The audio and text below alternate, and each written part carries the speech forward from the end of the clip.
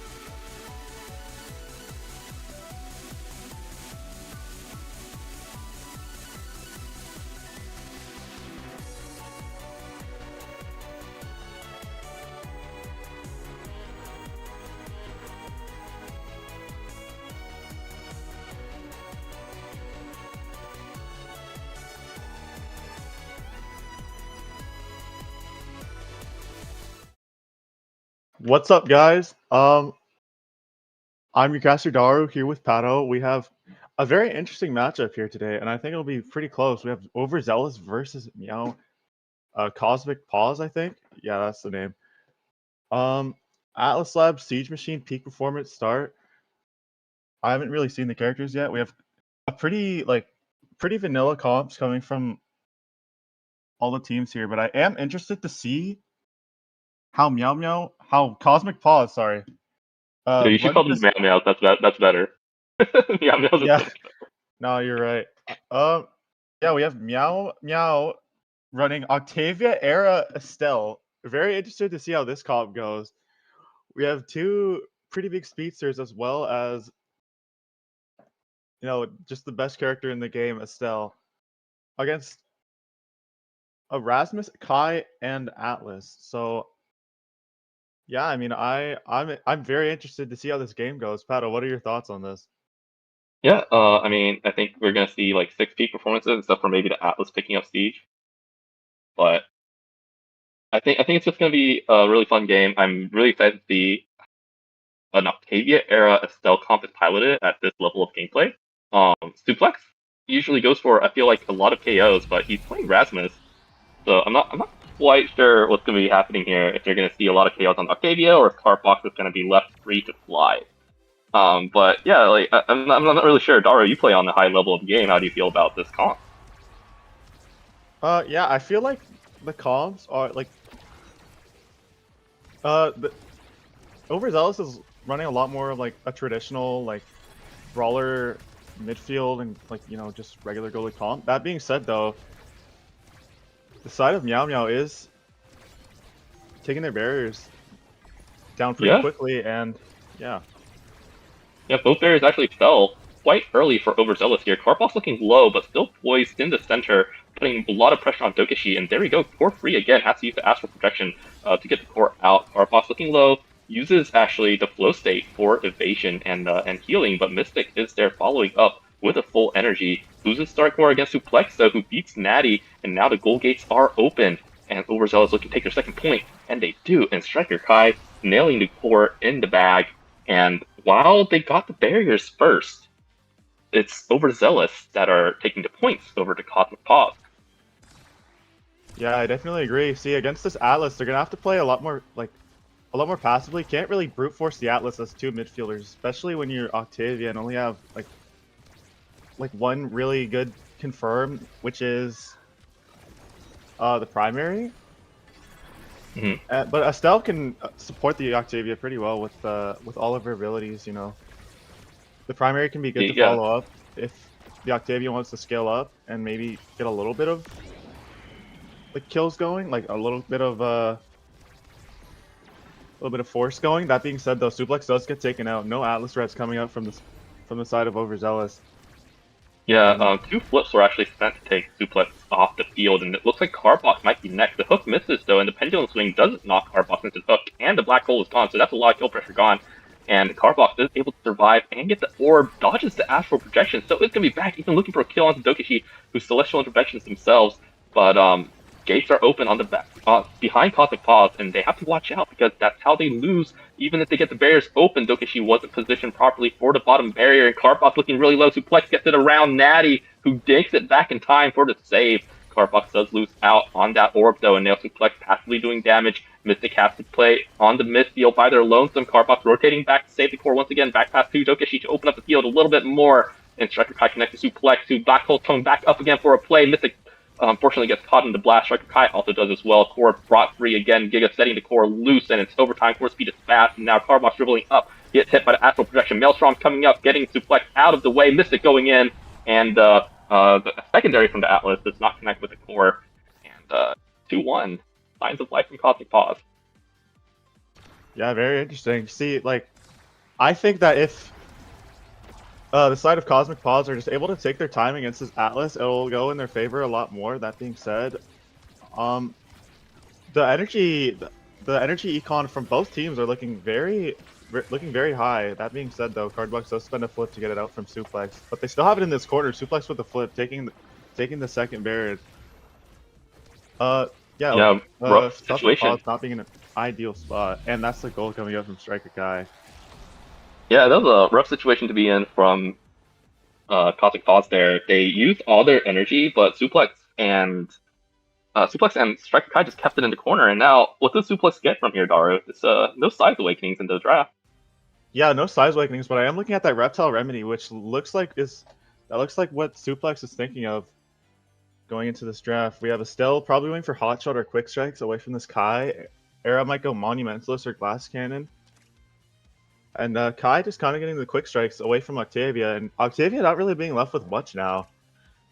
But the side of Overzealous does get some really good Awakenings. Octavia has to opt for that Tempo Swing, not really having much else to pick. Yeah, that's really unfortunate. Can you tell me a little bit more about this Era Estelle Octavia comp? I mean, no shade to Overzealous, but their comp's a little more vanilla. We've seen it, we know how it works. But what's the win con here for Octavia, for Era? Honestly, I think the speedsters on this team just have to scale a lot, and yeah, Octavia and Era are really good scalers. You know, we have Era X, you know, obviously notorious for that, and seeing as we have an Era right here, it's the possibility of them scaling out of control will it won't be impossible if they can get a set off. Okay, but they need to get it first, and that does seem like gonna have to wait a little bit more as Suplex looking absolutely dominant on the front lines, getting both barriers, getting around Natty as well. Cardbox once again left with a smaller Awakening. It seems a little bit harder for them to adjust to this round 2. Yeah, for sure. Mystic is able to get a lot of these a lot of these barriers pretty quickly, but they're not able to close out the second one because his Atlas is really strong at keeping up his second barrier. Yeah, Suplex, great hook, actually. And yeah, as soon as Mystic gets a barrier, Overzealous answers with 1 or 2 barriers themselves. But Cardbox here with the flip kills the Atlas and gets the goal. So that's exactly, I guess, what they needed to make it back. And the score is looking a little bit competitive here. Yes, absolutely. Yeah, they kind of just have to wear down Dokishi's cooldowns as much as possible, make sure he doesn't get value off of that expanse. One thing I will say though is that if he's able to stay, if Dokishi's able to stay on one barrier at all times and just let Striker Kai stay on the other barrier that he's not going for, then I think that their defense will go a lot smoother. Okay, I mean, that's exactly what's happening. Striker Kai on the top, Dokashi on the bottom. Celestial Expanse a little bit wasted there, and Striker Kai taken off the field by well-timed primary from Mystic, and Natty coming in, beaming the second barrier open, and Cardbox in control. Suplex has to come in and play defense, but that's not his forte. He wants to be on the other side of the map. Dokashi loses control thanks to Cardbox's primary, and we're going to see a lead taken by the Cosmic Pause. Yeah, it's looking very favorable for the side of Cosmic Pause. It looks like I was gonna say the side of Cosmic Pause has a lot more energy than the side of Overzealous, but I am just wrong, as the energy on both teams look really equal. Suplex going out for this bottom barrier, going all out, resetting his strike from the Rasmus hook. That's a flip gone from Dokashi, and now this is Cosmic Pause time to kind of clap back. Yeah, Fat Boy's angle coming out, unfortunately, and we see the black hole open. Mystic brought down low without energy, but does get the orb, and now Suplex trying to pendulum swing gets to both of them, but Cardbox is there with a core flip. They probably don't want to use it here. Nice dribble coming out. Striker Kai answers with a barrage and a dribble of their own, but Mystic is there. Cardbox and Mystic trying to assault with this Maelstrom, but Dokashi is able to pull it out top side, but the primary so strong, gets the core, sticks it in the corner, and now Mystic is there. Cardbox in flow state. This Octavia is absolutely zooming, and not a lot of kill pressure on Octavia. It's going to reach that core, and oh my goodness, Mystic gets a kill as well. I mean, that's an absolutely wild step from Cosmic Pause, and now Cardbox is looking for some awakenings here. Yeah, not a lot for the Octavia MVP. I mean, does have the bulk up for the stagger. Maybe Omega Infuse if he thinks he's not going to die a lot. Is going to opt for that bulk up because actually he does have peak performance, so that will actually scale a lot with what he's going for right now. It's looking pretty hard to kill Cardbox right now, but that being said, Suplex does pick up size. Ideally what you want on Erasmus. And this Kai hovering among Titans is going to get the among Titans. And yeah, it's looking pretty equal in terms of who got the better awakenings in this draft. Yeah, I see Stinger actually come out for Mystic. Do you think Stinger's going to make a big factor in this game? Because you said a lot about the energy economy, and they always seem to have a lot of energy on both teams. I think if they can, focus their damage all on one person, I think it can provide a lot of value. That being said, Suplex just not really caring about any of that. It goes for the play himself and gets the 1v2 on to Mystic and Natty. Yeah, I definitely think Suplex is the person to watch on Overzealous right now. He has size, he has peak and reptile. If he got bulked, I think that would have been a nightmare situation. But we do see Cardbox answering with the top barrier, and has flow state right now. And this Octavia is a very speedy one thanks to peak performance and bulk up. But answer back with the barrier is Overzealous. Nice rotate out from Natty, but still the astral projection monumentalist size so huge. The black hole is popped though, and the core is on the lower side, the barrier side, but still, it's so much pressure coming in from Overzealous here. Yeah, that was very well played, very well coordinated from the side of Overzealous. Cragley or Dokushi getting in the fray of action, and Suplex just compensating for the astral projection, not winning the 1v2 by getting hit stun on both Cardbox and Natty, I'm pretty sure, to secure that final barrier.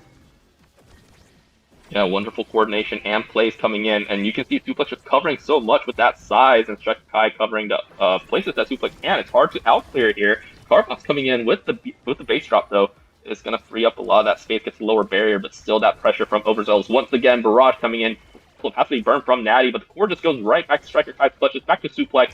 Playing around the black hole is Mystic, does pop it, and they are able to get in a better position to hook coming in a little too late, but still Overzealous, all pressure. Cardbox still keeps up flow state. Suplex rotating around with Dokishi and Striker Kai, but that means Mystic gets a chance off the top side now. Cardbox coming in with the core flip. They're waiting for the cooldowns, but it looks like so much pressure once again, and not even a flip needed. Suplex wins Strike War, and 2-1. That last set flipped completely on its head.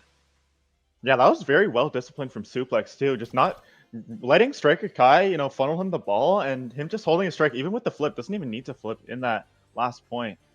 Suplex is going to opt for the stacks on stacks. Very ideal if you're like a Rasmus here. Not really. And the cast last coming up from Kai too, just not letting Octavia be able to scale, but she is going to still get that explosive entrance. Era, possibly with the prime time, is going to opt for inner focus, and that means Atlas gets prime time, and Atlas still is left with Deadeye. Really good draft from all the teams. I can't really say that if a certain team won or not in this draft. What are your thoughts? Mm-hmm. I'm not sure either. Like, looking at the individual drafts, right, I do feel like both teams made all the right choices that they can. They deny the right stuff, they pick up the right stuff. But overall, when I hold tab and look at all the awakenings on the list, I feel like Overzealous really gets a nice deal after everything's done and dusted. Yeah, the stacks on Suplex is going to be huge, especially with peak performance and reptile. That means he's going to be a lot, more difficult to kill. And if Mystic isn't going to be able to, get all that stinger value plus the Deadeye, it's going to be pretty catastrophic. Yeah, so far the both barriers are open. We've been here countless times again, but Dokishi holding really well. But a bad clear to Cardbox means that Cosmic Pulse are starting off this set strong, and they need to start off strong if they want Octavia to scale once again. Starting off the set strong indeed. That means if this Octavia can get to set 5, she is going to be turbo scaled. And that is going to be great because, we have the Era backline to support that as well. But Overzealous is still in this game 100%. And yeah, absolutely. Suplex just needs to build up the stacks. He's got 52 right now. Core flip used with barriers still down. Cardbox looking for a cheeky kill on Striker Kai. Isn't going to get it. Is shoot away by the astral projection, but use the core flip. I mean, Cardbox is playing so well here. Even wins Strike War against Suplex twice. Astral projection has to be burned, but Cardbox isn't letting go of this core. But the black hole popping finally towards the Octavia, and now Natty and Mystic trying to get Cardbox the core again until it comes back up. Nice hook from Suplex. Fools Natty, gets the core in, tying up. And hopefully, this can be a start of their win for Overzealous. Yeah, Suplex is playing really well with these hooks. Being able to mix up Natty so often with these close range, kind of in your face hooks, not giving Natty much time to, react to it and stuff like that. And if Suplex can keep up that momentum, then it's going to be really hard for Cosmic Paws to keep the game going and really keep it to set 5. But that being said, both barriers being taken away. Yeah, flow state used, but both barriers gotten for Cosmic Pause. A worthy trade indeed, and Striker Kai just racing up the field with that, with the Maw Titans, but the Maelstrom is going to be what creates the pressure here. Cardbox playing a little bit of defense while the flow state comes back. Mystic is back to help as well. Suplex rotating back to Dokishi, but Cardbox has flow state now, so it's going to be all up in the face. Astral Projection used for the Octavia as the Maelstrom goes awry as well. So that's a lot of cooldowns burned, and we do see Suplex being pushed up, Pendulum Swing used, Striker Kai backing it up, but Cardbox trying to find some pressure with the base drop coming in, and Natty on the front lines fighting Suplex, but Suplex has a great angle at the core, but misses with the Pendulum Swing. And Dokishi coming in, Cardbox has everything that they need now. Flow State coming in, Flip coming in, and Dokishi off the field, core into goal. Cosmic Pause looking to get to set 5.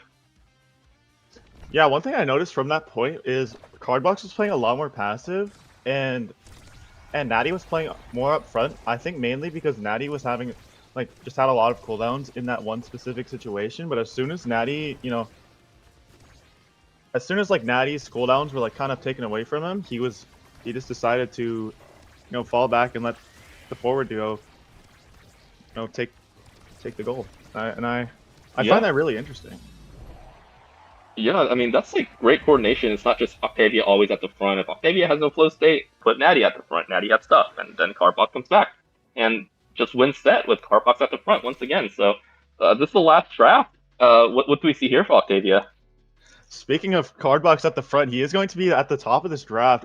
Does have a lot of options for his set 5 build. Could go for the twin drive. That is going to be what he takes. It's going to take it away from Atlas, but Atlas still gets what he desires in team player. We see Kai on the Super Surge, 9 not away from Era, but Era still has options here. It's going to opt for aerials, and the size away from Rasmus is going to be a big pickup from Mystic, which means Suplex is only left with 1-2 punch now. I think this draft was really in the favor of Cosmic Pause because not only were they able to get their bits, but they also were able to take away, one of Rasmus's big scaling awakes. Mm-hmm. Yeah. So that makes sense to me, especially Mystic being able to match Suplex in size as well. That's going to save them a lot of time on defense as well. And Suplex being stunned, Sad Boy's angle coming out, unfortunately, from Cardbox. And they're rotating it back to Natty. Black Hole's about to pop open, and they do lose their first barrier as well as Cosmic Pause. Mystic racing across the field to try and contest Tokishi, but Tokishi catches it. Striker Kai, and nice push out with the beam from Natty means the goal's going to go back to Tokishi. And Black Hole is popped from Cosmic Pause, but now they're on the defense. And now Tokishi just pushing it through to Suplex, who is shrunk by the beam, and that's doing a lot of work here for Natty. With Suplex shrunk, and the core finds its way to the top barrier. Maelstrom was threatening Natty coming in with the core flip, and base drop coming in is going to kill Suplex if not for that Celestial intervention. Natty using a premature core flip. Unfortunately, the core's not there. Cardbox back on the defense as Flow State now is looking for an offensive angle. Suplex is winning all these strike wars, though. Cardbox loses Flow State, and nice Astral Projection push means Cardbox has to use that core flip, but Mystic finds the one angle in the billion universes that would have worked. And now Cosmic Pause are up 1-0. Yeah, I think the side of Overzealous is getting a little bit nervous, so if they're able to keep their composure, I can see this this set 5 being a lot more exciting and possibly even in the favor of them. But that's going to require them to be able to funnel this ball away from the Octavia, and that might be a little bit of a challenge, seeing as he has this crazy build going on right now. Yeah, Cardbox with Twin Drive is absolutely a whole different monster from set 4. Black Hole's coming back up again, and they're not going to pop it this time. Striker is going to pop it, but that means he's low, and Dokishi is lagging off the field, which means that the top 2 barriers are unprotected. The point has started and must go on. There's no waiting for Dokishi here. Dokishi does recover, though. That lag spike is gone. Has to recover with an empty net behind him, though, but has to core flip. And Suplex has a lot of pressure with that hook, which Cardbox expertly dodges. Pendulum Swing hits, though, and Natty misses a strike, which means even after a disastrous Dokishi lag spike, they do get the point, does Overzealous. Yeah, that was really scary from the side of Overzealous. Cragly, or Dokishi just lagging at the worst time possible. Fortunately for them, though, is able to, clap back with that wonderful play from Suplex. And yeah, this is looking like a pretty intense game now, seeing as they kept their composure and is keeping the stakes up. Yeah, absolutely. Overzealous taking their first barrier and second as well, and now they don't have they have two barriers to none of Cosmic Pause. This could be their point. This should be their point, especially as Cardbox loses flow state. Still wins against Suplex. Top barrier going down. Celestial Intervention coming out to save Striker Kai from death. Cardbox has flow state once again, but loses it. So that's both flow states out. Great pendulum swing. Great hook from Suplex. Uses the flip. Gets it past Mystic, and we're gonna see match point for Overzealous. Yeah, the side of Cosmic Pause does have a lot more energy than Overzealous does. So if they're able to clap back quick, then I can see a set 5.5 happening right here, right now. But not without Cardbox going all in on Suplex. That's going to be a flip of his own. And yeah, it's looking like one barrier down from the side of Cosmic Pause, and they're going to be in this corner here too. I'm excited to see how this point goes now. Yeah, great Maelstrom placement from Natty, holding that second barrier, which seems so important here for Cosmic Pause. Mystic coming up from the back as well. Great defense from the Cosmic Pause forward view as well. Carbot getting pushed away, but no kill pressure means that Natty up top is able to set up with a Maelstrom, actually getting Dokashi's evade and a second barrier. They're going to lose their second as well, so both nets are open. Again, this is match point for Overzealous. Suplex is shrunk though, and Carbot has flow state. This is their winning formula. Mystic shoot away from the black hole, and now Suplex set up with the hook on Natty, and it's going to pendulum swing it in. And we see an Overzealous take a 1-0 lead in the series over Cosmic Pause. Yeah, Suplex the whole game was really on fleek with his pendulum swings there, giving Natty so little space to work with when they were on the offense. That was a great showing from all the members of Overzealous, and I'm excited to see how this game 2 goes. But you know, this game 1 was a great showing from both teams so far. 8+3 from Suplex, actually even having more redirects than Striker Kai.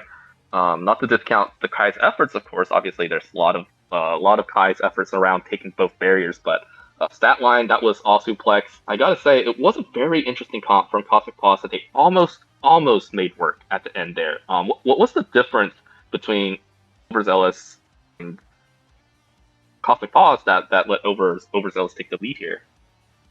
I just think that when the side of Overzealous was able to maneuver around this Octavia with a pretty scary build, you know, Twin Drive and Explosive Entrance and the double stagger is not something you want to mess around with. So them being able to get those back passes in to each other and, you know, just play it around him at all costs was really what the difference was in that game for them to take it over Overzealous or Cosmic Pause there. Yeah, absolutely. And we gotta look at the next map here. And I think that's gonna be so. I think that's gonna make a lot of difference in the comps and stuff as well. If I remember correctly, this map was a Cosmic Pause pick, right? Or do you know who picked this map? I think so. It would make sense because the Overzealous is not, you know, at least from my knowledge, is not really the map that they so like desire all the time.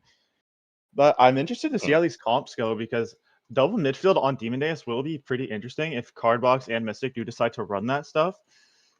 Okay. And yeah, I'm pretty interested. Yeah, you're to see right. Yeah, how so goes. Overzealous did pick Demon Dice here.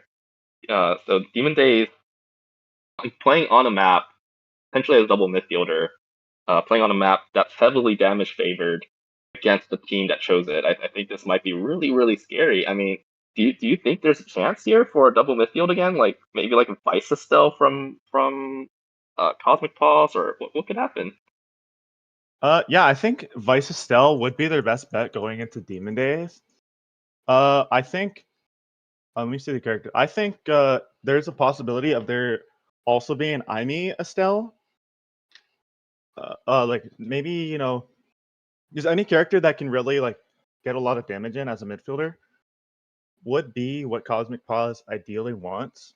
If they're deciding to run double midfield, that is, they could run a brawler in card box, bring him out of his comfort zone. You know, maybe, just maybe. I'm not too sure, but yeah, I'm really interested to see what they decide to run. Yeah, I guess we'll have to really see what the comps look like, and then you can do a bit more analysis. Overzealous did ban the Aimee. Is this target ban onto Mystic? This might be a target ban onto Cardbox. You know, both of them are Okay. pretty well known for their IME as well. So it might have just been on both of them. Okay, yeah, and we see Cosmic Paws banned X. I guess that, they banned X last game as well, and I guess X is just super strong right now, just does a lot of damage, especially probably with that extra special, letting their X Maximus be up all day, every day. But surprisingly, we see an Atlas Kai from Overzealous. And I know Striker Kai's in there, it's in the name, but having an Atlas on Demon Days, as what I thought were a very aggressive team. How do you feel about this, Daru? Is Atlas good on Demon Days? I feel like Atlas can be all right from Demon Days on Demon Days, especially with the extra special start. I'm more interested to see how this Kai is going to run on the extra special Berserker start because this isn't a map that Kai ideally wants to be on in the first place. But if Overzealous are able to, play their cards correctly, I could see it going in the favor of them. That being said, though, the side of Meow or the side of Cosmic Paws is running a much more like standard comp for Demon Days in the Finnies and Taro Rune.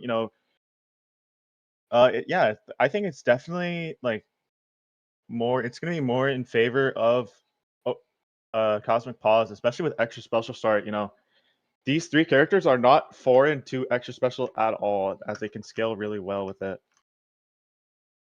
This is looking like kind of like a reverse situation, Overzealous with the more unconventional comp this time on the map, and we're gonna see Cosmic Paws with the more conventional one. So we'll have to take a look. The last pick is Rasmus, and I believe that is for Suplex right now. And Suplex has been amazing on that Rasmus, and hopefully we can see more of that core control.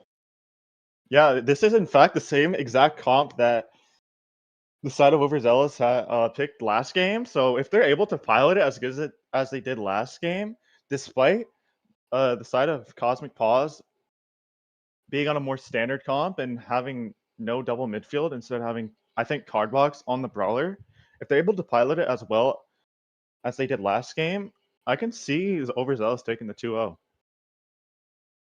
Okay, I like that. I like that.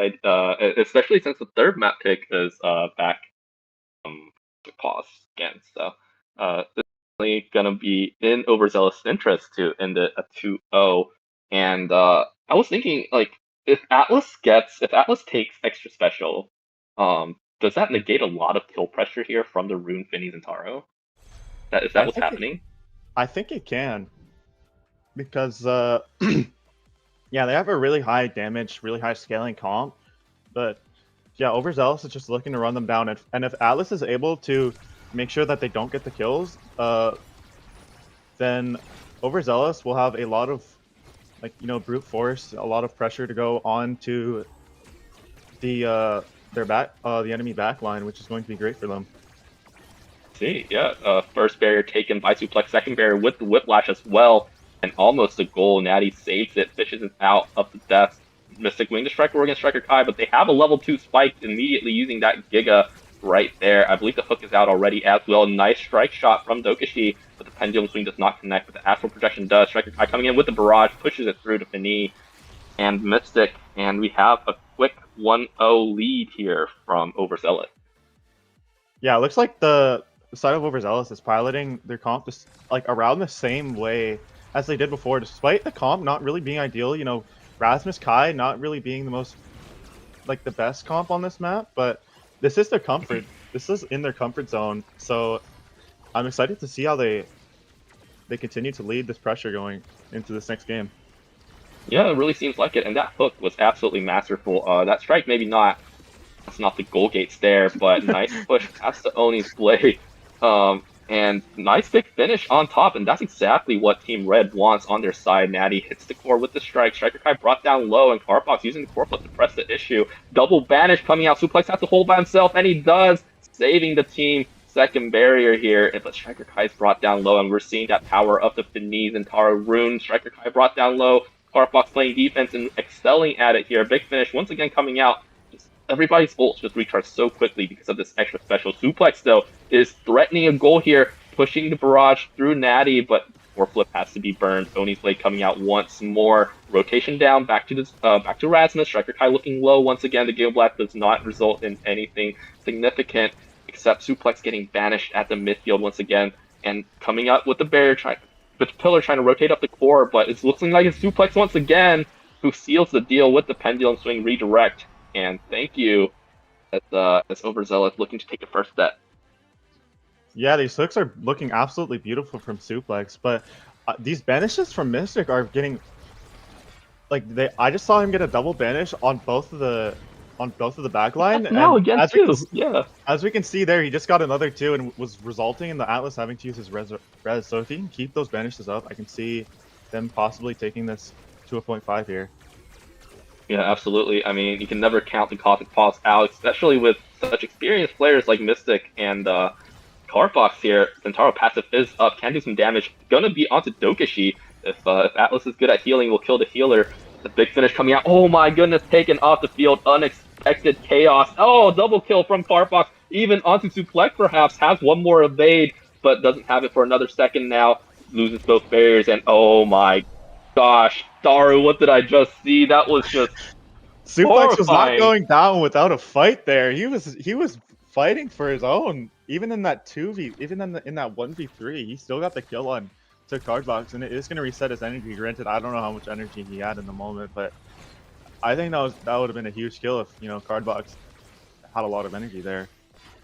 Yeah, absolutely. I mean, it's still a point though, Mystic even cutting off that hook pass from Suplex on a barrier, but it's still double core flip energy from Natty and Mystic, right? They lose the first barrier, Cardbox is dashing in there with the EI rush, but that was just a lot of damage piled on the side of Cosmic Pause. How does Blue Team deal with this? Yeah, I think like I said before, they're gonna have to just, you know, kind of pummel the ball in the corner or in Cosmic Pause's net before they can really respond with the damage that they're going for here. And it's looking like that plan is not really going like not like Yeah. it's looking pretty decent. Like it's working decently well for them as the Root and Finny are able to get like a lot of this damage in the corner. You know, they synergize really well with their ults and stuff. So yeah, I'm interested to see how this can go.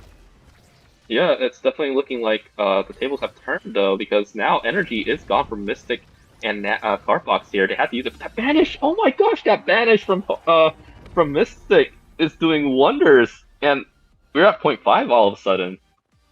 Yeah, it's pretty interesting. I think if Overzealous is able to, you know, get like really evade those banishes in time before it can really get catastrophic, then I can see Overzealous being able to overwhelm Cosmic Pause here. I mean, this is definitely a start. Suplex getting the core out, dodging Natty's misdirection as well. And Mystic's Room Pillar unfortunately blocking the angle. Everyone on blue team was on bot side, but somehow, some way, Cosmic Pause went out on that exchange. Suplex, nice hook onto Natty. Pillars coming down, fully formed. Cardbox heals back up, and everybody should have ults once again. And Mystic gets a banish off onto Dokashi, but no matter. Striker Kai gets the flip, and the first barrier strike shots go slightly wide with the core. Cardbox dashing, but unfortunately the core wasn't caught in that dash, leaving Suplex to set up with Natty. The pillar from Mystic saves the goal.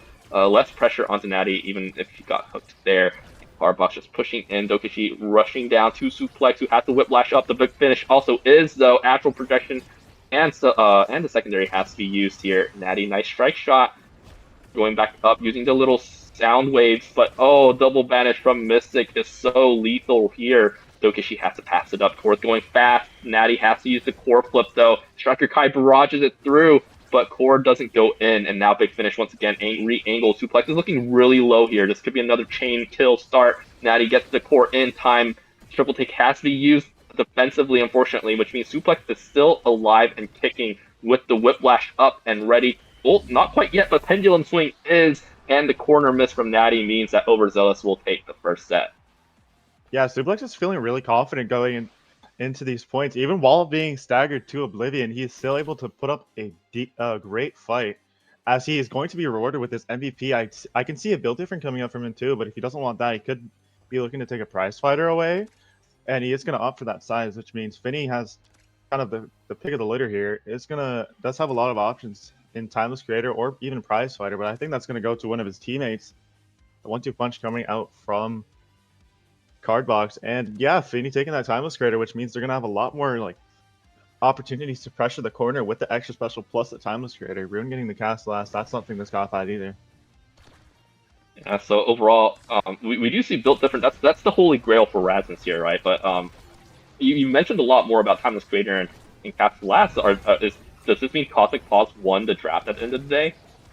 I think it could. I think it potentially did win them this draft because they're able to get the core in that little bottom side or even the top side a lot more now, as their creations and their debuffs are going to last a lot longer, and that might just be what they need to keep the damage up. That being said, though, Striker Guy does get a kill onto Cardbox. Yeah, Striker Kai, that was all him. Natty and Mystic working with a wonky pillar. Nice Spanish onto the course, buys him a bit more times, and Taro's going to come back now to take that Strike War, and it's going to win with the Slice and Dice as well. Oh, Dokechi, great attempt at a save, but unfortunately it's just going to result in their own barrier. I totally get it. Nice hook and a Pendulum Swing, but it's not going to work a third, fourth, fifth time. It's not going to work this time at the very least. Oni's Blade coming out. Striker Kai has the world to play with, and he gets that great angle. And Overzealous come out on top after that draft. Yeah, I noticed that not only is the creation duration on the Rune Pillar going to help for offense, but I think it's also going to help for their defense because as we saw, what a banish coming up from Mystic. Anyways, yeah, the pillars are going to be able to help a lot more with defense as well. As we saw, the barrage was completely like outdone by the Rune Pillar there. So yeah, it's going to be able to help Natty a lot more. Yeah, it's working out for them. Natty does miss that strike though, and Mystic is there to recover from the missed strike. Both flips used. I think we're seeing some nerves here, Daru, but Striker Kai is brought down low, and Cardbox is ready. Big finish coming out backwards. The strike misses. These are some unfortunate sequences of events from Cosmic Pause. And triple take coming out. Natty and Mystic do win this double strike war against Suplex, and the core is back to the midfield, but that's such a rough situation to be in. Suplex Spanish, but Celestial Intervention is there. Mystic doesn't even try getting a kill. You know Atlas has that ult up and running, and Striker Kai, once again, a great strike. Means that Overzealous is in a really comfortable 2-0 lead here. Yeah, Cosmic Pause are going to have to act quick on this like staggering lead that Overzealous has because they're going to have to play their game plan really well. That being said, though, they do have a really good offense going, so I'm interested to see if they can, capitalize a lot on this. Yeah, Suplex getting a great barrier even after their own goalie was staggered, but an amazing flip from Mystic, and Natty gets it away from Suplex. Great angles on the strikes this point, and Cardbox wins against it. Taro passive is up. Suplex brought down low, but not needed. Just as Atlas's secondary disappears, the core goes in. And Cosmic Pause, when you think they've got the nerves, got the better hold of them, they come back, and they are showing signs of life. That looked really convincing.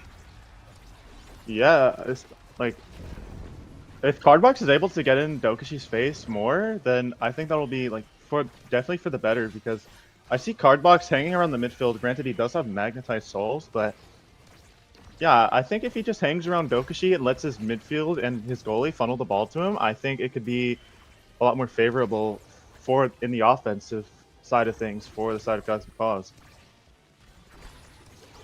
Yeah, I mean, we saw what that power could do, especially with the Finny's big finish. Cardbox is almost taken off the field, though, has to play really close to home. Gets the orb, though, but every time on the midfield, we see Dokishi and Striker Kai piling on the pressure. Is putting on the Oni's Blade, though, and the big finish comes down. Banished is the Atlas that just lasts so long with the castle last year. And Mystic and Cardbox playing the bottom side very well. Striker Kai gets it, the barrage in, but Natty saves it, and now the core goes around and around. Mystic coming in with the pillar. Suplex gets a great angle through the bottom side, though. And now Suplex is on the offensive, might take the first barrier with that hook. Natty does core flip, though. All the respect coming out for that hook. Big finish and triple take, but Striker Kai finds the out somehow. And now, once again, Oni's Blade being used, but this time not in favor of Cosmic Pause. And Suplex is up with Striker Kai at the front. Cardbox is on the hunt for a kill to let Striker Kai go, but no, not with the flip. Just taken off the field and power play for Cosmic Pause for another 8 seconds. As we see almost a second barrier being taken, but Dokishi has the core flip, blocking the pass to Suplex, even getting that one. Cardbox doesn't have any more cooldowns. Both players on Cosmic Pause committing to the bottom, but they go to the top. That's Overzealous, and now through an EI rush, Striker Kai finds a great angle one more time. I think that was every single goal there. I think was from Striker Kai. Yeah, Striker Kai is playing absolutely fantastic that set. And that's not to discredit Suplex or anything, but Striker Kai was definitely the main focus of attention going into that next set. As we see Striker Kai with the MVP is going to have a lot of options here. Maybe you could go for some aerials action here, or can go even for missile prop if you want to get more damage in. It's going to offer that team player to deny the enemy goalie, which is Natty, who still gets pretty decent options here. You could go for Monu, could go for Siege Machine. It's going to opt for Siege Machine or Monumentalist, which means that Rune is going to get the spec training as well, which is a pretty interesting pick. I thought Rune was going to go for like Siege Machine or something, as we could have seen the pillars being up for even longer, and even like a longer, bigger banish distance. But yeah, I think Cosmic Pause is getting this damage game going a lot more. Like a lot more. I don't know. I don't know the word, but like, I think their damage is going to be a lot more efficient now. Okay, yeah, I see that. Especially the Monumentalist, right? That big finish. We saw Mystic actually ban Dokashi, and oh my gosh, because I think Mystic almost staggered 2 people. I mean, look at that. Suplex is just look at that damage. fine. Oh my goodness. Yeah. Especially with the Castellas, like it's every tick of that Obscura poison is just lethal now. And Carblock coming in with the Oni's blade. Dokashi loses that barrier. Mystic bounces it off of the pillar. Unfortunately, the angle was slightly off, and Suplex is back. Our play has ended. Giga Blast coming out. Carblock's EI Rush has not been quite on point with the core, but they are winning, and Dokashi has to use that secondary.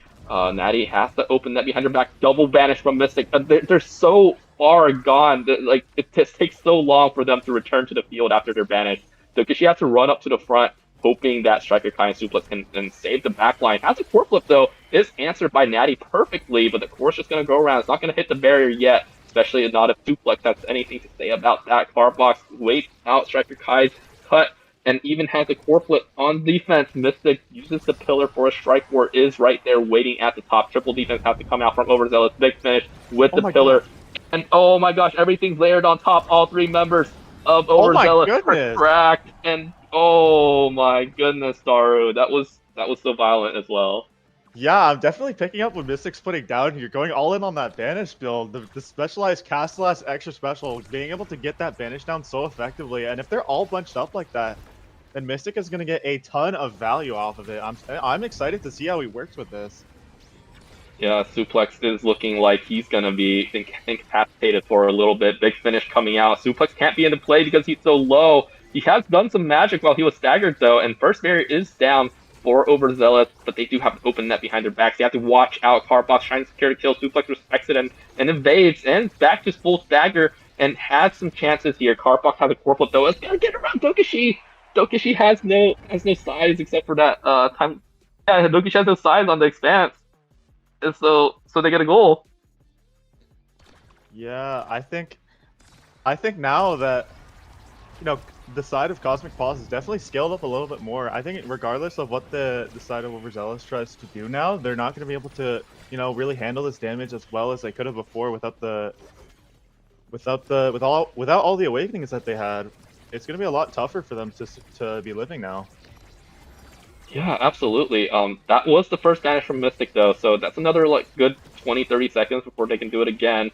Carblock getting the first barrier with the core flip, big finish coming down at a perfect angle, but Suplex just answers back all the strikes and abilities used to get that core out and gets the second barrier as well. Blue team, they want to end this set. They don't want to give room to scale. Striker Kai banished, just half health taken off just like that. Giga coming down, great angle, and Natty answers it. Barrage waited out and answered a Suplex coming in, taking this set to 0.5, and now Overzealous have a real chance to end it right here, right now. Yeah, I think I'm taking back what I said before, because Overzealous just like piloting this comp super well, like nearly almost better than they did last game. That being said, though, a good banish coming up from Mystic, it's going to do a lot of damage to Striker Kai, and this could potentially be pretty dire for the side of Overzealous. Yeah, Striker Kai has no evade, no energy, but triple defense coming out from Red Team as they still lose that barrier and they lose kill pressure against Striker Kai. Story angle coming out, but Suplex is right there. Striker Kai pushes it in, Overzealous takes the 2-0 over Mystic, over Cardbox, over Natty, and they're looking good there. They had this comp, they stuck to their game plan, and they made it work across everything that Cosmic Ball threw at them. Yeah, like it looked like a lot of the time, Suplex and Striker Kai were just getting a bunch of 1v3s, and gotta respect that. Yeah, it was looking super good. As we can see, they had a lot more possession of the ball than Cosmic Paws did, and that got them where they wanted to be in the long run, as they do take this series 2-0. Yeah, it was nice. It was definitely nice. I thought that after that initial banish play with the big finish layered on top, I mean, I definitely understood what the game plan was there for Cosmic Paws. Unfortunately, Suplex and Striker Kai and Dokichi, they all took control of the game at different times, and it just worked out for them. So well-deserved 2-0. I think we're going to break, and we're going to come back with a different series. Stay tuned, guys, but we'll be back.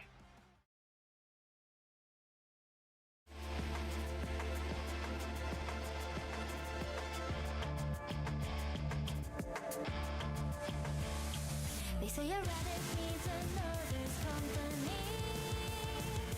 Twilight breaks, a cold wind, a heartache. Where could your true one be? Falling, fleeing, fading out, disappearing into nothing. To eternal sleep, that everlasting void.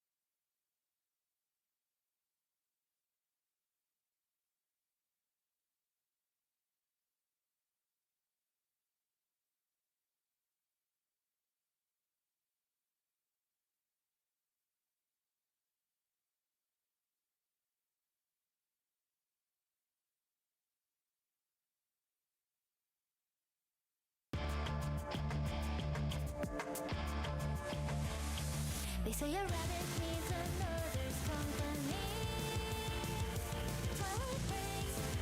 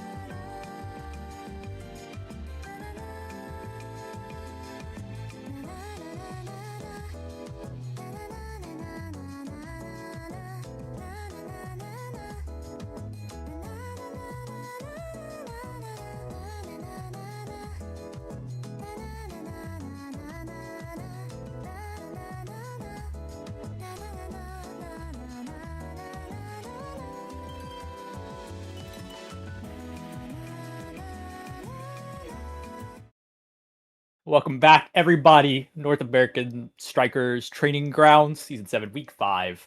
I'm joined here today with Kirikan. I am Flop Flop, and we're going to be here and casting this this Snack Time versus Scriptwriters game.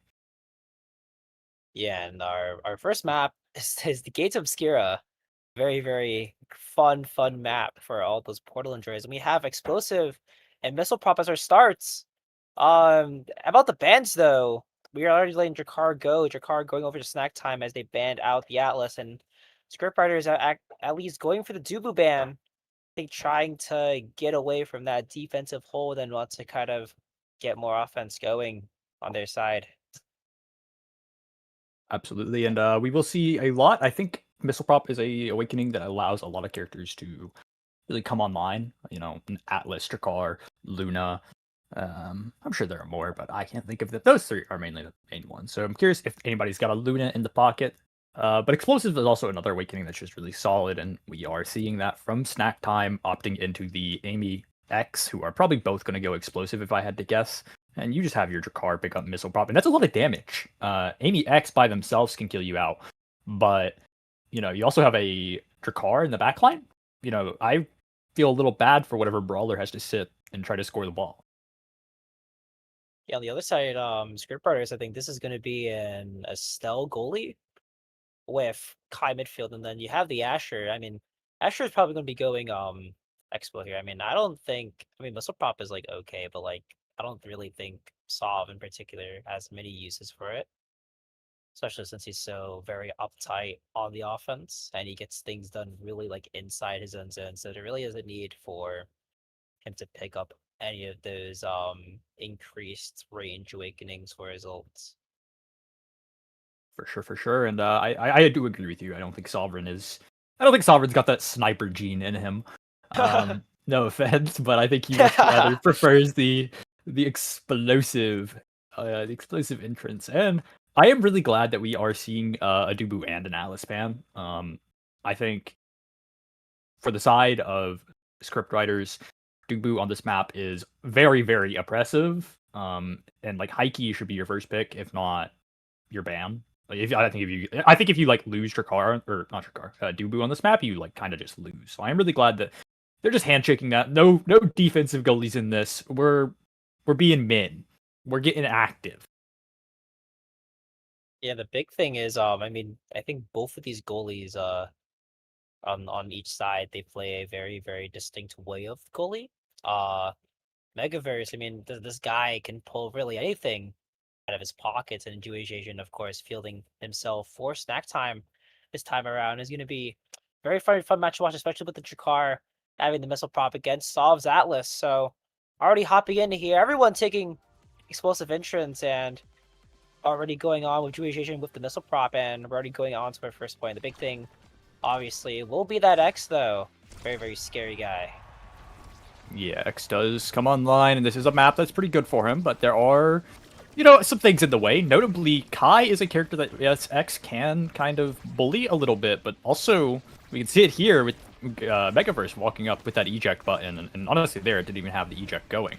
But that boost speed can sometimes be really, really difficult to deal with, especially whenever when the Kai is starting with an explosive entrance.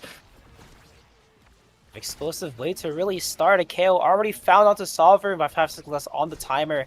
As Eternal and Megaverse try to hold on to their offensive power play as Edicam earns his second barrier and goes to hit the bulb around. Eternal on the Estelle, actually, not on the Kai around this time, as Megaverse ends up getting completely murked in the waters by Edicam. What a great kill, and already 2 kills for the side of Snack Time, already putting up a very, very impressive start to this match. Yeah, it is. I think what we're going to be seeing a lot in this game is, first of all, the damage. We can see it here on Sovereign. He's already half HP from a Molten Bolt, a Glitch Pop. And that's not really a lot of investment. Like, that is 2 abilities, but, like, you know, your X still has a lot of stuff, and Captain Cold's doing great work to find these barriers and stuff, but it really does feel like, well, I mean, at any time, the Asher will just do the Asher stuff, even through the damage. If you don't keep her, like, perma-staggered, it's going to be brutal. Yeah, already brutal going on the other side still. Captain Cold retaining his flip as Edicam bursts for the goal. And of course, this team already is getting kind of pummeled over and over, and it kind of just shows the I guess the synergy of Edicam and Captain Cold. I mean, they've been playing together for a very, very long time. It already shows how nice they already are, as well as Eternal and Sovereign working up the portal side, earning 1 barrier for their troubles. As now Megaverse tries to restart the offense on the long corner here. Giga Blast is good, hits the barrier in time and allows them to set up for a potentially easy opening as long as to get the core out of the end zone. Edit Captain Cole getting the flip out, but doesn't find 1 barrier as Edicam tries to clear it and tries to work us into the corner. Nothing really found there as the second barrier found as well, and Sovereign's all the way back in his own net, and the core just can't seem to get out. Yeah, and Sovereign's looking super scary with this flip up here. Eternal not able to find the ball quite yet, but it's looking like it's gonna go in. And oh, Jewish Asian, a good stop, and that means they are in this round for just a little bit longer. Portal pass back down to the bottom side of Eternal, trying to make something happen, trying to win the extra interactions against Captain Cole, but just can't seem to do so. Flip online now, and Jewish Asian flips on the defense. Will send the shotgun to the top side, and of course overtime now kicking in. A very, very heavy point to be winning as Eternal snipes it to the top corner. And that's their first point for Scriptwriters, trying to claw their way back into the set. That is a brutal like mix-up shot. There's so many options that Eternal has. You can go for a pass, you can go around and try to follow it up, and you know, Jewish Agent trying to find like trying to get that soul read, you know, that, and it was a good attempt, but unfortunately there's just so much to cover, and a lone Dracar, even with the missile prop, it's not enough. You're asking for too much. Or rotated around back to the top side this time as Edicam tries to find some opening strike to get to the offense going, but the core just isn't going his way. Captain Cold getting taken very low and having to wait for the orb, as now another power play for snack time as Eternal's off the map and the Giga Blast trying to stall the defense going on. Megaverse has the flip and will flip it, but he gets struck out, and now Edicam and Captain Cold have just to put it in the net. Sovereign in his own goal box, the Brawler trying to get the defense worked out as Eternal comes back online, and now Edicam the one taking a little bit of flak damage as Scriptwriter is trying to put an end to this regime. As Edicam the one in a 1v1 against Megaverse, he wins the strike war, and the core just isn't leaving. Captain Cole with the flip and will 7, but Megaverse keeps it alive. And now we're back in overtime on this 4th point of this first set. A very, very close start as Sovereign tries to attack, and Megaverse just gets the core right back. Yeah, ooh, and a beautiful pass from Eternalist Sovereign, and Sovereign sinks it into the bottom. It is really, really nice whenever you see script writers who, you know, were kind of struggling at the start of the set, but they are still the undefeated team of the season. Well, one of, I believe. Furrets is also undefeated. But, you know, at the time, the one that matters in this game is script writers, and you can see right there that whenever they're given the opportunity, when the enemy team like falters and the lines don't work out, they are just gonna they have the discipline to sink it in. Form a NAST duo there as well, just earning themselves another barrier, counting themselves now down as the portal pass goes all the way around. Eternal trying to capitalize off the missed timing and has a flip ready to go, but will he be able to use it on this offense? He just needs to get the core. Wants the Sovereign. Will they be able to do it? He gets the flip as well. One flip gone, and the primary from Estelle sinks it in. The reverse sweep already coming out in the first set for scriptwriters, bringing it around into Turtle MVP. What can you possibly choose in this draft? It's looking like a heavy impact if I had to guess. I would be very, very happy with the Estelle CDs, the extra primary power. Oh, that's quite nice. There's other options, you know, Quick Strike, Stinger, maybe Surge if you really want the secondary range. But actually, it's going to be stalling. I don't know what. Maybe this is to get Asher something so that you don't lock her out of draft too hard. But that does mean that blue side, while losing this previous round, ends up with some very, very impactful awakenings. Namely, the AV with heavy impact, the size on X, and the CD refunds whenever he does take a barrier. An Orb Dancer, which is... sometimes Orb Dancer is actually a winning awakening by itself. Like, I've seen games completely flip on their head because a player picks up Orb Dancer and starts gliding. Jewish Asian looks to capitalize on that, even trying to walk up to grab the orb. Already 2 orbs to his name as Edicam working the corner by himself. Glitch Pop saving the offense yet again as the core is still lingering on the side of script writers. The core doesn't connect onto Edicam's headbutt though. Doesn't find any value as Captain Cold and Edicam try to connect once again on the offense. So far, they're doing a very good job keeping the core away from Sovereign, who seems to almost dominate every corner he's in so far. The corner offense already getting started, 1 barrier down. the core, trying to sink around. Jewish Asian, the one walking up with the flip, and it's denied by Sovereign. Or not Sovereign, by Eternal, and now back to the corner offense it goes. The portal's trying to work its way through his Edicam. Tries to get Eternal off the line as Captain Cold flips for the defense, and Edicam just trying to get it through Megaverse. Just can't seem to do so just yet. Oh, and unfortunately, Megaverse just can't quite reach that. A little downside of the Kai is that small. You're relatively small. You are fast to make up for it, but you know there are times when you just are not large enough, and we are kind of seeing that. Like, if Megaverse and Eternal can keep the ball away from X, that tends to be when they're safest. Although Megaverse has made some really good saves, notably in this sequence right here, showing that that is not a person that you're going to easily score on if he has anything to say about it. But still, it is an X. It is a very scary character. It is hard to deal with Bull Rush. It is hard to deal with Bellringer. It is hard to deal with X Maximus, especially. Flip burns already for Sovereign as Captain Cold still on the stagger side of things. Has to burn his second evade, and now any tickle from any player will knock him off the map, as we see right there. Eternal with the flip ready to go. Will use it to get to Sovereign, who sends it right to the top corner again. They're abusing the top corner mad hard in this game so far, and Edicam still has his flip to go, which could be used in the next points as the energy economy is sort of, I mean, I would even say it's balanced right now. Megaverse is about to come up with a stick of butter, but still has to build it up. And of course, the offense from Edicam and Captain Cord just making sure that he can't really get it, as he just has to burn the evade to get to the right spot to clear it away. Yeah, Sovereign trying to look for something, unable to find it, and I think you could really tell the pressure that this Estelle Asher puts on. Asher by herself is like not that scary, but whenever you have like Estelle and Kai backline that can kind of just collect all the cores, it allows Sovereign to like be super far up and collect everything and just focus entirely on like being a major threat to the goalie. A bit of a communication error, and Eternal pays for it. Knocked off the map as Edicam coming up, trying to get into the corner himself, trying to get some damage online. As Sovereign, the one playing goalie now, will lose a simple strike war and bring Snack Time back up in the lead in terms of points now. 2-1 already heading into this. And look at Jewish Asian already kind of flying around as he has 5 Orb Dancer stacks on his head. Yeah, 5 dancers, and that is something that I imagine you probably want to shut down if you can, even if it just means you have Sovereign deny every goalie orb. That is certainly an option, but if Jewish Asian is allowed to sit here, it's scary. Look at him go. He's grabbed 1, he's grabbing 2. Leaves the defense hanging a little bit, even burns the flip too to try to get the core away, as a flip burns. Isn't great just yet, as now the corner offense on the long side. Captain Code again, very, very low.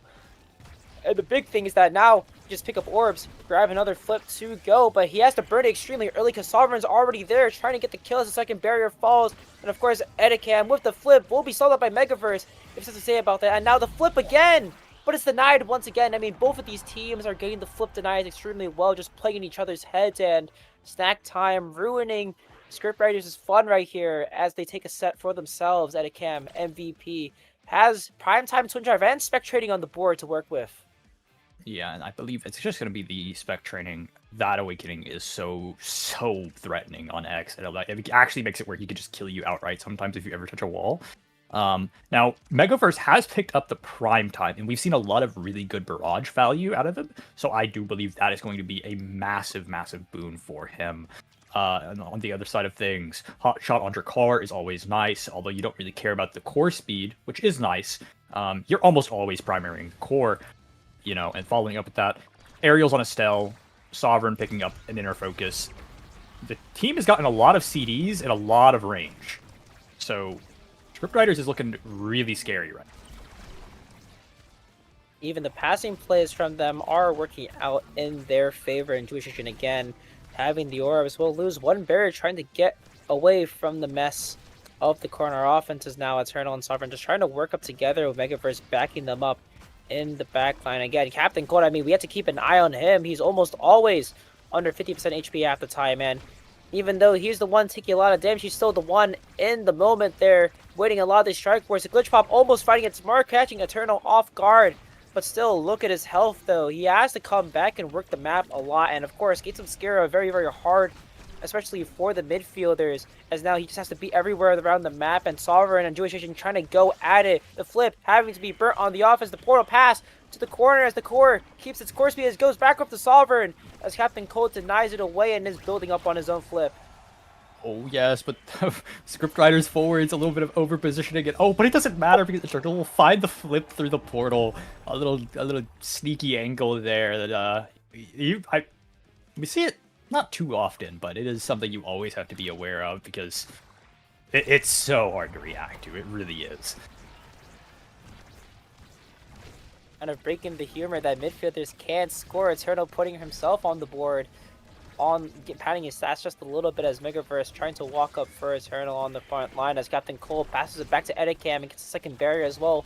These barrier takes from both teams are looking very, very strong, and of course Edicam just being able to walk back as well. He gives up a little bit of time and effort, but it allows himself to get a little bit of more energy in that moment, as well as being able to burn the flip though. He's against Eternal and the stun is just there.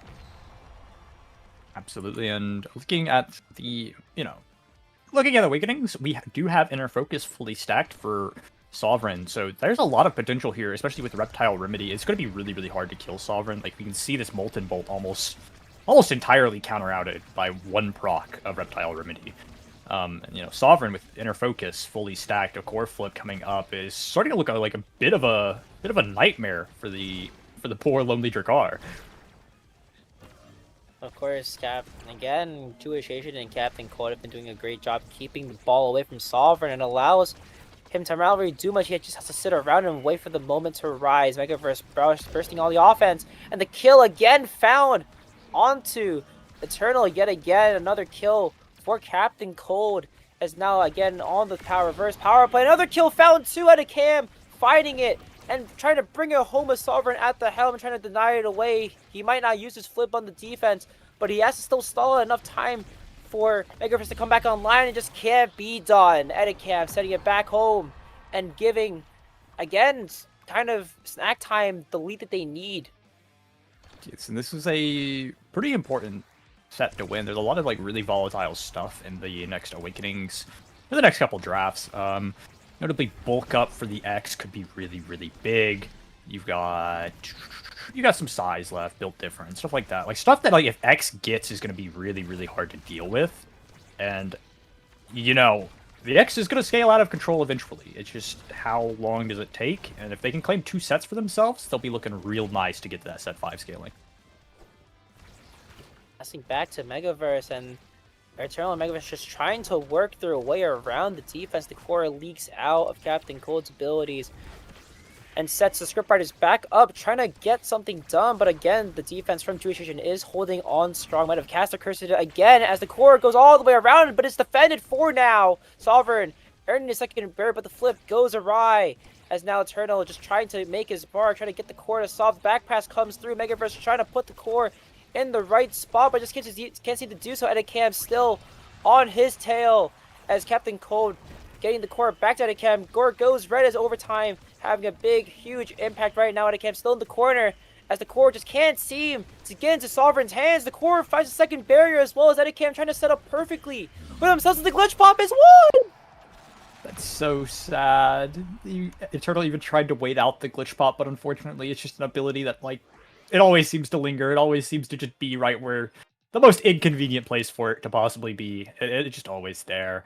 And unfortunately, that does mean that the X is going to have some options here, even if he is a little later in the draft. But Amy Drakkar, namely picking up the Timeless Creator, that turret will be very, very threatening. It is very hard to dig it out of the Amy turret once she picks up Timeless, especially if she's got any kind of damage, which she doesn't have yet. But it does mean that it is more shots damage. Drakkar, a little team player action, will help get it around Sovereign, which is... They've been doing great at doing that already, so this is a little concerning. Edicam picking up an extra special, just some more CDs for that spec training. It will be a good way to kind of blitz enemy team, I think. And really the only thing scriptwriters got is a stacks on their Estelle if they can get it going, and a peak performance on Sovereign, which might help a little bit, but... Eternal already working up his magic, but Edicam finding the kill onto Sovereign yet again. They're getting a little bit lacky on those very, very edgy kills there as the 2v3 power play comes online for snack time. Eternal and Megaverse trying to duke it out, and Eternal left on very, very low stagger for the time being. He just has to evade as Sovereign does come back online though. Will stall out Edicam, but Edicam still finds the patient strike to get the barrier down, and Eternal still on the chopping block, has to fight for it and doesn't seem to get in. Will be knocked off the map. Another power play resumes for this and for snack time this very moment as the flip comes online, and Edicam is just right there to collect the pass as snack time are up once again. 2 sets up this time, and you're getting closer to kicking off Scriptwriters off their map pick. Yes, it is Scriptwriters map pick, and that is very, very concerning because Scriptwriters they've only lost 1 game so far.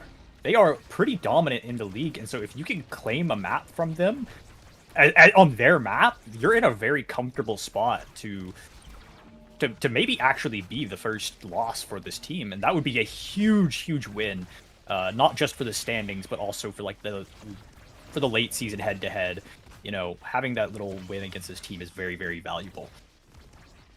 Jewish Agent in a bit of trouble, but doesn't get punished. He's still alive and feeding quite well, actually, as he comes back to the defense of Eternal, picking up a lot of damage onto himself.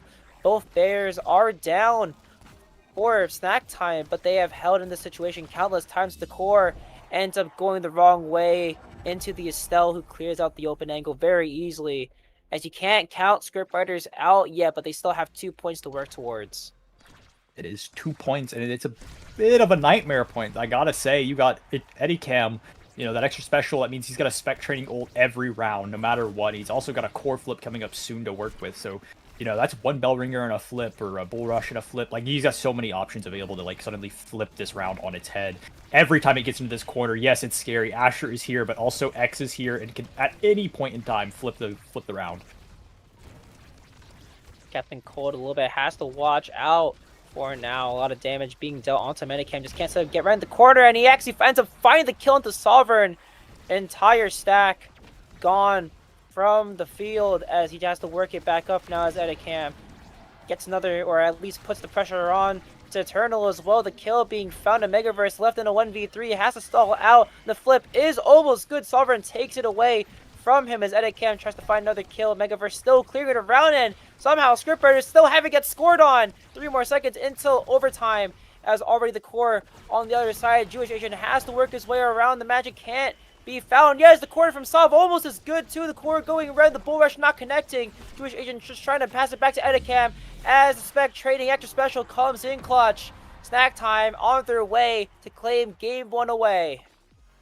Beautiful little setup from Edicam there, like to try to just force anything and then you just win, and that is so good because, again, Happy Star on your X means that he's ready to do it again. I know he just scored on you with X Maximus, but, you know, what if he did it twice? And it's looking like it might be in the corner for him to do so. Actually choosing to save it for now, but it's looking dire.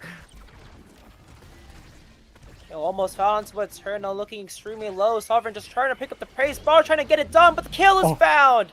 Edicam sending it home for snack time as they take off a game away from the Scriptwriters, and of course the script on its head just a little bit longer as we head on to the Clarion Corp.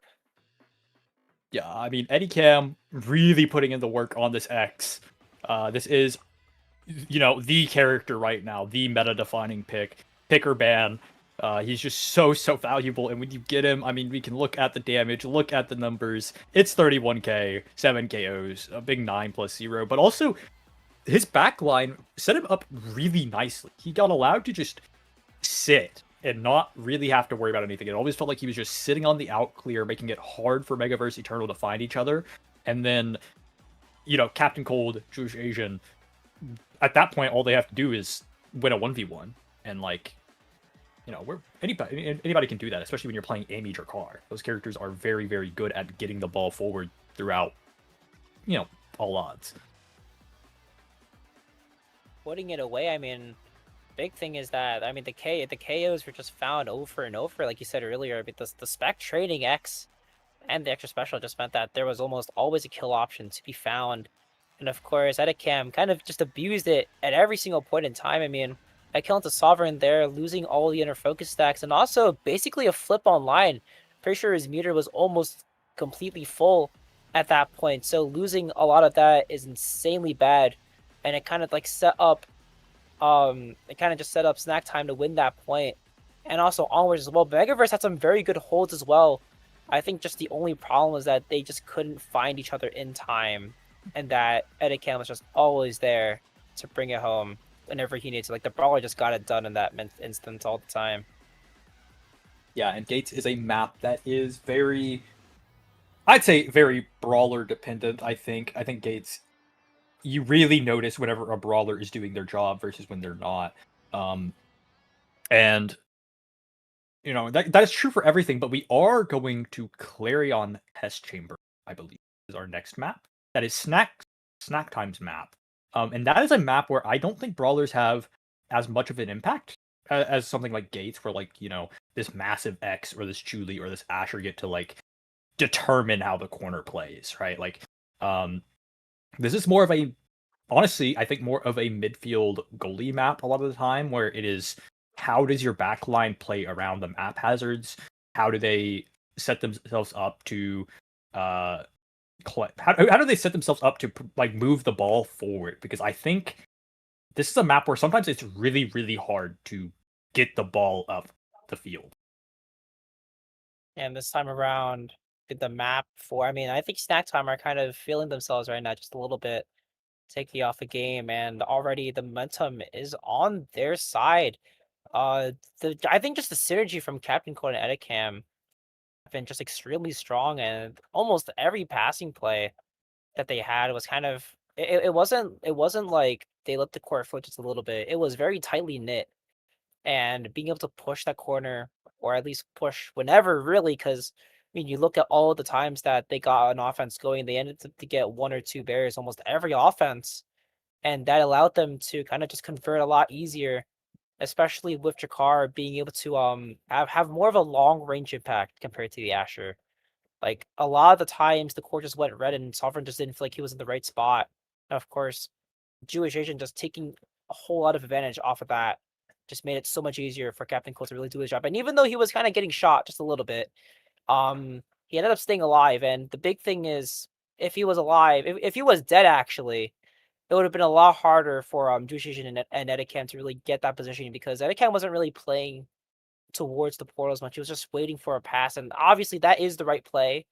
I think in general, if you have your midfielder online, it's like it's a lot easier for you to look for passes other than than through portal. But the big thing is that he stayed alive. Captain Coach stayed alive, and it allowed the team to get a lot more impact compared to when people on scriptwriters were just falling left and right off the map. Definitely, and that is I do think that is one of the weaknesses of Asher. And I'm, guys, don't hang me at the cross for this, but I'll say something a little controversial. Okay, Asher Dash Punch kind of sucks. Dare I say? I'm not saying Yeah, it's worse. terrible, but okay, I think when your main kill is gonna come from Asher, you really have a lot of problems knocking people off the map. I think Estelle has a little kill confirm to herself, but it requires quite a heavy investment from her. Like it's very uncommon for a midfielder to have blink and beam, like blink and crystal thorn. You know what I mean? Like it's very uncommon to have like two abilities that you can like willingly spare to confirm a kill. And otherwise you have to like put Megaverse on the kill. Megaverse is the goalie, unfortunately. So while he does have eject and he can confirm, that's a bit of space. Like that's a bit of time and a bit of space that you're kind of asking, like, okay, Eternal, I need you to hold it down. And I think it really shows whenever like you have a character like X or like Amy or even Drakkar. Like all these characters can find these kills by themselves pretty reliably. Amy can kill you a lot of the time off like a dash punch, because of her super surge or like her tail swipe, whatever the ability is called. I can't think of it. Dash punch on brawler. Drakkar's always got shotgun. Oh my god, it's a peak performance OIA star. I saw this yesterday on the exact same map. It's so doomed. Or maybe not yesterday, but I saw it. Guys, everybody will be going peak performance. Yeah, peak performance is just the better awakening. I mean, I don't think there are a lot of times where OIA would be taken unless you 100% know that you're not going to get shot at every corner. And obviously, damage is like a crazy big player in a lot of these games. So OIA is kind of like a gamble, and like I think the only reason that you would take OIA is either damn well that you're not going to get touched a lot because you have great evading speed, or you're just playing goalie and it allows you to have more speed and play more aggressively. And already the ban's coming out again. Snack Time banning away the Atlas. No Atlas for them. And SCP actually switching up their ban. It's banning out the X and actually getting the Dubu on one of their 2 picks, which is a bit scary. And obviously the X was a big issue, so we're gonna have to see what Snack Time are gonna pick up here. And it looks like it's gonna be the Juliet. Yeah, and I think just initially it is comps don't matter, but I do think maybe leaving the Dubu open. Like I think having scriptwriters ban the X, I think as a Snack Time player, you're really happy with that, right? Because that means you leave the Dubu open, and Dubu's really strong right now. And I think this is a map that he's also like pretty fine on, right? Like a lot of the maps he holds it down. Like, yeah, maybe you want something a little more aggressive, but now you're forced to play like Mako, and I don't really know if Mako is all that you're looking for in comparison to Dubu. I think Dubu's just so strong right now. They do pick up the Estelle in return. That's kind of the trade-off. We're like, okay, we're gonna slam the Estelle. And that is probably Captain Cold's Estelle. Very comfort pick for him. That is kind of like his, dare I say, his one trick. Although he's obviously beating those allegations based off the last game. But I'm just curious if the Estelle Julie will have what it takes to get through a Dubu Drakkar. Yeah, even Solve back on the Asher. This time around, it's not a very extremely open map to where if you're losing, it's mostly because you just don't have the range to compete. And obviously, Drakkar on the star, it just seemed a lot less viable because Solve just couldn't really. He had to cover a lot of space and couldn't exactly sit on top of the goalie. But this time, he probably can. And especially against the Maku, you kind of just want to sit on top of her and just bash her in with abilities. And already the map starting around. Everyone taking peak performance, as you called out earlier. And our first, at least real star is the Bouncy House. So woohoo! A lot of fun. Go ahead and get the bad map out of the way. Save the interesting ones. Nah, this map sucks. I'll say it. Both barriers kind of falling, and this is I'm very curious to see how the teams play this out, because initially I'm looking on Bouncy variant. I think Estelle is really good on that. However, I also think Dubu is really good on this variant. So I don't know. It's very interesting. I think Mako's gonna have some issues here, and oh my god, a little scary, but yeah, Asher already at level 2, and Edicam just trying to dribble away to get his level 2 as well, trying to get his special on Linus. Literally almost every point of scriptwriters are already there as Eternal sneaks up on Captain Cold and puts it in the net himself. Midfielder getting it done there, and at this time it kind of seems like Eternal and Sovereign are kind of trying to play more into keeping it on one side of, or at least letting Sovereign handle one side and Eternal having the rest of it going on already. I mean, Dash Punch trying to get Edicam off the guard as Megaverse tries to still hold it down though. I mean, the big thing is that Dubu is massive though. Against the Juliet, yeah, it's like sort of winnable, but if you're gonna be losing interactions like half the time because the Dubu is just so giant and has so much space. But this time, the Juliet wins the round as the KO found onto Megaverse is good. Sovereign trying to push up the bottom corner, and Eternal has the flip ready to go. Flip coming out of Zero Station again, procs away the strike and is able to get the core out of the net. As Captain Cold again setting up on the corner offense, and it can with the pass. Goes to the bottom corner, flip is good. Flip needed, flip secured. 2 flips actually being burned as well as the punch is securing Snack Time at that point. Yeah, it was looking really scary, and that is one of the main, that is like kind of the upside of this Julie pick, and we saw that dash punch on Megaverse. Very impactful kill. Even if it didn't immediately get a reward, that kills so much momentum for the offense, and it's a real threat Mega's going to have to watch out for, even with the Pauldrons to kind of help reduce that knockback. But like, look at Edicam, he's stalking, he's hungry, he wants the dash punches, he wants to find something. CP coming online, and Both barriers found, but no gold to be secured. Sovereign pick up the arrow orb, getting something done. We're earned the first barrier as well as Eternal and Megaverse trying to work at the bottom, look at the top corner actually. But the strikes are being won from Edicam. Somehow nothing going through Edicam with the Shaolin kick, sending it to the top side. And Snack Time are still on the roll right now as they are leading up 2-1 ahead of this first set. For sure. We didn't even get a chance to really see any Baron interaction, the big center orb that, buffs up a player. Unfortunate, but I'm sure we'll see many, many more of those coming through the upcoming points. Hopefully, because I think that's an interesting map. Not really. I hate playing on it, but, it's fun to watch. Oh, both flips burns, and it's still taken out away. Eternal left on what can be said more than just a little bit of a ration, as now he's the one trying to score. Edicam trying to find the kill away. As Megaverse loses the interaction, will lose his barrier too. Not a great start from them, as now Jewish Asian keeping the core along with Edicam, keeping the speed up as well. As Sovereign just has to walk back. There really isn't much he can do, because if he can't really do anything in the front line, then he has to help in the back line. The kill again saw out by Edicam. 2v3 power play once again for the team. As Snack Time are kind of ready to dominate here. Megaverse and Eternal on the top side trying to get the core out of the way as we hit overtime now. And Edicam with simple 1-2 plunge. Megaverse throws the Tofu Fortress backwards, and it is saved out once again.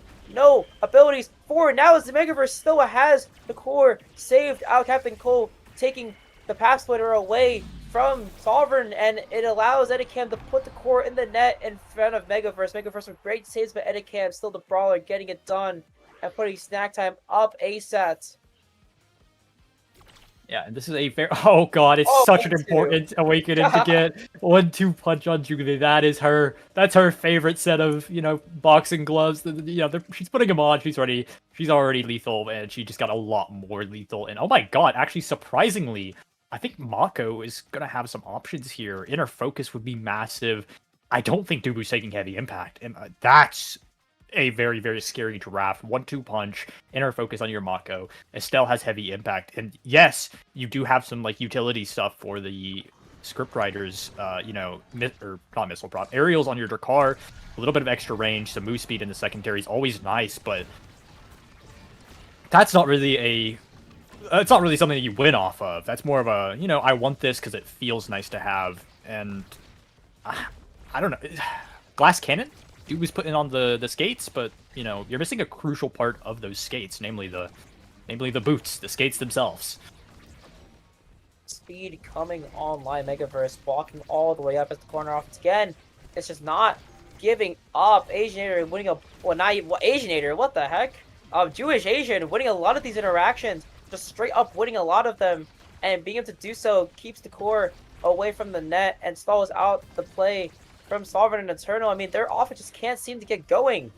There's almost like a bottleneck keeping them away from scoring, and Sovereign again in front of Jewish Asian has to clear. The evade clear goes perfectly fine for him. I mean, he's holding it down so long to the point where it's kind of looking like last game, where even though Sovereign has a chance to score, he just can't seem to do so. Every interaction just being won as the core goes red. Flip out, and again another stop. An amazing stop by Jewish Asian that keeps the core away, and they have to burn 2 flips for this offense. Yeah, and that's brutal. It feels like that's a spot where, yes, you honestly, or I think you're pretty happy with that. You got so many resources out, forcing them to burn flip there after all that. You are buying yourself a little CDR. Yes, it sucks to lose the point, but oh my god, I really thought Eternal was going to die there, from a Edicam flip following that beam, but unfortunately not. But the middle Baron's about to fall, and it'll be you see everybody kind of stop. Nobody wants to sacrifice it. Edicam picking up the arrow orb, and he's about to change the game very, very quickly. Even Jewish Asian walking up as well. The flip is saved out, but Snack Time still have 2 flips left to go. One burn, trying to pass it to Edicam. Edicam still in the corner. Will burn his flip too, and now 3 flips gone for Snack Time. And can they salvage this point away? And yes, they can. Edicam punching it in. And I don't.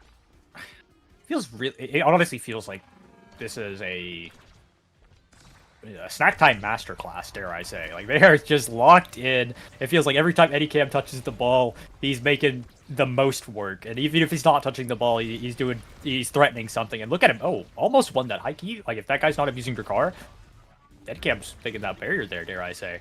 And it's very impressive. Just everybody on snack time right now putting up a massive performance.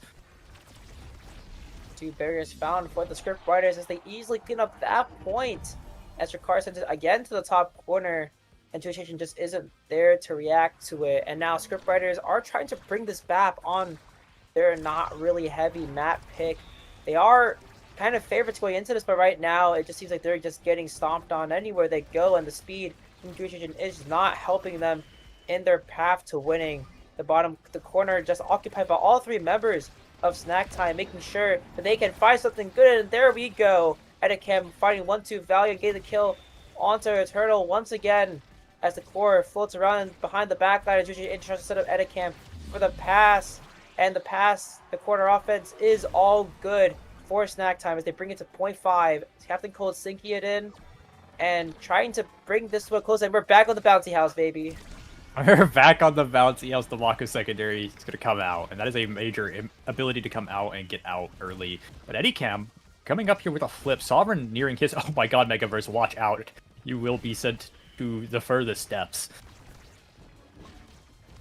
Of course, the pass coming in, the flip will be burned. A crazy angle from Sovereign, finding it, taking Jewish Asian's barrier. Now it allows Sovereign to have a lot of space heading into this Mako cage. Burnt as Eternal trying to work his way up to the bottom side, trying to find Sovereign, trying to set up for an easy shot, but it can't seem to be done. Captain Cold still holding on Edicam with flip to go. And overtime isn't kicking in quite yet, but it's soon close to be. What a save from Jewish Asian. He pops the flip in time to get the core away. And Snack Time back with 2 flips on the board. One will be burnt. Edicam getting the pass away, but it isn't quite there. Edicam still trying to find something to work with. The core just isn't bouncing his way. And we'll find the kill onto Eternal once again. A power play is good at Megaverse. Can he hold it down? Tofu Log doing a lot of the work here. And now he doesn't have any abilities yet. Everyone on Snack Time has the abilities to do so. They will find 1 barrier though for their troubles to try to equalize the loss from Eternal. Eternal coming right in and will send it home for scriptwriters as they bring it up back a set. And of course, Eternal trying to do all the work for himself. I mean, the midfielder just has to carry the boats and the logs. And Drakkar, the one getting it done. Businessman Drakkar has lots of work for 2. Stinger, Hotshot on the board. Yes, he does have a lot, but also there's a lot. It's kind of just a loaded draft. There's a couple...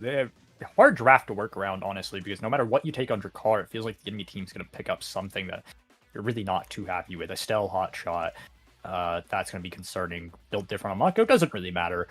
Julie picking up a little Reptile Remedy to help with that peak performance scaling, and I don't know, I'm starting to think maybe, maybe Snack Time, paid...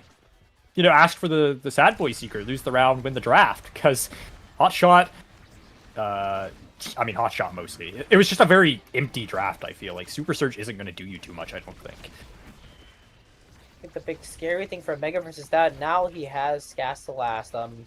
Very, very scary awakening, especially for Megaverse, and he's able to stop Edicam in a lot of these starts if he's just able to. Oh my god. Fortress is actually very, very good there.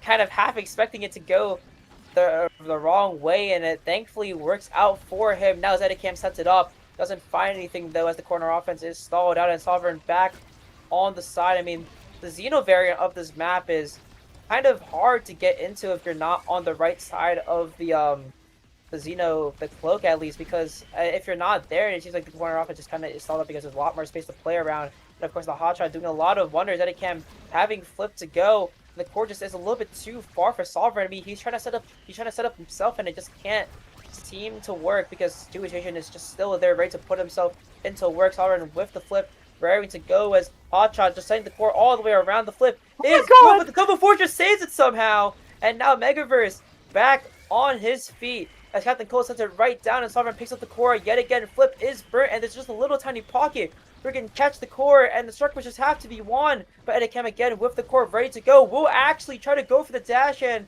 Megaverse, he's holding it down for his life. and Strike War 1. One Strike War 1 is overtime on the clock now as Megaverse gets to Sovereign. Sovereign dribbling it away as Jewish Agent saves it. Megaverse with a great save himself. This is a very, very special point. Jewish Agent still has a flip ready to go, and the hit stun from Eternal, sending it home as Jewish Agent loses, I think, to the password. I think gets stunned just a little bit in time for Eternal to just slip the core right in there. Yeah, Megaverse putting on honestly a really, really good defense. Walking up, challenging Eddie Cam even with nothing in his kit. Just said, I'm gonna evade your dash and I'm gonna win this interaction. Very, very beautiful indeed. And that is actually what I think that's what scriptwriters need, is they need to just stall and like get the cooldowns out, and Megaverse Eternal will have to find a way to survive Eddie Cam, even if it's brutal.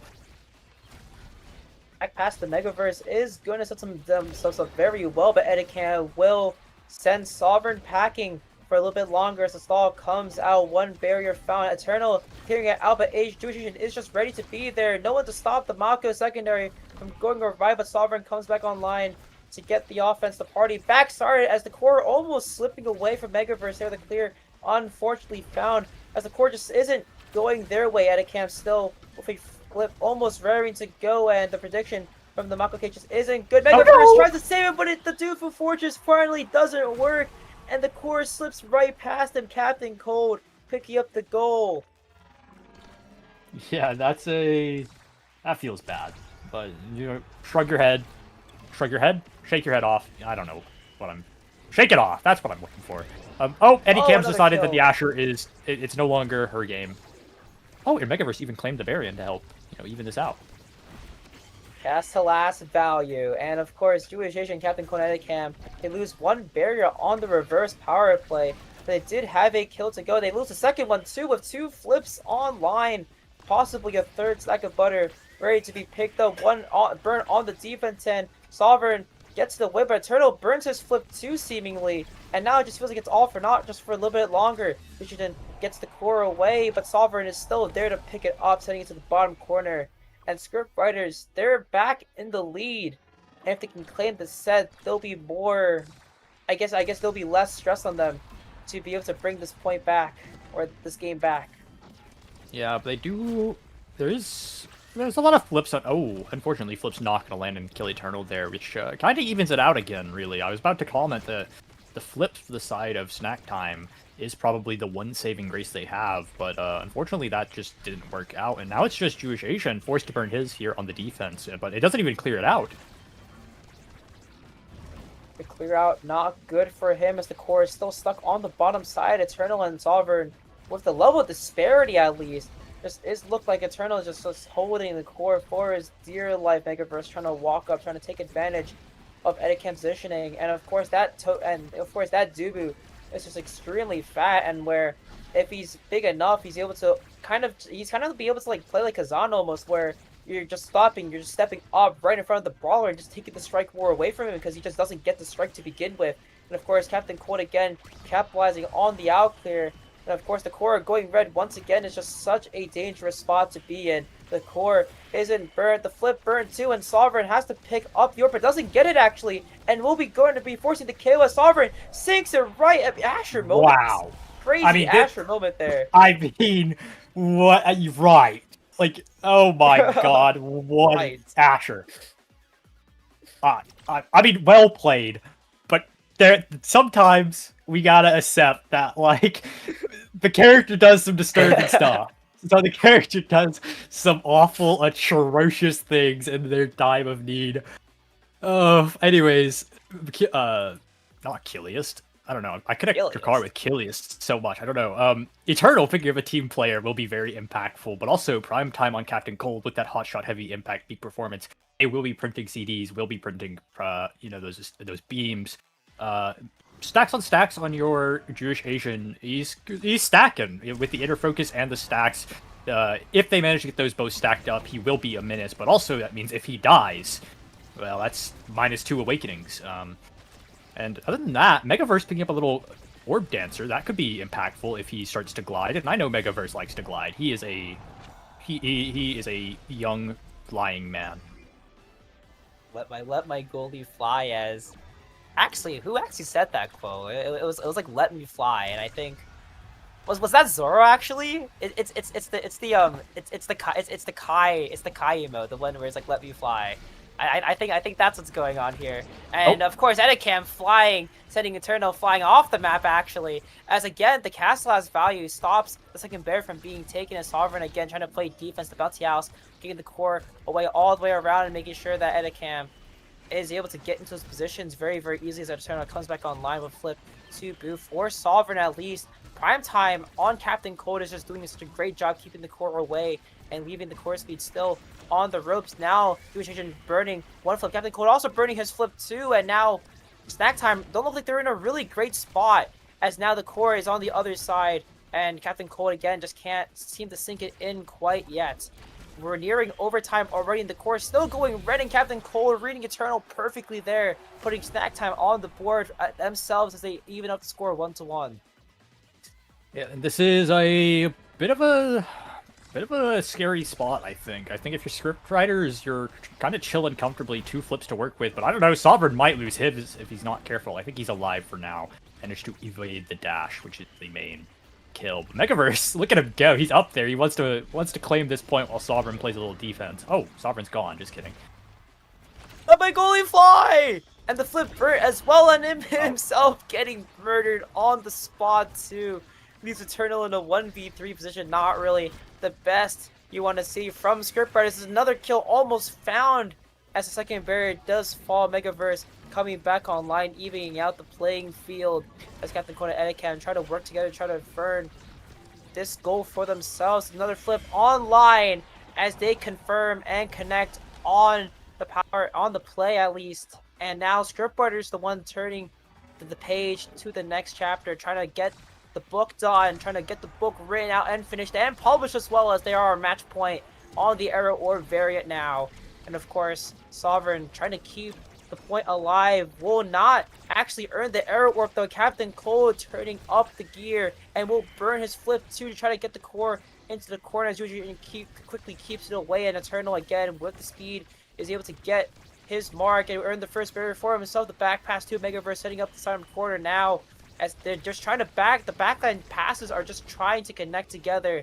And of course Sovereign picking up his flip too, and the clear isn't good though. Captain Cold keeping themselves kind of just on the back foot just for a little bit longer, as now Sovereign still has the flip ready to go. Will actually burn it now as Julian loses the second barrier. Megaverse picking up the big orb as well. He is a big fat Dubu, the big hamster, walking his way around the map as Eternal tries to get the core to Sovereign, but he's extremely low. We have to keep out for that as the play kind of just stops a little bit.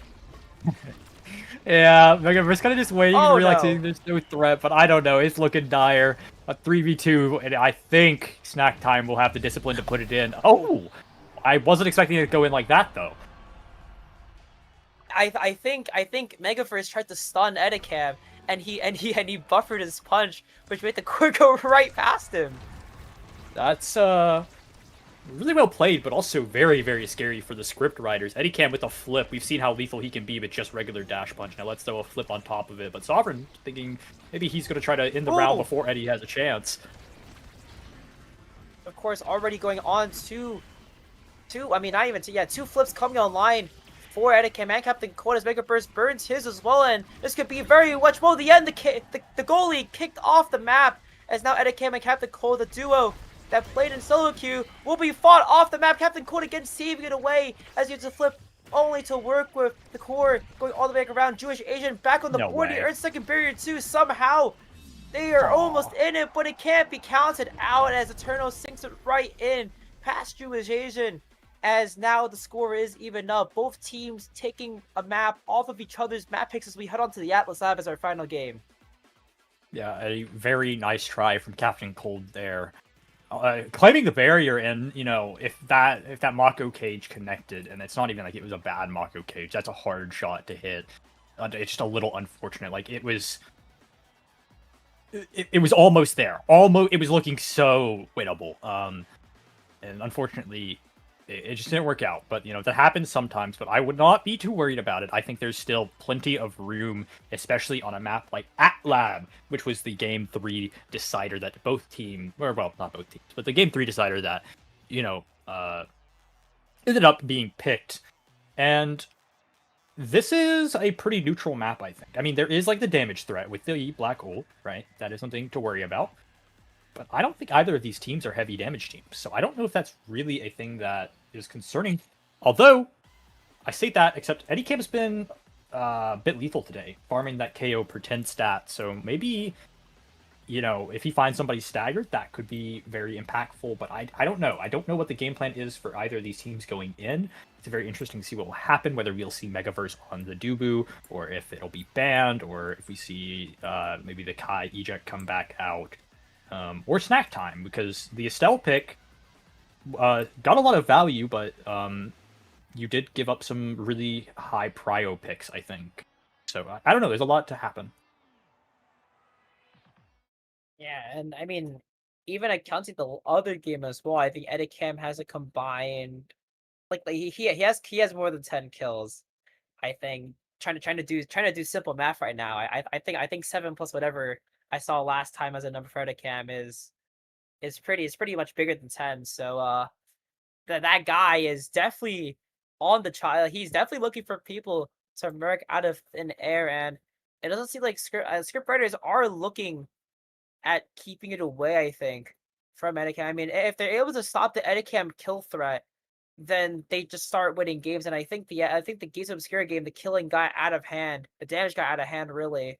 And in this map, or at least on CTC, they actually had a bit of a better time, I think, staying alive. And even Megaverse, I mean, that guy, can we just congratulate that guy for like holding it down to the end of Earth? I mean, there are so many times where it looked like it was game over. It looked like Edicam was about to like completely just Juliet all over him, and it's like, oh my god, he saved it. He saved it somehow, but he saved it. No, I agree. I agree. I think Megaverse put up a phenomenal performance on the Dubu and on the Kai. However, Dubu just kind of gets the shine because that character is, well, he's Dubu. All right, he's Audie's favorite. He's allowed to. It just sometimes it feels like that character just manages to pull the most crazy saves out of nowhere.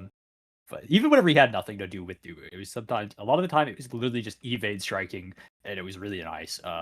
Also, shout out a little maybe unseen. I don't know. Eternal didn't really get a lot of defense action there, but Eternal was doing a pretty good job at like whenever Megaverse was put into those dire situations where where you know something has to happen. A lot of the time, Eternal would like kind of take the goalie mantle for a second and give Megaverse that confidence to just go up and like win the interaction that he needed to win.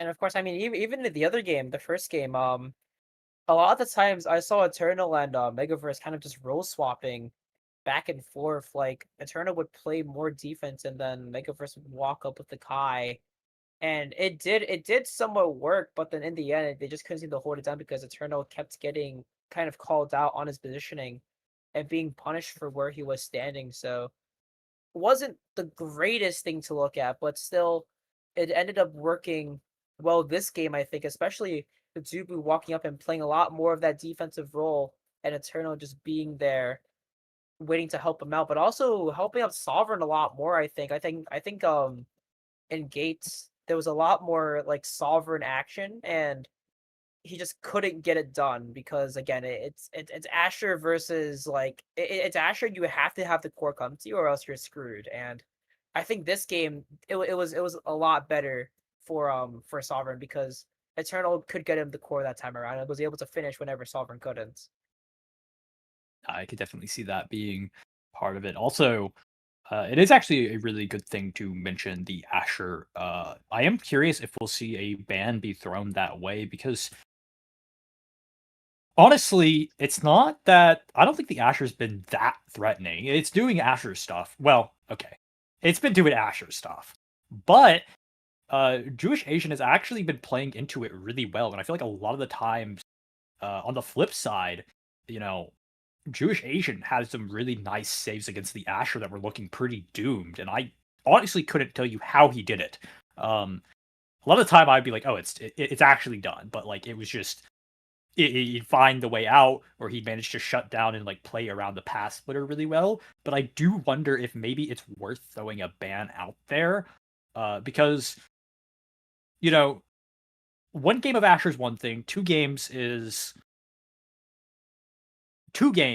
on Asher means you're kind of like looking to play the Asher, I think, and she is very powerful. So I'm just curious if maybe like you just play into like something that's a little bit easier so that you don't get as many of those. Oh, I can't do anything because this is Asher moments, you know? Yeah, I mean, what was the point? It was I think it was on the Obscura variant where the core just ended up somehow getting stuck, where it kind of didn't look like it was stuck, and then it just got stuck, and then you really couldn't do anything about it.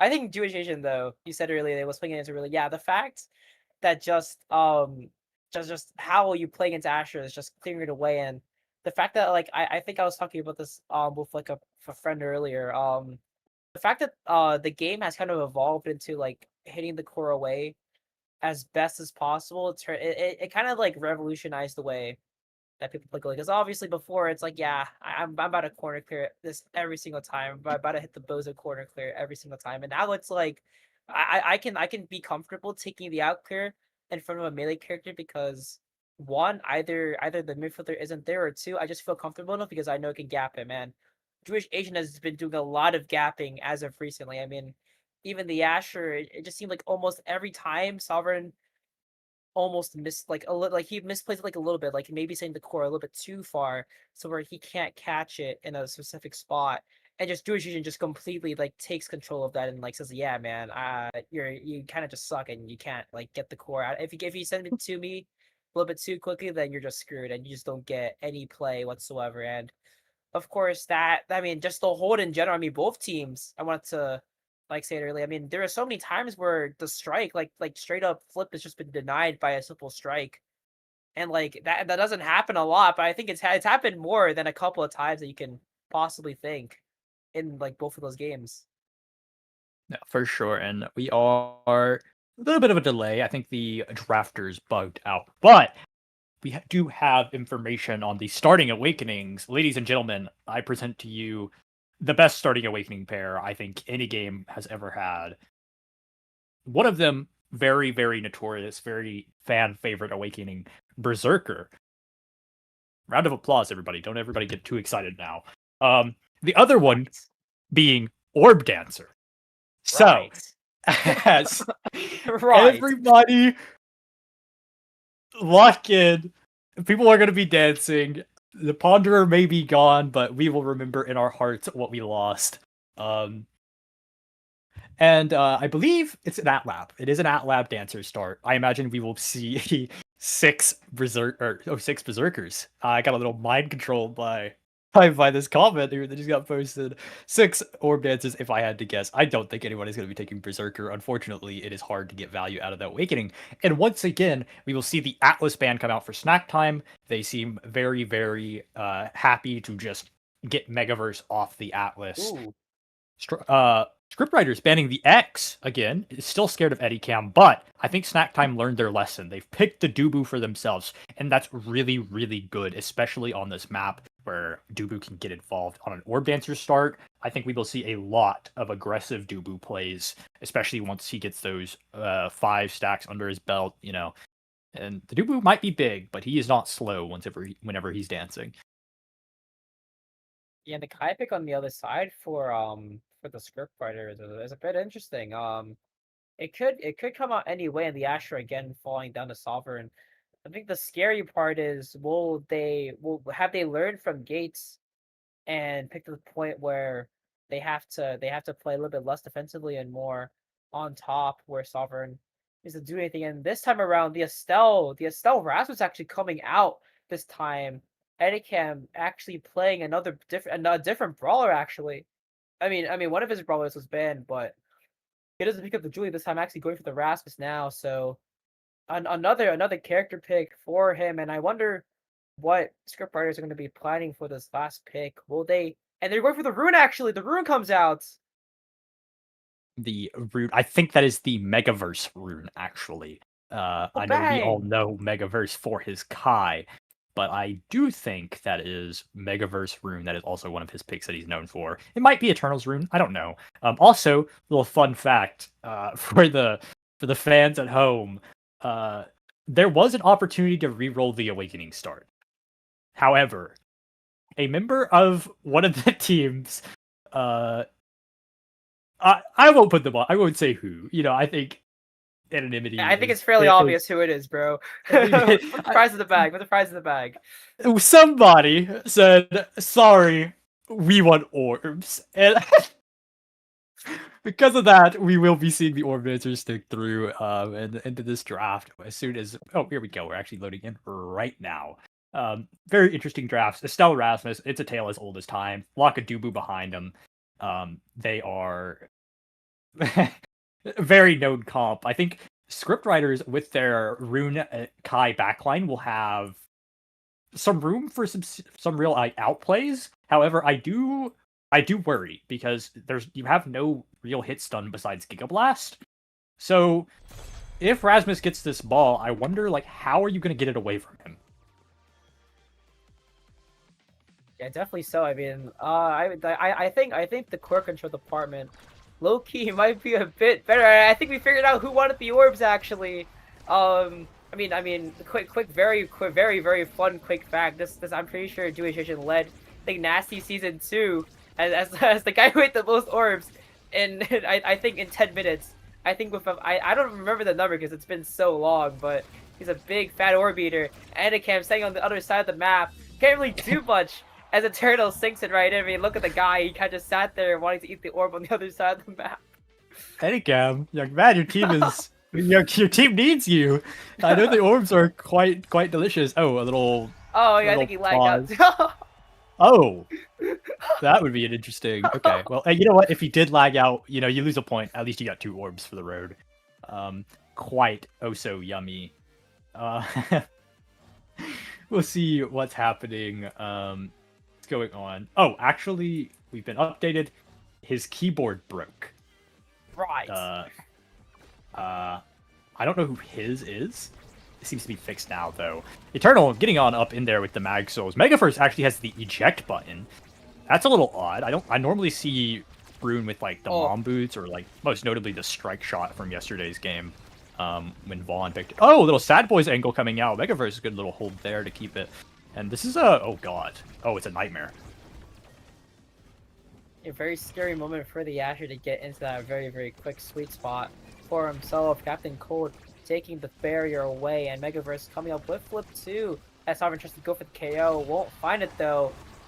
The ability is wasted now as Edicam finds the perfect time to use his pendulum swing and secures another point. Secures a point in what is a very tense map 3 for both teams. One team already took off a game to what seemed to be a very strong competent team, and now they're kind of on the marks, and the other team looking to keep their streak alive, and Sovereign paying the price for it will get knocked off the map with a Captain Cold dash and flip moments as they're now hungry for blood, hungry for the barrier as well. Eternal not in a good spot, will get knocked off the map, but they trade one barrier for the troubles. Actually, Captain Cold saving it away as Sovereign playing defense right now as Edicam picks up another orb for the road. 4 orb dancers to go, 1 more to earn the speed possible, and Edicam with flip will send it not home. Actually, I was about to pre-fire that too, but Edicam does end up sending it home in the end anyways.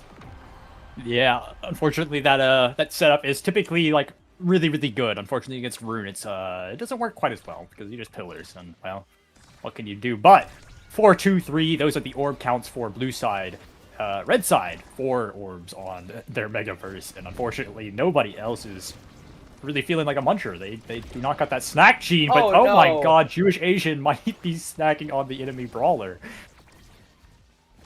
Yeah, the rolled KO, and that's why Doom is an insanely great pick.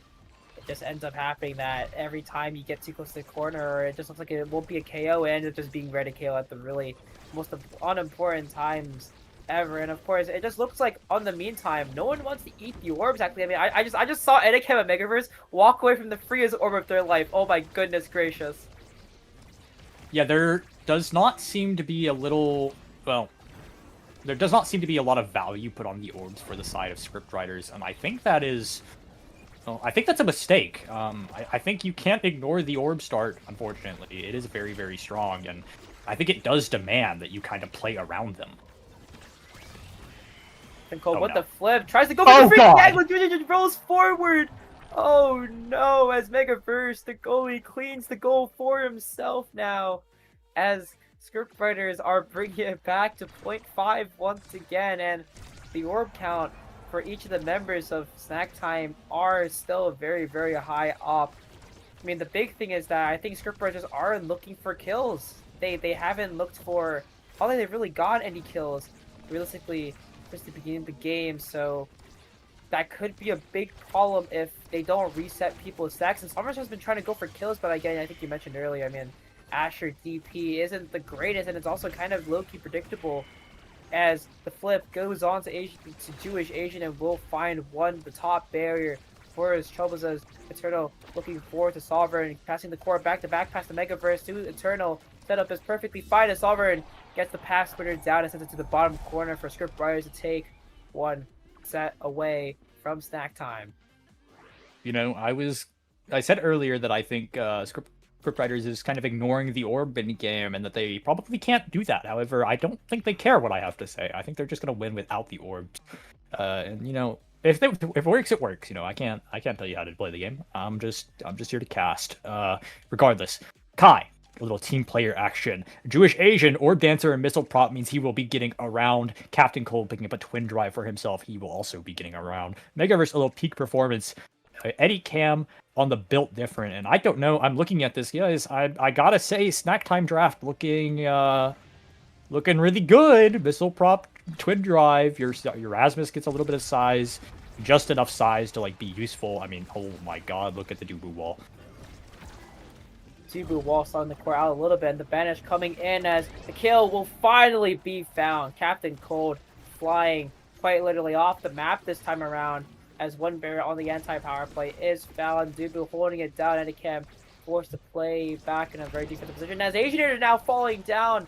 I kind of lied about wanting for them to not find any kills, but now they're finding all of the kills necessary as the second barrier is found, as now the power play is coming to a close. Megaverse picking up the orb as well, as they do earn a second barrier in the boat, and actually not even a second barrier. The boys angle is just a little bit too different away from home as Megaverse is able to get up in there, and it just forces out a lot of abilities from Jewish Asian. And again, the stall out from the flips is just working so well, and Asian are just losing. And why am I saying Asian so much? I can't like get that out of my head somehow, and somehow the core ends up being saved, but not for long as Sovereign sinks it right to the top corner once again. Yeah, and it was almost a really nice save from Captain Cold. Unfortunately, it is a very, very hard strike war. The second one is very hard. Also, Jewish Asian losing all of his Orb Dancer stacks. Captain Cold also sitting at 1. That means the only person on the side of Snack Time that has a real orb count that matters is Eddie Cam, who has all of theirs, but doesn't seem to be getting too much value out of it. But I don't know, he might just not need it. Oh, this looks nightmarish. Oh god. I mean, thank goodness Megaverse didn't get killed there. Otherwise, that stack reset would have been catastrophic for him. But now Edicam bringing it back up. He still has 5 orbs to his name, so him staying alive, kind of all that matters in Eternal. Stalling the core out a little bit into the bottom, in the top corner at least, makes it so a lot easier for him to get into that position. Vanish comes out, and Edicam still extremely fast, has to work around the room as Captain Cold still has a flip raring to go right now. Sovereign trying to just get something down at Edicam. Not Edicam, but Captain Cold finding another kill to Sovereign. Another one for the books as the boys angle hit once again. It's still extremely scary for the scriptwriters. I mean, this kind of play is it's extremely scary as Eternal picks up another orb for his troubles and now has the full stack available. The flip comes around, Sovereign back on the map too, and now a Jewish agent trying to keep the core away from Sovereign. And somehow the bear just isn't saved though. Eternal getting put down. Has to keep watch a little bit for longer as now he's a little bit low in the moments. And of course, he's able to get that stagger back, and Megaverse with a stick of butter ready to go. Will he be able to use it on the offense? Yeah, and overtime ticks over, and I don't know. It's he manages to use it to get it on defense, which is fine, but still very scary. Goalie orb, Megaverse claiming it for himself, and Jewish Asian looking to like find something to get this out, but I don't know. I don't think it's gonna happen. Oh, but it does. On the ropes now, core going red very, very quickly, and again Eternal not in the right spot. Again, taking a lot of damage. Sovereign claims the second barrier as well as Edicam. The one walking up now will kill Megaverse and will not kill Eternal though. But Megaverse going down is a step towards winning the set here, as the Orb Dancers again. The stack is just so important. And back on the snack time side, Captain Cold still has 2 orbs, so hopefully he can try to get more coming into this as the bounce from the Dubu isn't the greatest, but it's still okay. Jewish Agent keeping it away, and Edicam being put on a spin cycle just a little bit. It will be taken to 50% HP and will earn 1 barrier though, but he isn't picking up any of the orbs though. I mean, he has to keep his ground, but also he isn't taking an orb away from Megaverse. So 1 barrier, 2 barriers actually found from a missed strike timing from Jewish Agent, sets them up a little bit worse than expected. The Sovereign just has to put it away in the Path Splitter, winning every interaction against Jewish Agent. There's no way that he could possibly save it away, as Sovereign brings Scriptwriters again up to a 0.5. Yeah, and going into this final point of set 2, there is, I'd say it's pretty even. Captain Cold and Edicam actually have a little bit of a flip energy advantage, but I don't know. If forced to use one, and it's actually not going to claim anything, Edicam will lock it in, actually. But if, oh god, wait, actually, Edicam wants to win right now, and he's going to do it, I think. What is it? I didn't really see the world. I didn't see the vision, but Edicam, you know, forcing the opening somehow, finding the only winning play or something like that. And he will be rewarded for a little something. I don't actually know what Rasmus wants here. Stacks on stacks in our focus. Both really good. If you've been watching Nassel, maybe even a little quick strikes. If anybody's seen the phenomenal gameplay that's happened when it's been picked up by brawlers, it is stacks on stacks though. Scriptwriters picking up what? Hello. Is this thing on? Keep. Right. Okay. Rune, Monumentalist. That will be good for eating the barrier. Sovereign opting into prime time, and I think that might have been a mistake because I feel like Kai would have really, really liked to have that. Kai's also happy with quick strikes a little bit, but I don't think he's that happy with quick strikes.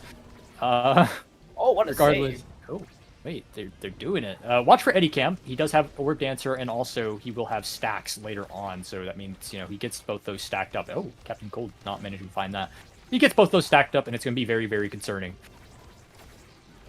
Yeah, and of course, I mean, obviously, I think the primetime Asher fuel has been kicking into full gear for the most part. I mean, that's kind of the reason why the Sovereign decided to take it, as he's still dancing around and getting everything done now as Eternal, the one trying to work at the bottom corner. J corner actually trying to be worked out as Megaverse again pushing up very, very quickly, as the Monumentalist isn't really doing too much because, I mean, it's been working out sometimes, but it doesn't work out all the time, as Asher, the one putting in the net, actually doesn't get to save it out though. Somehow the core gets all the way around. Eternal not really looking too good right now.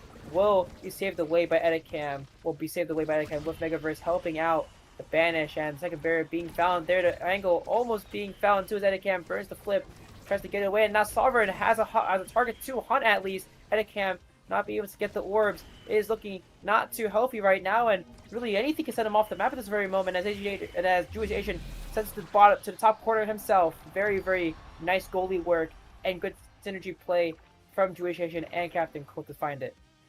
Yeah, and keep an eye on Edicam and Captain Cold. Both of them almost halfway on their stacking awakenings. Not Orb Dancer, I'm talking about Edicam stacks on stacks. The pancakes are getting quite high, and also the inner focus. Captain Cold will be having 10 CDR right now, very close to that fabled 13 that gets doubled. And I don't know, they might not even get a chance, but Jewish Asian Megaverse has it. Thankfully so, and again another strike out for Sovereign to get the core out of the way, and now Captain Cold on a little bit on thin ice right now. Edicam picking up the orb, and somehow he just isn't perishing just yet. Captain Cold still not in the driver's seat, not where he really wants to be right now, as the entirety of Scriptwriter is leaving Sovereign on an island to keep the core in his own possession. Edicam trying to stun Sovereign away, trying to get the orb, trying to get the value of the black hole to hit Sovereign as hard as possible, and of course Snack Time are still kind of working their way around extremely easily. Captain Cold dashing up to try to get the core away from the pillar, and now his Megaverse is still holding on for dear life. Yeah, and this corner offense from Striker I'm having a stroke. SCP. Eternal, Sovereign, both flips. Eternal's got the quick strikes in the corner. We were saying it's a bit of a mistake to not let him have prime time, but I don't know, quick strikes is lethal as well. Jewish Asian, red speeding for some reason. Oh! 1-2 punch. Somehow the barrier isn't taken. I don't know how. Asian just had not even Asian. A Jewish Asian had a crazy save. I mean that look looked like the Asian line, bro. Cause like, I remember watching the Pantheon dad sequence, and like Asian had this crazy amount of saves, and I'm like thinking like, oh my god, Jewish Asian, he somehow hold it down, and that's just kind of pure cinema. As he also gets the flip out in time too. Eternal not having a flip as well, and Snack Time are in an insanely great spot right now. They have everything to work around, and Jewish Asian again pushing up very quickly as Edicam hasn't been taken care of yet. He gets another orb as it picks up his flip as well as the death touch comes online, and the flip to a boot as well as he gets the kill. And can he just win a simple strike where to bring it home for his team? And yes, he can do so himself, as Snack Time are one set away from taking their first series away from SCP. Yeah, and there is a couple things in this draft to look for, namely the glass cannon. I think Dubu will be very happy. Oh, happy, sorry, actually, that. Either or. It's oh, wait, personal that's actually preference. good, though. Yeah, they are both really good. Those Tofu Fortresses are going to be fortressing, and, you know, with the missile prop, with the dancer, he will be plenty fast enough to get where he needs to be. Rasmus picking up a little glass cannon. Always nice to have a little extra speed on the brawler. And Deadeye for your Estelle, you're very happy with that. But notably, Eternal, not Eternal, sorry. Asher picking up the bulk up. That is a little scary, especially when she has Reptile Remedy already. It does make that character's dash punch feel a little oppressive, I will say. And Timeless on your Monu rune will be quite nice as well. So if Edicam doesn't eat these pillars, it'll be like they just stand for such a long time. And I mean, take notes. That's like a whole 5 seconds or something. I don't know. The big scary thing I think to look out for is how Jewish Asian is playing his Tofu logs. And I mean, at the start of almost every single round when he could possibly do so, he throws he throws the Tofu Fortress out, and oh my god, it kind of acts, and what a save, but it kind of acts like this. It kind of acts like a boot like Asher ult, and it just allows him to be able to force offense to one side, and it's working so well because look at where they are right now. They have 2 barriers, and the other team doesn't. Edicam again extremely low, and the flip comes awry as Captain Cold has to fight against Sovereign. 1 barrier found as the core slips all the way around. A good save by Megaverse keeps the core, keeps the play alive and Eternal again. Very low. The black hole not popping at the right time, and Captain Cold again looking extremely low for it now. Megaverse gets to clear out just in time as the Tofu Fortress comes out wide once again. Captain Cold. What is that kill? Hello? Okay, so it looked really weird. Eternal, the Giga Blast hit, and then Captain Cold blinked up further to catch the ball, and unfortunately the knockback remains. If you've ever seen Zentaro die after dashing, it's the same thing. It happens a little less to Estelle. Unfortunately, that means that kill will look a little weird. However, I think she was dead regardless. As a Spec Training Giga Blast, very high knockback. With a crazy build, it's so hard to get anything done, and Sovereign just being put in the gauntlet. I mean, look at that. Look at the brawler. He just took. I'm pretty sure he just took 1 million damage. Ended up getting away, bringing himself back to full HP, and then took 1 million damage once again. And he is not looking healthy at all. And if they ever go for a kill, it'd be onto Sovereign. 1 barrier found the boys angle, almost hit as Jewish Agent somehow tries to save it and doesn't get to do so himself. The flip to the bottom corner is good, and we're getting close to a set 5. We are. Wait, I'm actually thoroughly shocked for getting close to 8.5. I thought like it was. Oh, I meant set 5. Sorry. No, I know what you meant. Jewish Asian though, putting on a master class in the defense. It feels like every time this ball gets in front of him, he does not care that there's an Asher. It is not that scary apparently, but you know, whenever it goes around Dubu, that is probably his biggest weakness. Oh no, Captain Cole with the flip. They get to Edicam. Edicam does have a saving grace though. Flip still intact and won't use it for the second barrier. Sovereign by himself. He gets the flick down, and we're going to set 5. Scriptwriters wanting to win. This is it's not a super important game for them. However, they are undefeated, so I imagine they want to keep that record. But you know, and I think this is also a very impactful draft, if I had to guess. I'm looking at it. Asher has a couple choices. Heavy impact, prize fighter, some rampage or demo, opting into the size. That will help a little bit with this Dubu. Just kind of be massive in front of him. Siege Machine, Megaverse has every creation awakening in the game, I think. Oh my god.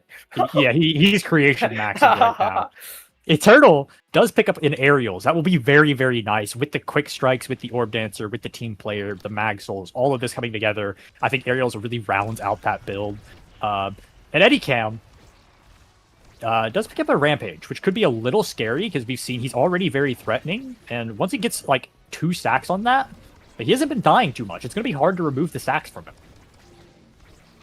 But who needs the stacks when they can just score at extremely quick pace? Megaverse again picking up the orb, being able to fly around the map very, very effortlessly. Black hole popped, and not a lot of people very healthy right now. Eternal not really in a good spot in terms of health right now. Megaverse trying to get aggressive, trying to put the play on hold right now, as Megaverse will be checkmated off the rip. As snack time, they're looking to eat the script themselves. And of course, I mean, this is kind of just like goalie build versus goalie build at this very moment. I mean, Megaverse kind of just has, I wouldn't even say it's the Runic Zodiac, but it's kind of close to it, at least. And Jewish Asian just has just kind of the Dubu build to play a very, very long range and keep Sovereign kind of out of the play almost all the time as long as he's there. And there we go, finally kill into Edicam, resetting literally everything that he has. So if they can keep looking for those, it'd be very good for them as the 2v3 power play comes online for Eternal. Sovereign, and Eternal gets the kill. Like Eternal falls down because he can't really do much. He gets the orb though and is able to live, but Sovereign, the one falling down, isn't that great. I mean, they reset Edicam, but they also reset Sovereign too, so it's a very, very tough road for both parties to get back on track, as now Edicam just trying to win a single interaction. Pillar being formed, Sovereign pushing up onto the gates, as now Eternal ready to just sink it right home. A great pass from him. That's a 0.3 even for both teams. Yeah, and it is so hard to deal with.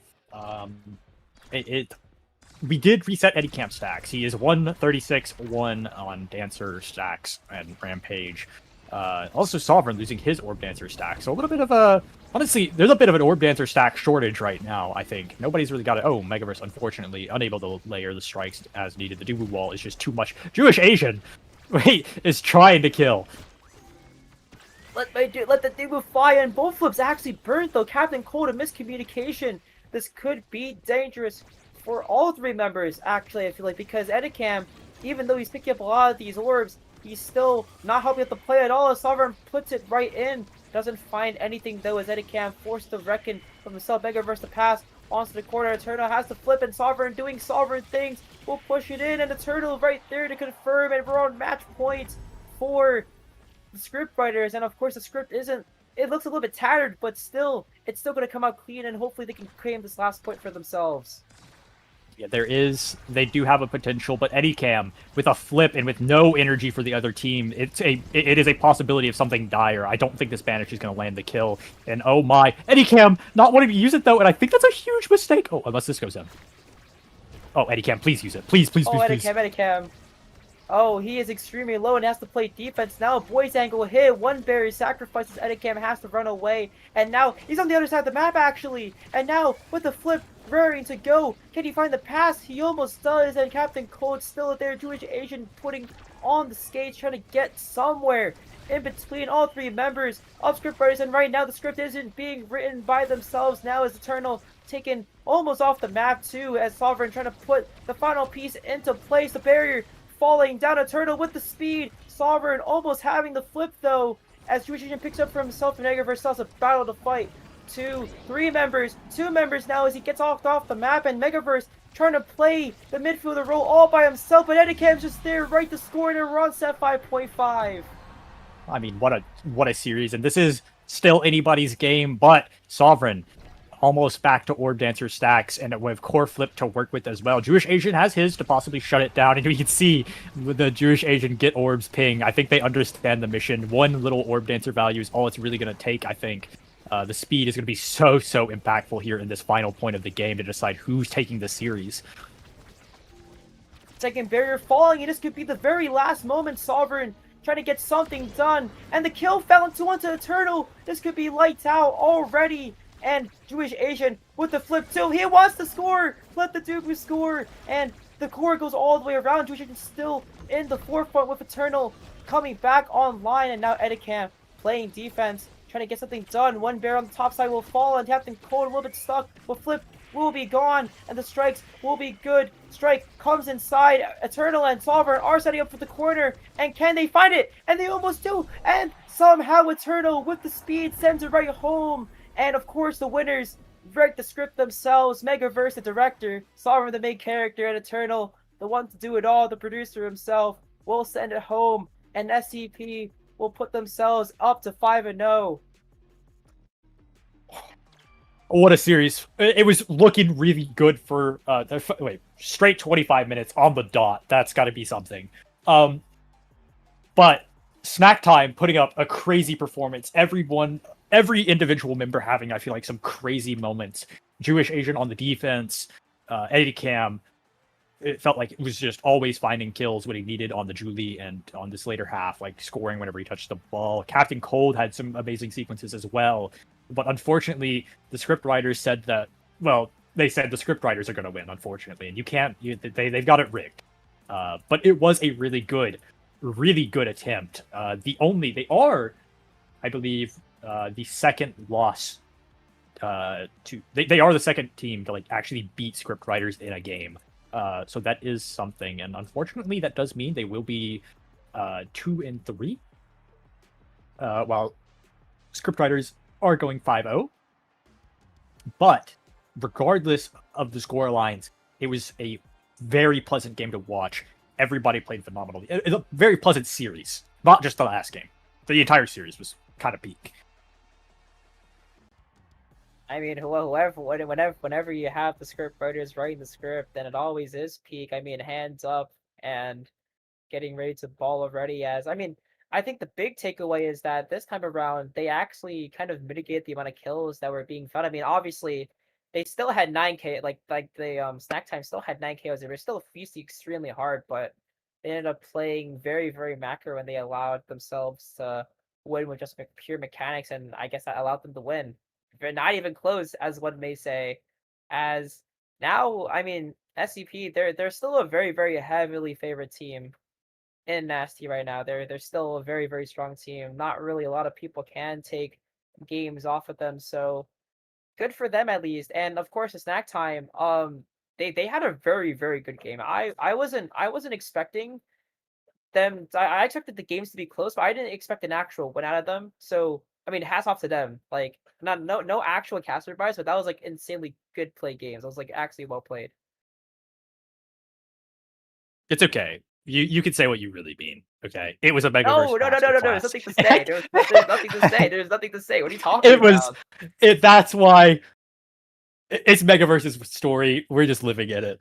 But I do believe, unless you have anything left to add on, we are probably done. We are going to cut to a break, or maybe I think we're cutting to a break. We have more games later today. I do not know the schedule myself, so somebody in chat has it probably. But there are other games today. I'll just find it real quick. Hang on. Yeah, no. I got it. We have Q versus Pantheon in a little bit in 15 minutes, so it's pretty chill. We let it go, and of course, the man himself, MF Doom versus Frick later today at 8 p.m. We'll be seeing Flop Flop play there, so don't go anywhere. We'll be going a little bit of break. We'll be back shortly. Stay tuned.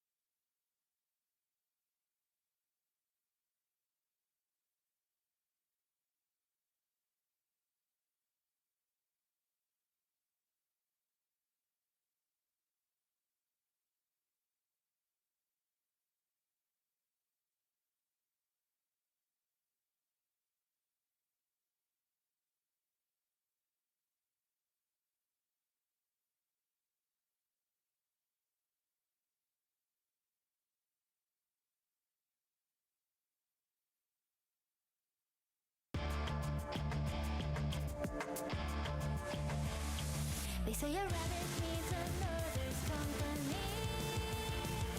Twilight brings a cold wind, a heartache, where could you what you want be? Falling, fleeing, fading out, disappearing into nothing. To eternal sleep, that everlasting void. Until I lost us, we're searching for something. Where is my one? What could be gone? A machine of deep and so to hear your voice.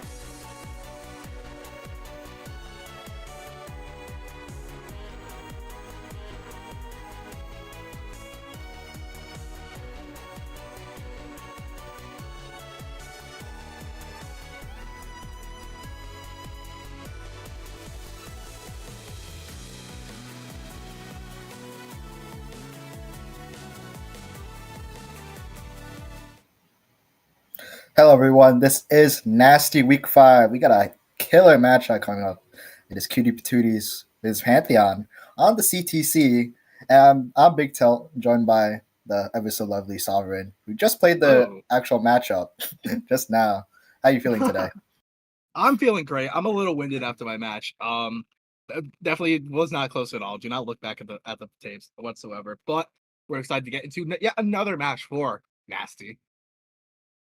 I mean, these two teams are looking pretty well in the standings. Pantheon is 3-1, and to my knowledge, Cutie is 2-2. So this is a pretty important match if they want to play for playoff contention, as we're loading in.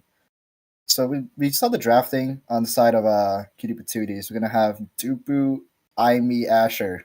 What do you think about that?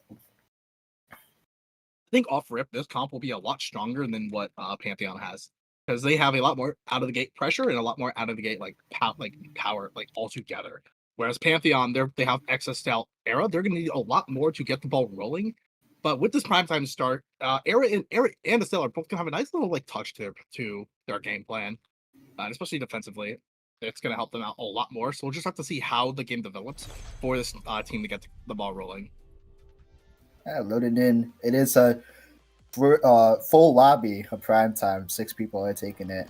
The Brawler's taking the slick kicks. Oh no, it's double slick kicks on Cutie Patooties, and then Max also just for Strages. Naka pushing up with the ball, back pass down to Storms. Max coming in with the cyber swipe, and immediately getting kit dumped altogether. Storm passing up the Inaka, trying to keep this possession. So I'm pushing up aggressively, trying to contest this ball here. Primetime Estelle doing all the work, and Smags immediately gets taken off the board from Cows. Yeah, really well played from Calzo, using the high base power he has to just immediately KO Smag. So very well played to them in that first point. Yeah, this is the scaling thing that you mentioned before. Estelle era. Well, those later sets are gonna be really scary, and as we all know, Set 5X is basically the best character in the game. Yeah, absolutely. Once this X gets all the things you would want, more power, more damage, more health, it just becomes such a nightmare to deal with, especially when you're on the back foot. So if Cutie Patooties can outscale this X and prevent him from getting what he wants, they have a pretty easy game on their hands. Yeah. Oh, flip comes out from Kyle, securing the second barrier. Torn looking really low here. Probably been a second evade, but a lot of shenanigans are happening on that top side. Straight is passing up the Cows, securing the second point. And it seems like Cutie Patooties can't really getting started. They haven't seen the 1-2 combo from Yunaka Smags. Yunaka is still is level 1, basically hitting level 2 right now. They really want to get set up on that bottom side, and they are losing the Maelstrom board. And now Storm pushing up with the flip, but gets reversal by Yunaka. Great heads up play there. The double flip coming up from Stratus and Storm will not let this power play bear any fruit. Oh, it does take one barrier though. Yunaka dribbling up and trying to pass the Smags here. Cows does get the res up. Not the core control here, but trying to go for the hero play with the dash punch. And now we're back to neutral here. Yeah, really well played from Cutie Patooties, using their incredible stuffing power with the Aimi and the Asher, just making sure that the side of Pantheon cannot get that ball out whatsoever, no matter what they try to do. Using turret, using path splitter, all these different abilities that just lock the core in to just make it incredibly hard for this pretty low range character era to get it out. The era is the enabler here. The speed, the power. Yunaka's at death's door right now, and they can secure a kill, not deciding to use the flip there. Power play here for Pantheon. Storm pushing up with Strages. Cows get hits done by the Dubu roll. Clear out the Smags here. Trying to play a bit slow, but the core flip is forced out from Storm. And the Maelstrom is taken by Cows actually. Now he's lurking, trying to put all the pressure on with X Maximus with the piercing shot. Look at this big X trying to put all the pressure down on the Cutie Patooties. Yeah, very scary situation where Cutie Patooties is just backed into a corner constantly. Oh my god, what a piercing shot from Strange to put that in for a swift 3-0. If I'm Cutie Patooties, I need to find a way to get out of these scary corner situations that Pantheon is just putting us in, because we're just getting pelted and pelted. Bell Ringer, piercing shot, crystal thorns, all these different abilities are coming out to keep that locked in, and they're not finding the opportunities they need to get that out in order to put them in the game still. This X 1-2 prize fighter. Those are the pick of the litter. they do take the prize fight indeed and leading Asher with the 1-2.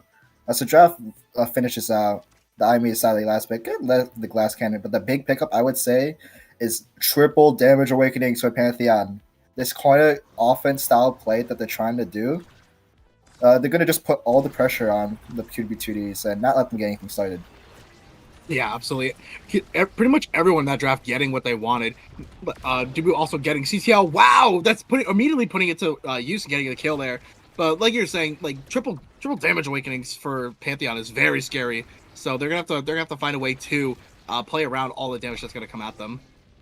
The cheeky piercing shot there from Shredis to kiss the second barrier here. Tries back past the Storm. Trying to keep contained, but unfortunately the glitch pop does take that first barrier. Storm pushing up with Yunaka, but Yunaka's getting pelted right now. Does have the pop the elusive. Trying to use the airship to fight back, but Cal says none of that. And the piercing shot, but the prime time still Shredis securing that first point for Pantheon. Yeah, one thing I'm noticing as well is that, like you said, the piercing shot has been a time and time again finding these goals onto QB2D. So what I want to see out of Yunaka here, not Yunaka, out of Torn here, trying to find these evade clears around the piercing shot so that he doesn't get caught up in those like incredibly crucial moments where one move will just decide everything.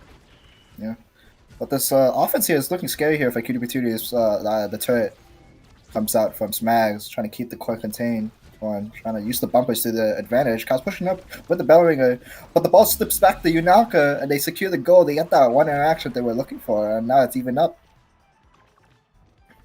Yeah, incredible usage of their abilities there. Crossing up both with the dash and the actually both dashes from both players, completely scoring a checkmate there against Pantheon.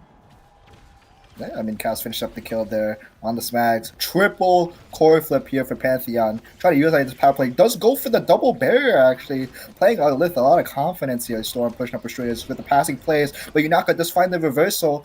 Then the ball slips through to the first barrier. Yunaka does get pelted with the Maelstrom. Does get killed, actually, too. With the double core flip still here. Storm trying to find a miracle play. Keeping control, but the flip is voiced out from Smags. Dribbling up. Trying to go for the hero play. And gets through the roll. Storm 1v9 go.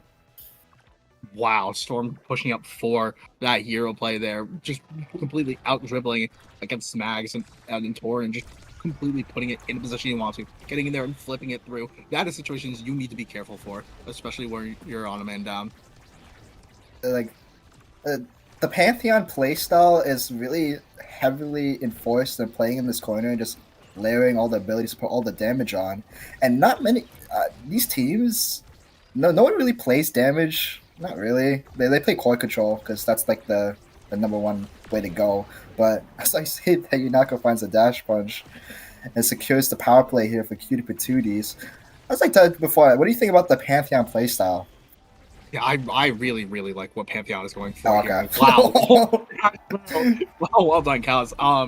Like I'm saying, I really like what Pantheon is going for. Playing for this heavy corner offense with all this damage stacking that they're doing is putting so much pressure on this on this Dubu. Who for Imi, who's a longer range character, needs that way. Actually, no, she's a very short range character. But getting choked out in that corner is so scary, especially when you're drying up all your resources. Resources trying to defend out the X, the Estelle, all these different hitboxes coming out to try and keep trying to damage you through. It is very scary if you are QB2Ds. And as you see, bulk up spec training, twin drive fall for Pantheon. 2 out of 3 awakenings are damage, and the twin drive will just allow them to move around this slow Ime.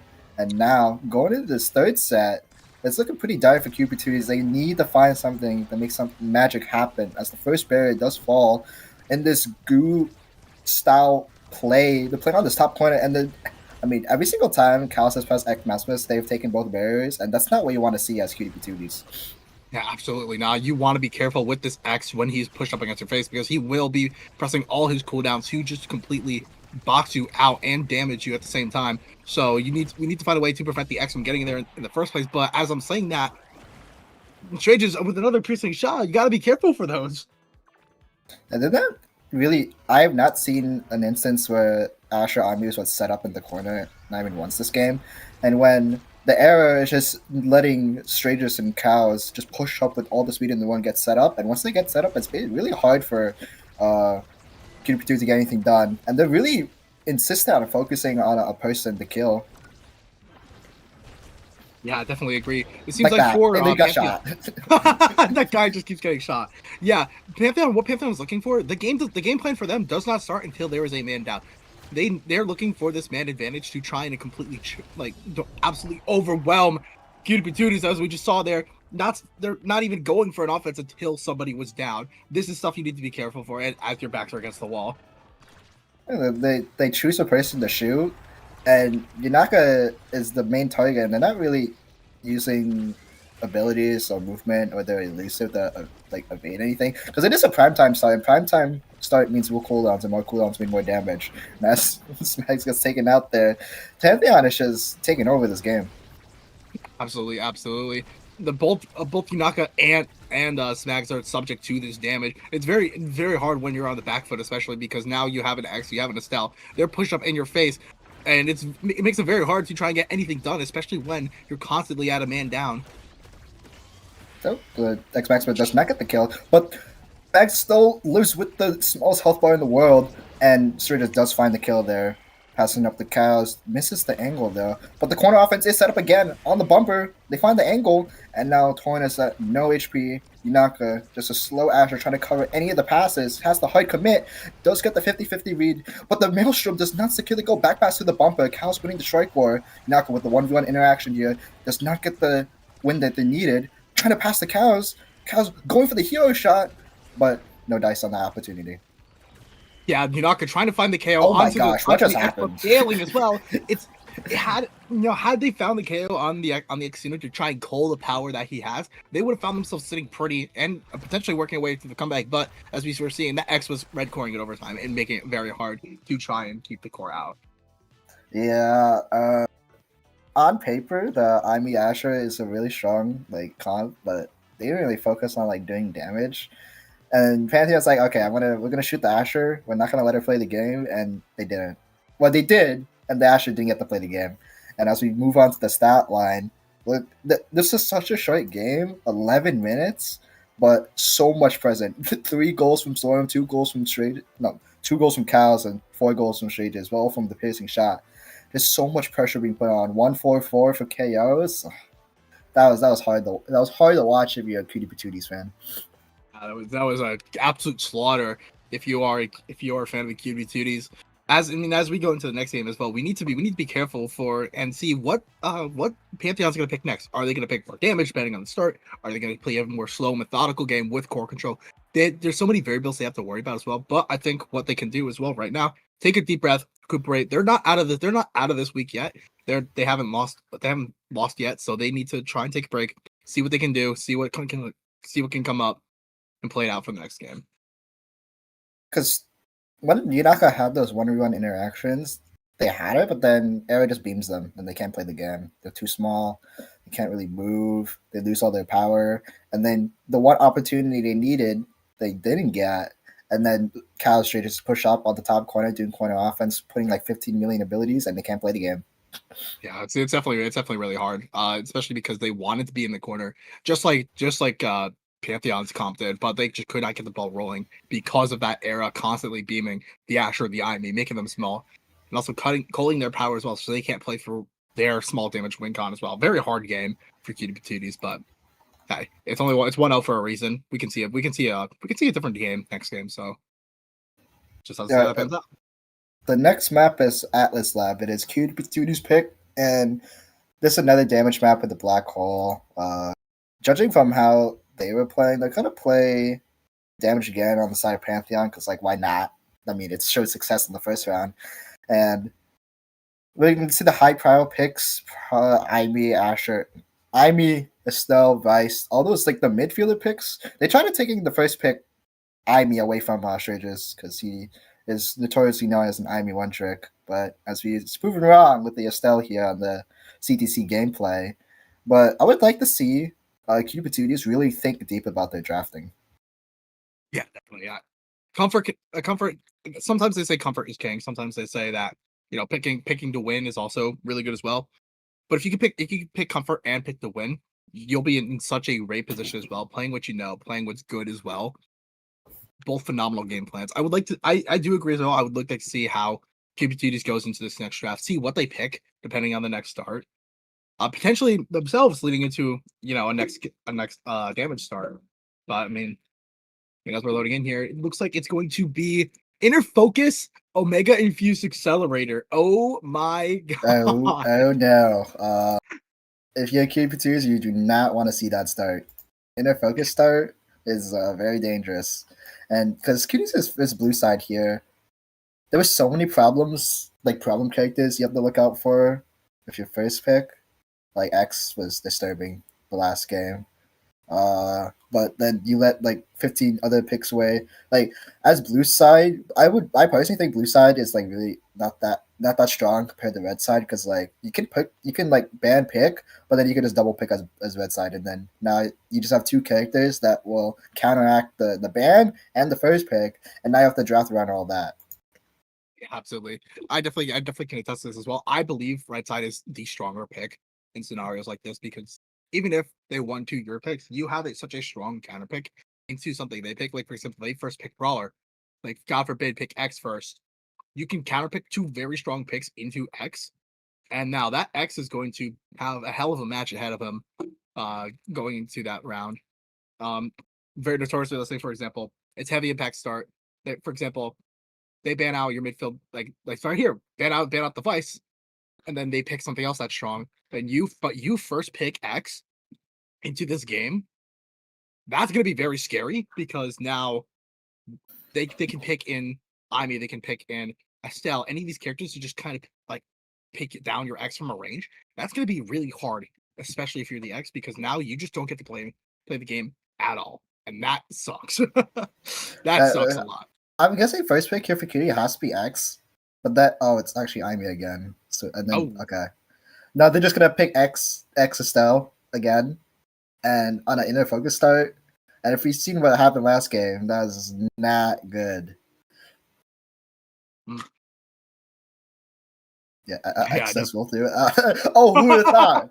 Who would have thought? It's like I play on this team too. Like this drafting is so easy. This drafting. Some things never change. This drafting thing is so easy, man. So easy. And now that you're Cutie, I'm wondering if okay, so this is probably Smags on the IME. What do you think are gonna be the second two picks here for Cutie? Well, they didn't ban out Torrance at Atlas here. Whoa, and now? Oh, this is definitely now goalie. This has to be now goalie. Yeah, it's not goalie. It's not goalie. This is interesting because I think if one size training on this now can just completely shut down the X. Yeah, if Torrent plays like the Go Obscure Breads and just not let cows play the game, like push up and take those early strike interactions, it's gonna be really hard for cows to do anything. But the way that Pantheon plays, they play together, like they play with the forward duo on the corner offense. So even if Torrent does push up with the win the strike war, Smags has to rotate behind the goalie position because Stranger is going to be there as well. So you have to rotate really well and just figure out what's going to happen. As the area does get locked in for Storm, just mirroring the comp that was played just last game. And now we're going to boot up. And I still prefer the X. Obviously, X is best rally in the game. So I would prefer Pantheon's comp here. Yeah, I mean, if we see if it's the same thing as last game, Pantheon's going to have a breeze against this backline. But I mean, who knows? Because maybe the now will make a change. Maybe the Juliet will make a change. We just have to see how that's going to pan out. It's an focus start. That means more abilities are coming out. As we load in as well, I'm really interested to see how Torrent and Smash are going to play these defenses because now can wall out. It's now she can do that pretty well, but how this Imus can interact with it now and how she's going to play with her, it's going to be very interesting to watch. It's going to be up to Smags here. Smags is the key player to help Torrent out and help Yunaka do anything. Because Yunaka, as what I've seen before, they're a 1v1 style brawler where they try to secure their interaction in one time. But Storm is very good at shutting down that type of play style because since Storm's the type of goalie that will win those interactions like 8 out of 10 times, and it's up to Smags to help you knock on the offense and Storm on the defense. So a lot of expectations coming up for Cutie Patooties.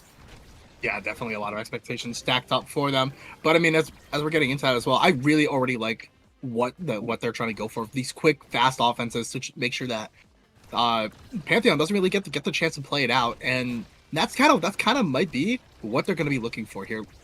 Trying to make sure that they don't even have a chance to get the ball rolling and prevent them from being able to even like be in their faces. But oh my. Smags is looking a bit lost here on the defense side. And the downtown NATO comes up, killing Torin. Cows. Oh, the Dashman does not kill Cows. Power play here for Pantheon. Pushing up with the flip. Storm has a flip. Clouds almost has the flip. Trying to lock down this corner offense. Like we said before, flip is indeed happening. Trying to time it between the flamethrower, but there's no dice on the opportunity.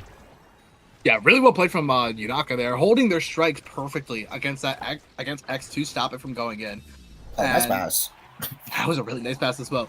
But at times like those, like, you have to be so patient when they're flipping in your face, because if you guess wrong, if you misjudge the timing, then that's a free goal for the enemy team.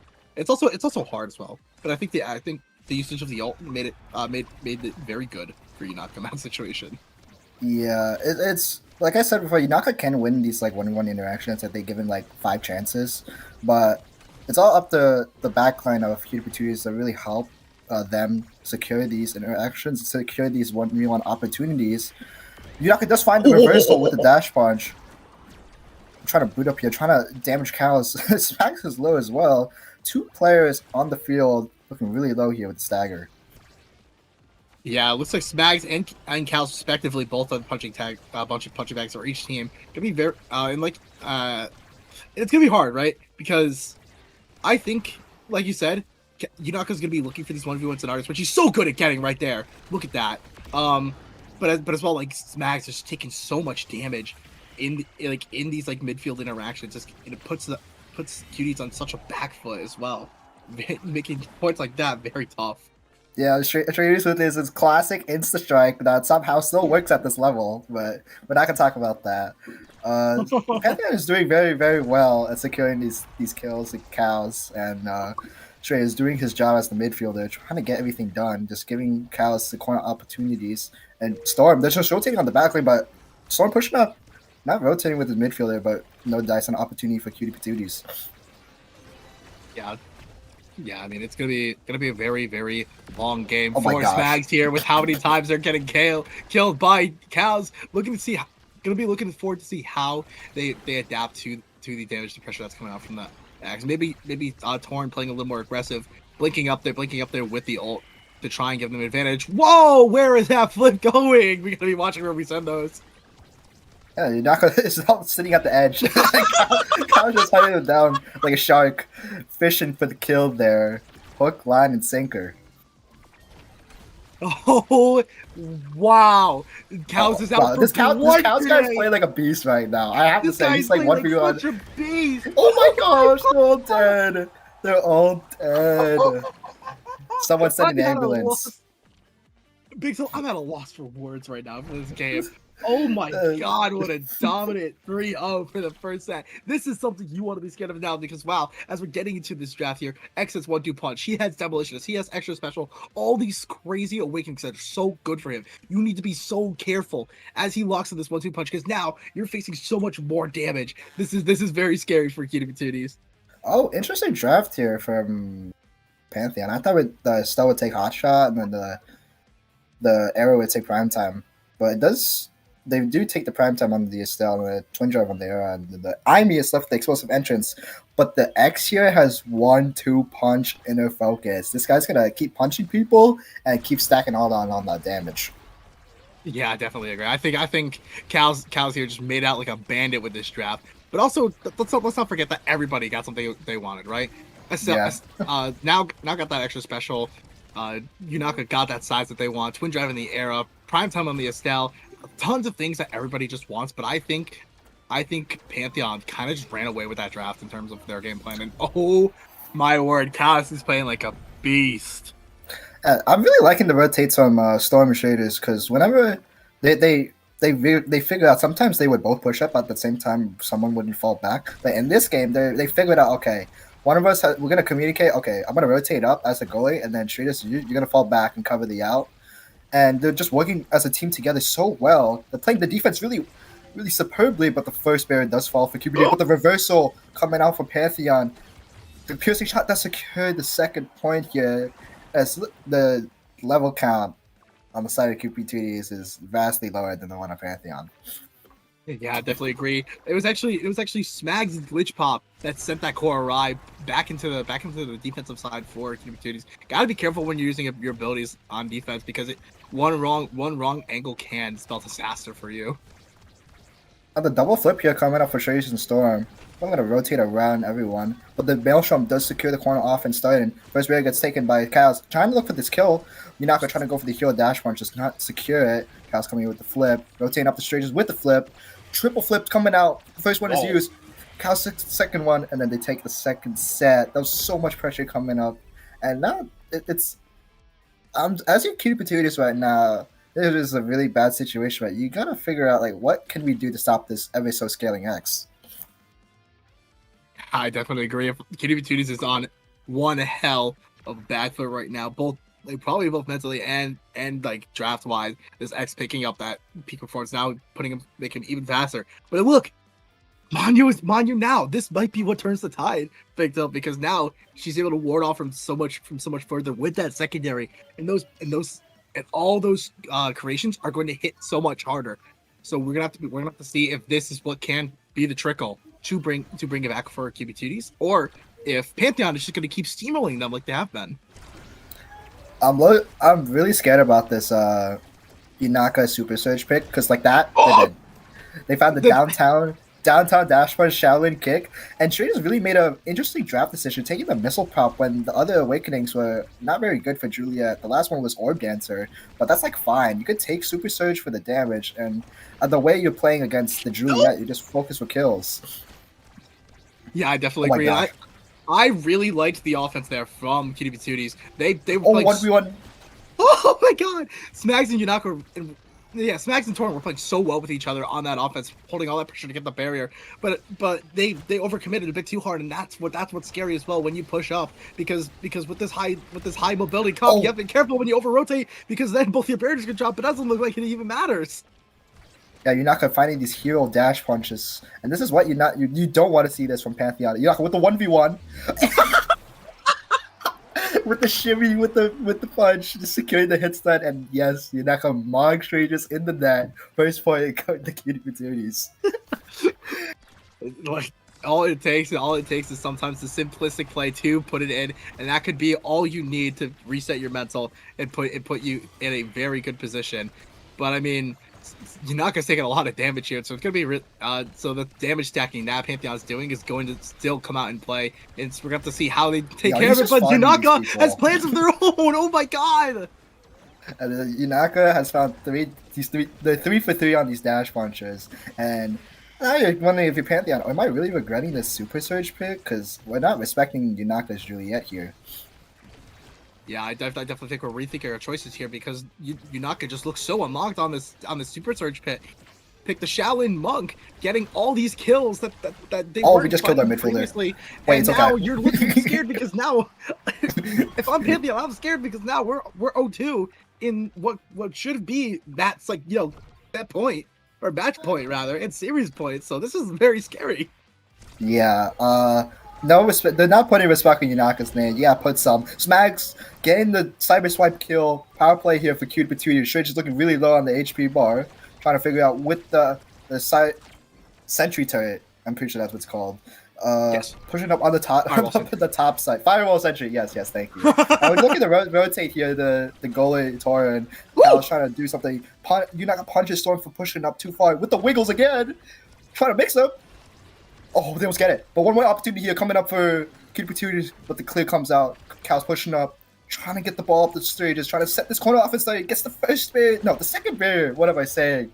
We're trying to get this win. You're not going with the 1v1 dribble. Trying to go for the flick. Oh! Oh my god, Yunaka is looking like an absolute beast right now, using this dash range on Juliet to find opportunities previously unfound. They have looking so much more confident, so much more poised as they're, back to the corner, taking so much damage. Oh my god! No. Oh, No, it they is were playing so well on that bottom side, and then they popped the black hole.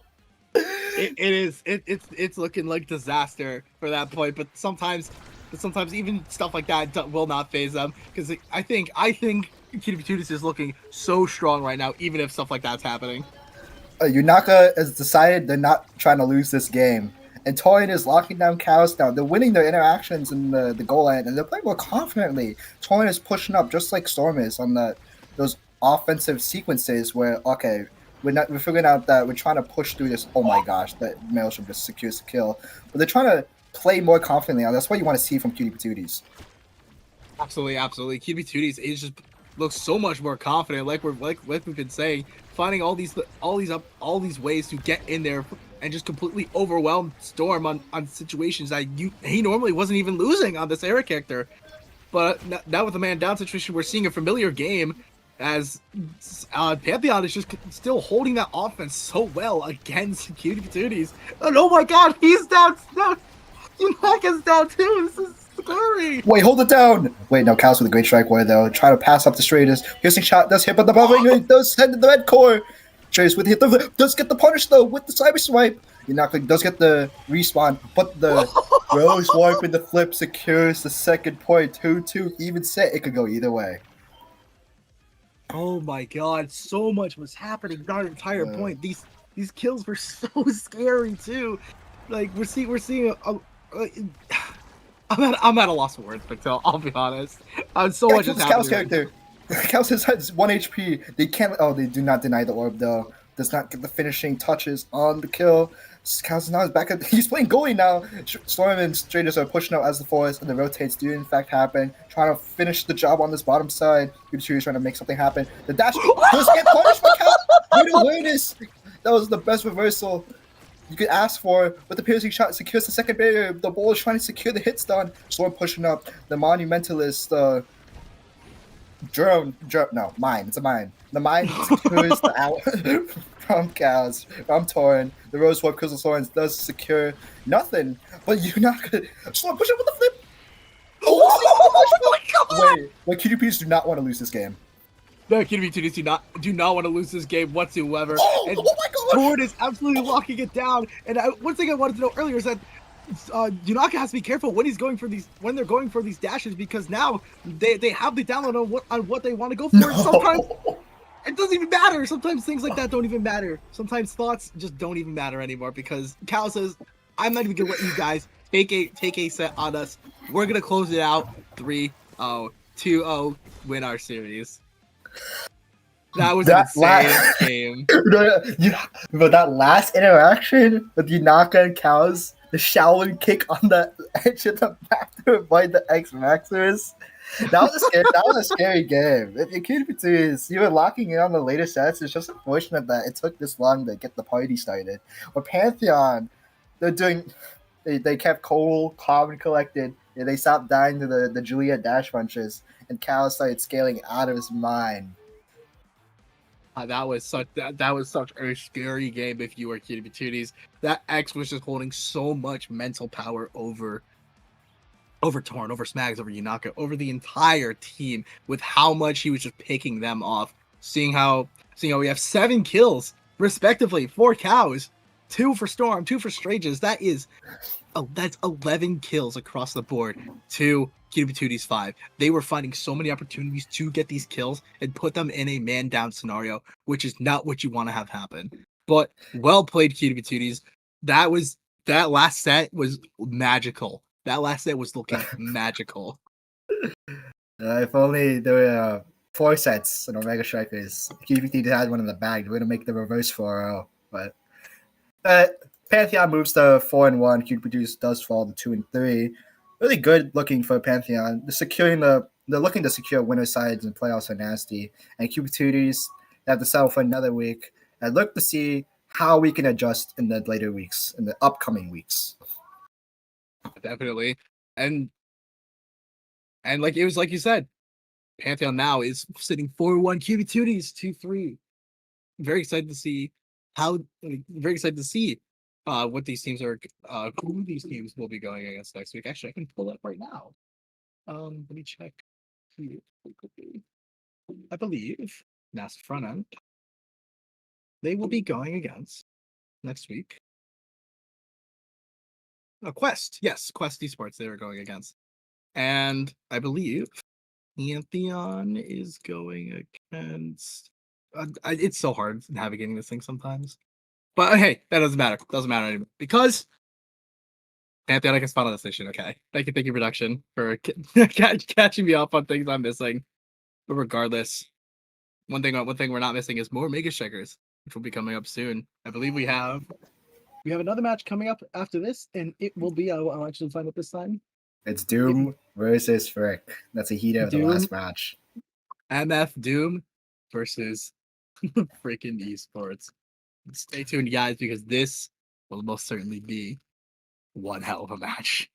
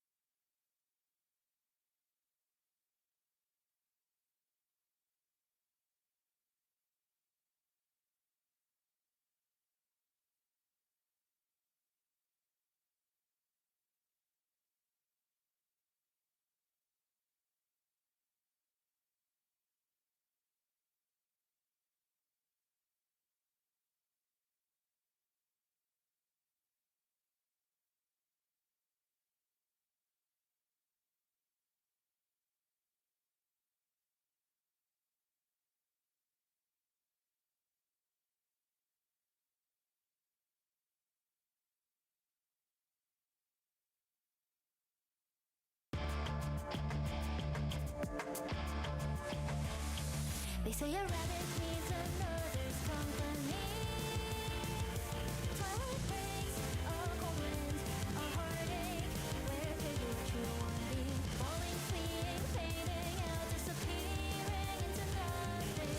To eternal sleep, that everlasting void, until I lost steps, keep searching for something. Where is my one?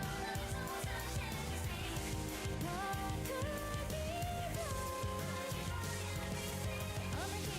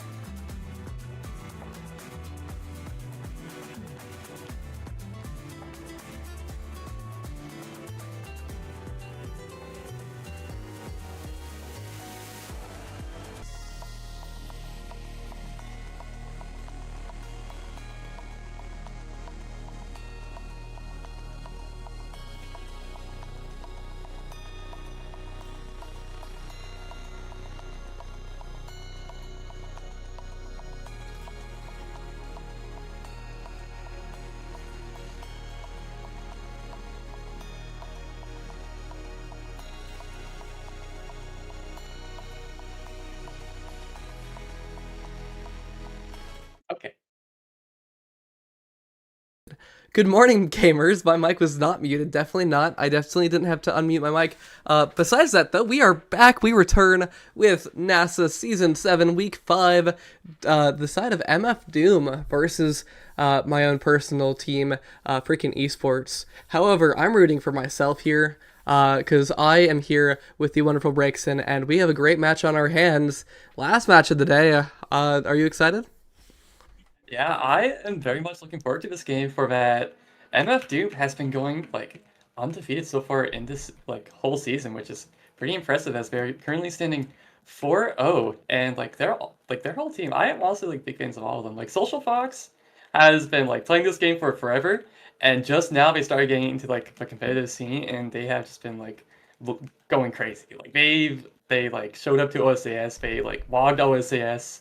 I don't know. I don't remember if they showed up to ISS, but like they probably logged that too. But like now they're in like NASA or like sorry NAST, or no, yeah, this is NASA actually. So yeah, all the way over to NASA, and so far it kind of looks like they're logging NASA too. So I'm very curious to see how this game is going to proceed. Yeah, I mean, Social Fox kicked Jack back to the goal net, and I mean we've seen a lot of resounding success from the roster of MF Doom. You know, they all have been midfielders in the time that they've been playing this game, and now it is their turn to maybe show that midfield is the best role. Perhaps, maybe. We'll see if they can continue to show it here in this series as we get right into it on Gates of Obscura. That's definitely true, and with the starts that we're looking at here, with a full orb dancer, everybody opts to go for it. Nobody really touches the Berserker there, which is honestly completely fair. It's not that strong of awakening, but it definitely seems like it's going to be more of a core control focused start here, and both teams are kind of like having more of a stuffing comp, which is definitely understandable. We have the Julie and the Asher, which are both deep patented and stuffing characters here, and it looks like that is going to be the game plan coming into the early sets. Yeah, now, oh my gosh, Flop just catches a nice strike into, or right past Andy, 7-6-7-5 to get that first goal. I mean, in this match, you're going to really have to prioritize those Orb Dancer stacks. If you're not grabbing orbs, you're playing the game incorrectly. And we've seen it already as these games are going super fast as, oh my gosh, that's going to be Social Fox taking off the map. Taking orbs is definitely going to be very important in this game, but also never, like another thing that you're going to have to think about is trying to keep these orbs as well. As we saw just now, like, your life is not going to be a permanent thing, and if you aren't able to get these orb danger stacks up in the first place, it's going to be so hard to get value out of this awakening at first, which is like, it's such like a kind of a feast or famine kind of start to this game here. Yeah, it definitely is. Now we're getting the strike. Andy with the flip. Not going to find anything, though. That is Flop running up. Uses the Flame Flare. Not finding anything off of that ability. But that is going to be Andy running forward with that Thunderstruck in position. Getting the score right on the net. As that's going to be tied game now for the Zeta freaking Esports. It's 1-1, and they had a really good class on the top side there, punishing Finny on walking forward a little too much there, which is honestly something that Finny's definitely going to want to do a lot on this map because they don't really have a lot of like defensive pressure since they don't have a lot of options to do defense, but like they have so many tools, and like with Mom Boots as well, they really want to be up and forward, pushing forward all their abilities just like on the other side of the field here to get value out of this Finny pick, because you definitely don't want to have to deal with the Asher on your side of the field. Yeah, definitely. That Asher, once she gets kind of an open spot to get in your face, she is a nightmare to deal with, especially with that Aimee coming out from frickin' Chris. Makes it really easy. And oh my gosh, that's going to be Sierra with the flip, going to be able to catch that kill onto Social Fox. That is still 2 players up for the side of Doom, though, as Sierra with the with no energy, no health bar really to his name, not going to be able to find the goal, as that's Andy on the defensive line now against Social Fox. Social with the respawn, able to get the abilities, get the barrier down, as that's an open net for freaking esports. However, that's a flip coming out. Barrier down, open net for both sides, as that is going to be Sierra off the map. Absolutely, and I'd just like to point out the strike clearing on what MF Doom here is honestly very, very strong. You can definitely tell that Floptop has definitely had that midfield experience, as despite being down Social Fox, it did not matter as they were able to hold the barrier and strike their, or layer their strikes, I should say, perfectly with Jack Limestone, and they're able to pivot around and set their series up 2-1 for them. Yeah, up, but they're definitely not all. They definitely haven't solidified a goal game for themselves. As that's going to be Andy running forward with that Thunderstruck, not finding any goal or any barrier just yet. Is freaking Chris looking very low? May have something to do with this health bar, but not finding anything on the save. That is going to be saved away though from Andy from Flop, and I mean the side of Frick has some great defense there, but they're going to have to keep it up now with the power play for the side of MF Doom, as great strikes from Andy are going to mean the no barrier down just yet, as that's going to be Social Fox taken off the stage. Freaking Chris back available. The power play has shifted. Absolutely. Both sides are just putting in so much damage on the corners here.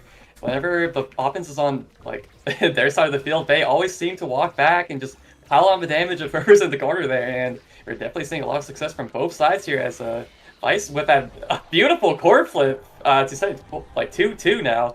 But like that Vice all that he used on defense to like take out Julie was also super high valuable, and I think we're probably going to be seeing more of that coming into the future here. Yeah, it's all tied up now as freaking Chris and Andy trying to work their way up the field. Zero now at the core, not finding anything with the strike.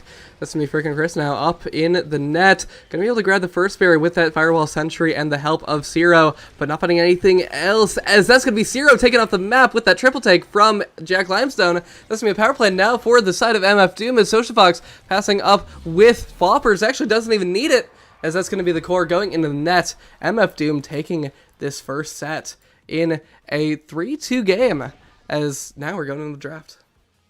That set was definitely close there, and just kind of an unfortunate strike where that Andy had to take there, and Social Fox was able to take the interaction here, and we're seeing a 1-2 punch for Julie here, which is honestly huge and is honestly definitely understandable because that Julie has definitely been fishing for dash punches, and they have definitely also been getting KOs as a team in general, so that adds so much threat that they need to worry about, because like Julie is like the edge KO word, like dash punch. Like it's so iconic that every single character who has like an edge KO combo, we just call it their dash punch. And we're definitely probably going to see why in the upcoming sets here, as I feel like Flop is the kind of person to shark the edge line here whenever the core flows on the edge, and Autobros really like to take advantage of that. And like as we're seeing, like Seraph doesn't want to walk the edge because he knows he's going to get dash punched, and that kind of mind game is just something that you really have to worry about when you're against a Julie. Yeah, as now we're striking the core up the field. That's going to be Floppers taking down the first barrier. Social Fox working their way up. Has a low health bar, though. Maybe taken off the field very shortly. Jack Limestone able to keep it out. Never mind. Strikes too soon. As that's going to be freaking Chris taken staggered now. Not finding the kill yet onto Social Fox, but two staggered players, both midfielders, looking very low. But this is MF Doom. You know they're all midfielders, as that's going to be Social Fox catching the health bar, able to make it back into the realm of the living, and getting that strike, getting it, that Crystal Thorns catching the goal. MF Doom's looking really healthy here into the first set, looking to snowball their lead here, and it definitely seems like that they can, as 2 out of the 3 team members actually have 5 Orb Dancer stacks here, which is, in terms of Orb Dancer economy, they are definitely looking like they're on the better end. Yeah, and now Zero with the flip, using the breakthrough, getting the stun, and that's going to be, oh my gosh, just a teleport forward, and that's going to be the gore going straight into the net, right past Jack Limestone, and the defense of MF Doom. Great offensive pressure there, great job from the side of freaking esports to catch that goal, catch that barrier, and ultimately bring this game. They've definitely been down for most of the series, you know, the 2 sets of it, but not out, as that it's going to be a kill onto freaking esports. Absolutely, and I'd just like to point out, Andy has been doing a lot of work for their team here, and he kind of has to with the situation he's in, because both Sarah and like freaking Chris are really getting a hard target on the damage here. So as the goalie, the Paxton hardest character to kill on your team, you really have to be able to step up here and make up for the presence that your forwards are lacking in this situation here. Yeah, as now open nets on both sides. Zero with the breakthrough, not finding anything off the strikes. Zero looking to shark, trying to get something. Instead, it's going to be Floppers taking out freaking Chris from the map, as Social Fox, Jack Limestone passing between each other, not finding anything yet. Flip available for the Estelle, not catching the core. Great defense, but that's not going to be enough, as Andy, just not enough speed, gets stunned out as well by Flop with the Phoenix kick, and that's going to be 2 points now for the side of MF Doom in this set. They're pretty close, but it's not quite a game that freaking esports is able to keep up. Yeah, the coordination on MF Doom on the offense is honestly looking really strong as that point, like just before, every single person was past the midfield line and they had a really hard time just taking out. And that's kind of like the win condition, right? Because Jack Limestone with the build, like with the glass cannon, with the mom boots, and the orb dancer, he's just flying across the stage and he has so much pressure that he can kind of just like walk forward once they have access to the core and not really get punished for it. And we see Floppers with a good strike downwards there, and now they are up 2-0. They're really starting to like snowball their lead here. Yeah, the snowball is just rolling further and further down that hill as we're going to see Social Fox on that Estelle rewarded with probably a heavy impact. Probably has to take it away from Andy. But, you know, it's not bad on Estelle either, so we'll take it, honestly. It's definitely a pickable awakening for sure, but like I'm actually surprised that Andy went for the team player there. I was kind of expecting to like maybe a Deadeye pickup from the Vice here or even like a prize fighter just to deny it away from the other team because against a team like this where they are really picking on your forwards right now, like that prize fighter, like the fact that Julie has that prize fighter with that 1-2 punch, like that can really scale out of control later on in the set if they manage to get those stacks rolling up. Yeah, and I mean the stack, speaking of, on the Orb Dancer is basically the entire roster. Oh, never mind, I spoke too soon. 2 of the 3 players now for the side of MF Doom still do have those full stacks of Orb Dancer, so they're able to just kind of dance and run around the stage, and you really haven't seen the side of freaking esports keeping up with that or continuing the pressure, as now we're getting the Strike Wars swap with the Flame Flurry not finding anything as 1 barrier down, 2 barriers down from Andy, catching with the Thunderstruck as freaking Chris now trying to dribble up the field, not quite able to get the kill onto Social Fox. Both midfielders low though. Yeah, doing really good damage in the pressure. As stated earlier, like once they start doing that corner pressure, they kind of have to like back off eventually because they are doing a really good job at punishing that. And if they manage to keep that up and keep Floppers in check with with like keeping them at 0 prize fighter stacks, that could be a potential way to get their first set win here. Yeah, if freaking esports are able to just keep up this pressure, they're gonna be able to maybe catch a set, catch a sub sort of victory, get themselves back in this game. But they are not quite able to do that yet, as that's going to be Zero taken off the field by Floppers, as the Orb Dancer just stacks just means that they are flying all over the stage. Social Fox going to get the strike, Floppers as well trying to get this pressure, and that's going to be the Phoenix Kick grabbing that barrier, as now MF Doom, Social Fox there and in as the Rose Warp coming out. Yeah, they definitely pivoted that point around pretty quickly. They got like Breaking Chris got the first point there, but they were definitely adamant on turning her back around. And I just realized Finny got stacks on stacks, and if he managed to like not die, which is definitely not like the hardest thing to do ever, since like you're the goalie, right? If you get that to 150 stacks with the crazy build that you have right now, it is gonna be like super easy to just like walk up and just not get punished for it. Yeah, speaking of not get punished for it, the victory condition for the side of MF Doom grows and grows with each passing point, is now 1 point away from victory, as MF Doom almost about to catch their first win, or their 5th win of the season, but it is all up to the side of freaking esports to get something going, as that's going to be both barriers down now. Jack Limestone moving up with the portal. That's going to be Andy taken off the field by that misdirection from Jack. Floppers and Social Fox working together as well, getting the primary into primary combo onto freaking Chris, as that's going to be the victory taken for the side of MF Doom. That's going to be 1-0 now for MF Doom in the series. That was definitely a very dominating performance in the first game here from MF Doom.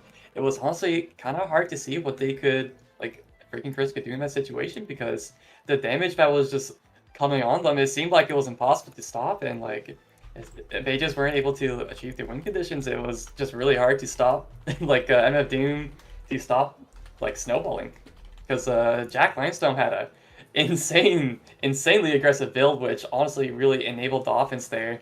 And like almost the entire time, like the core was just perma on freaking Chris's side, because they just kind of closed off their end of the field, and it was really difficult to get it out. And on top of that, just like the entire team was also just laying on the damage non-stop, and it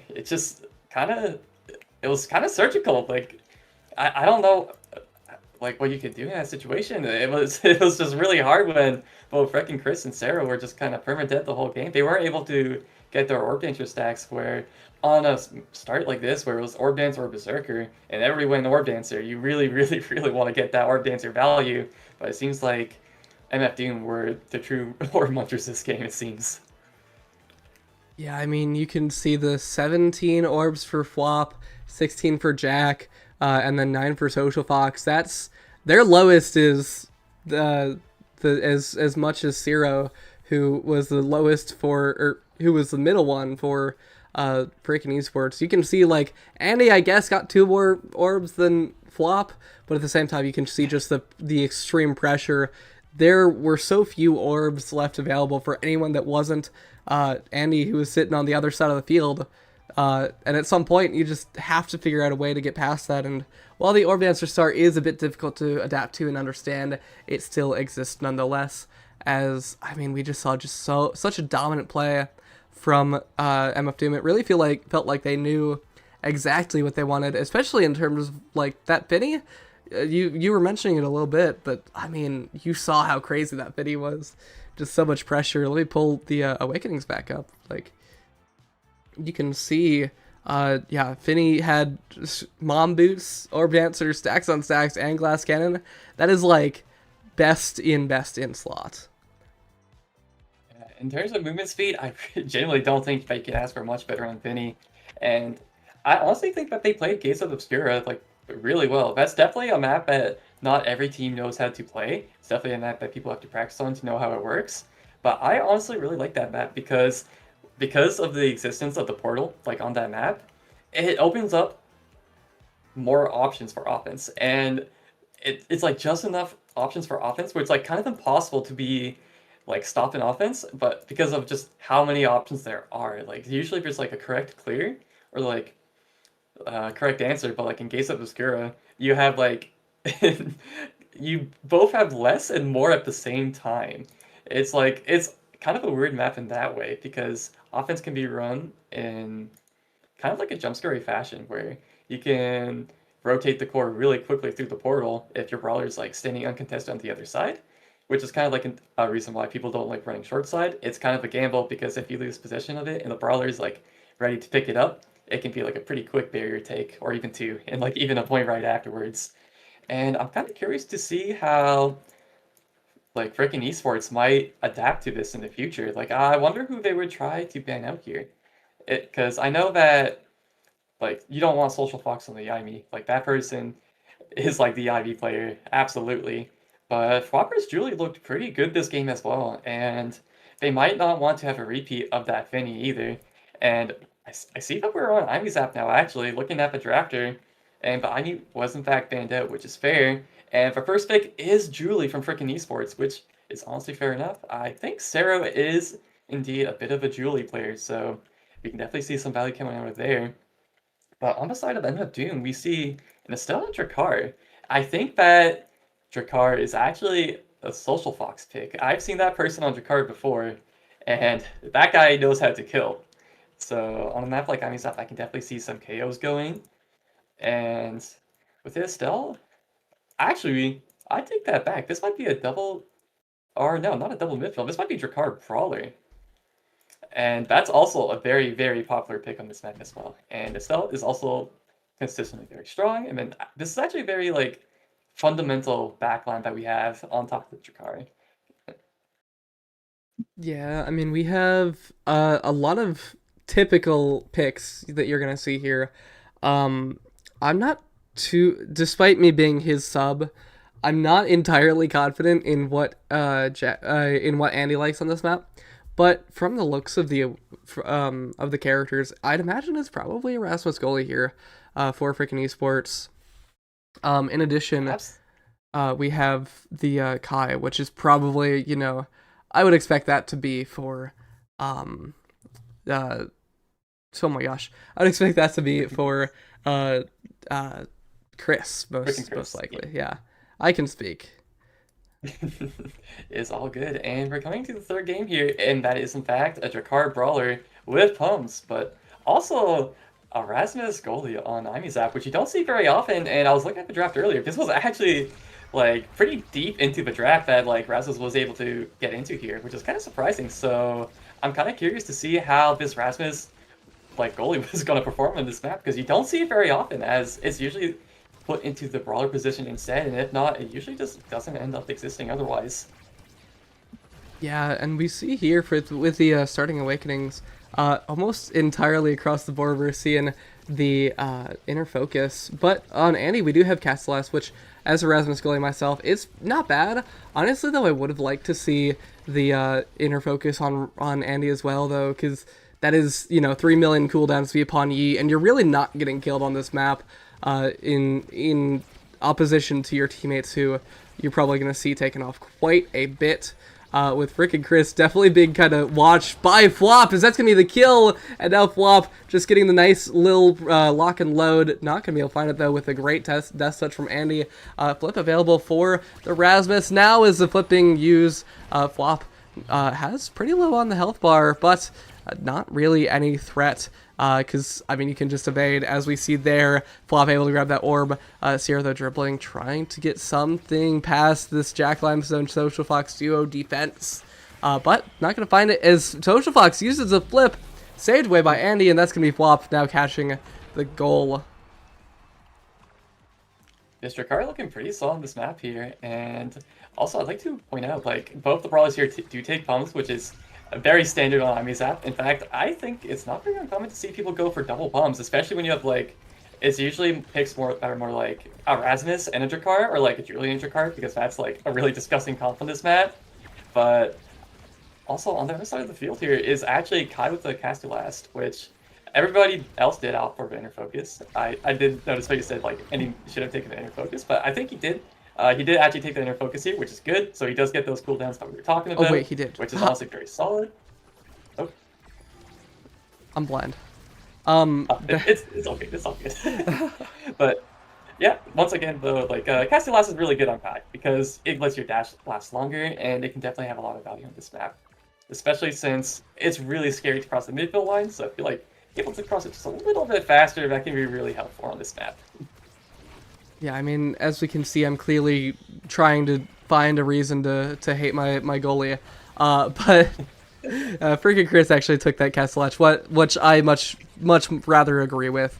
That pick. As Social Fox taken very low, going to be healed up by that Celestial Intervention from Jack Limestone, as the bit of mischief and whimsy from the side of MF Doom, as Social Fox took their own barrier, and Jack Limestone used that flip and just kind of lost to Zero's just confident pressure, Yeah, MF Doom's getting a little trigger happy there, but on the other hand, Andy's looking a little trigger happy with that hook there, which is definitely something that you're gonna have to worry about, because Rasmus is known normally as a brawler, but either way, that hook is what he's known for on Imi's app. And as a goalie, you can definitely abuse that, because if they're trying to cross the midfield line and you're holding offense right now, you can definitely hook them into the side. But unfortunately for that, Whoppers does actually manage to bring it in, and they take the series, or well, not just set, pretty confidently 3-1, and they're gonna get the pick of a leader here coming into this draft. Yeah, let's see. We got basically the entire inner focus, so nothing really to scale yet. What I am looking into is maybe Chris, who is that last draft, may be able to get Super Surge, which is the only real scaling you can do, unless you're Rasmus or Jakar, in which case the size on Rasmus built different onto Andy is going to be massive, pun intended very much. And extra special, or not extra special, specialized training onto Flop is going to be incredible as well, because you've seen Flop getting these kills, getting this damage so consistently.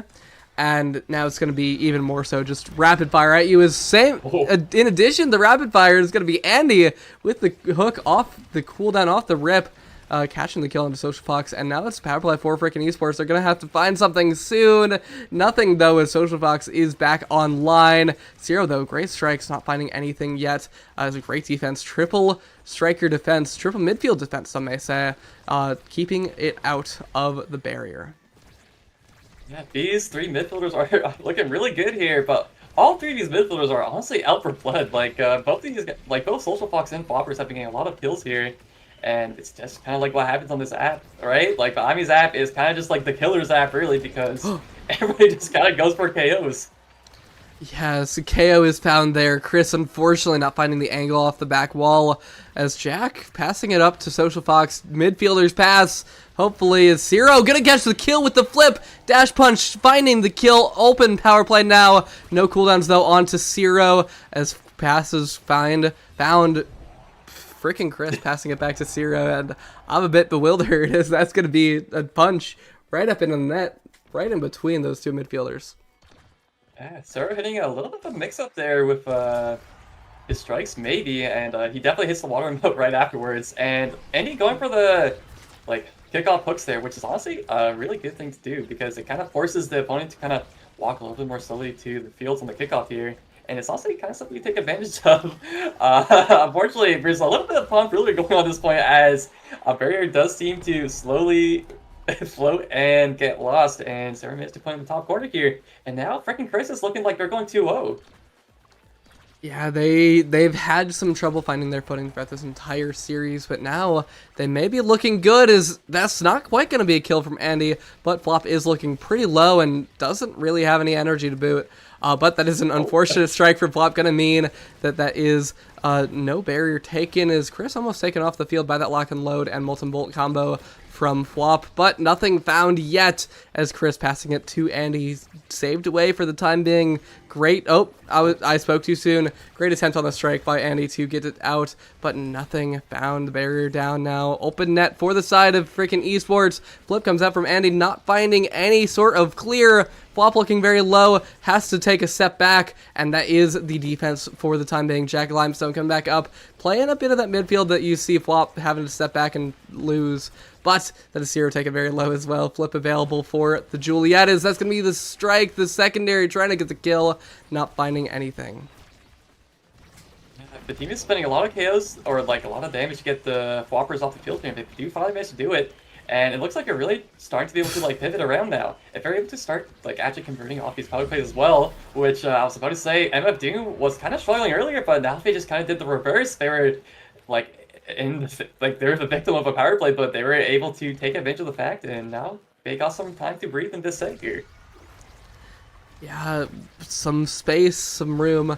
They're already up by one set, but it may not last for much longer. Zero with the dash punch, gonna find the barrier down. Flop, though, catches the pass from Andy to freaking Chris, finding the barrier down. Open net for both sides now here. Only one more point for freaking esports to take this game back into their own hands as freaking Chris with the flip, not finding it. Saved away by Jack Limestone, but that's gonna be Social Fox instead with the Rose Warp catching the goal, and that is gonna be freaking esports tied up with Doom. MF Doom now taking us to a 0.5 in the set 2. It's looking pretty dire here for freaking Chris. They really want to get this set here to get some time to breathe, as they don't want to be at risk of getting 3-0 again, and being able to get this point could be huge for the mental here. And MF Doom hasn't really been playing for damage as much of this game. Not really still damaging the enemies, but not really KOing them as much as they were in the first set. And it seems like that little adaptation has actually been able to do them some wonders here, as it seems like they have more cooldowns to be able to just convert and stuff the core and get the points here.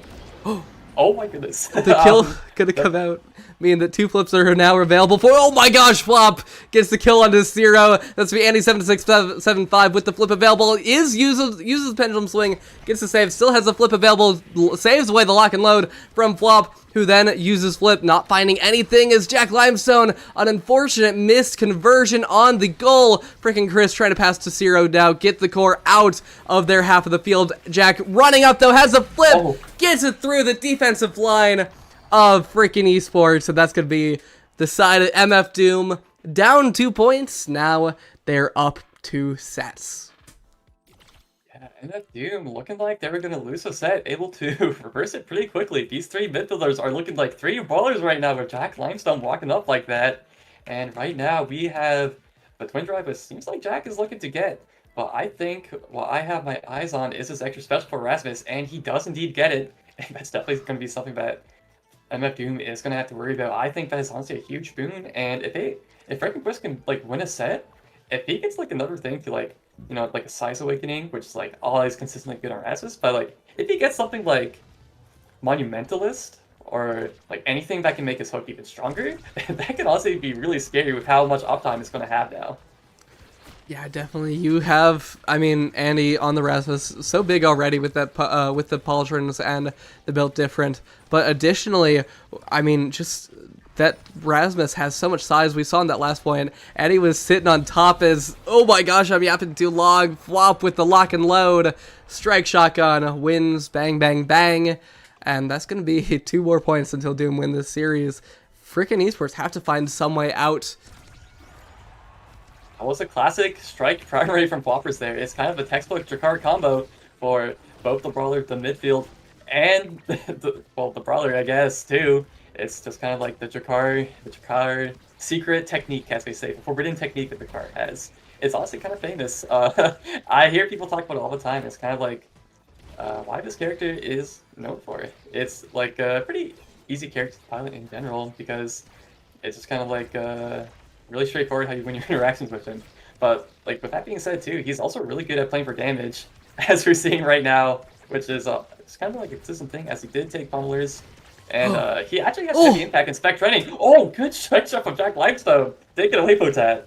Yeah, Zero with the dash punch, not available. Gonna try and get a kill onto Social Fox, but instead of Social Fox with the strike, with the right click into flip, as that's gonna be Social Fox now taken out as well. Flop has the flip available, may have to use it here. Oh, gets the kill onto freaking Chris. No energy to Flop's name, may not need it though, as Jack Limestone with the expanse finds Andy off guard, unaware, as that's gonna be some chaos raining out of nowhere. And MF Team 1 point away from taking this series.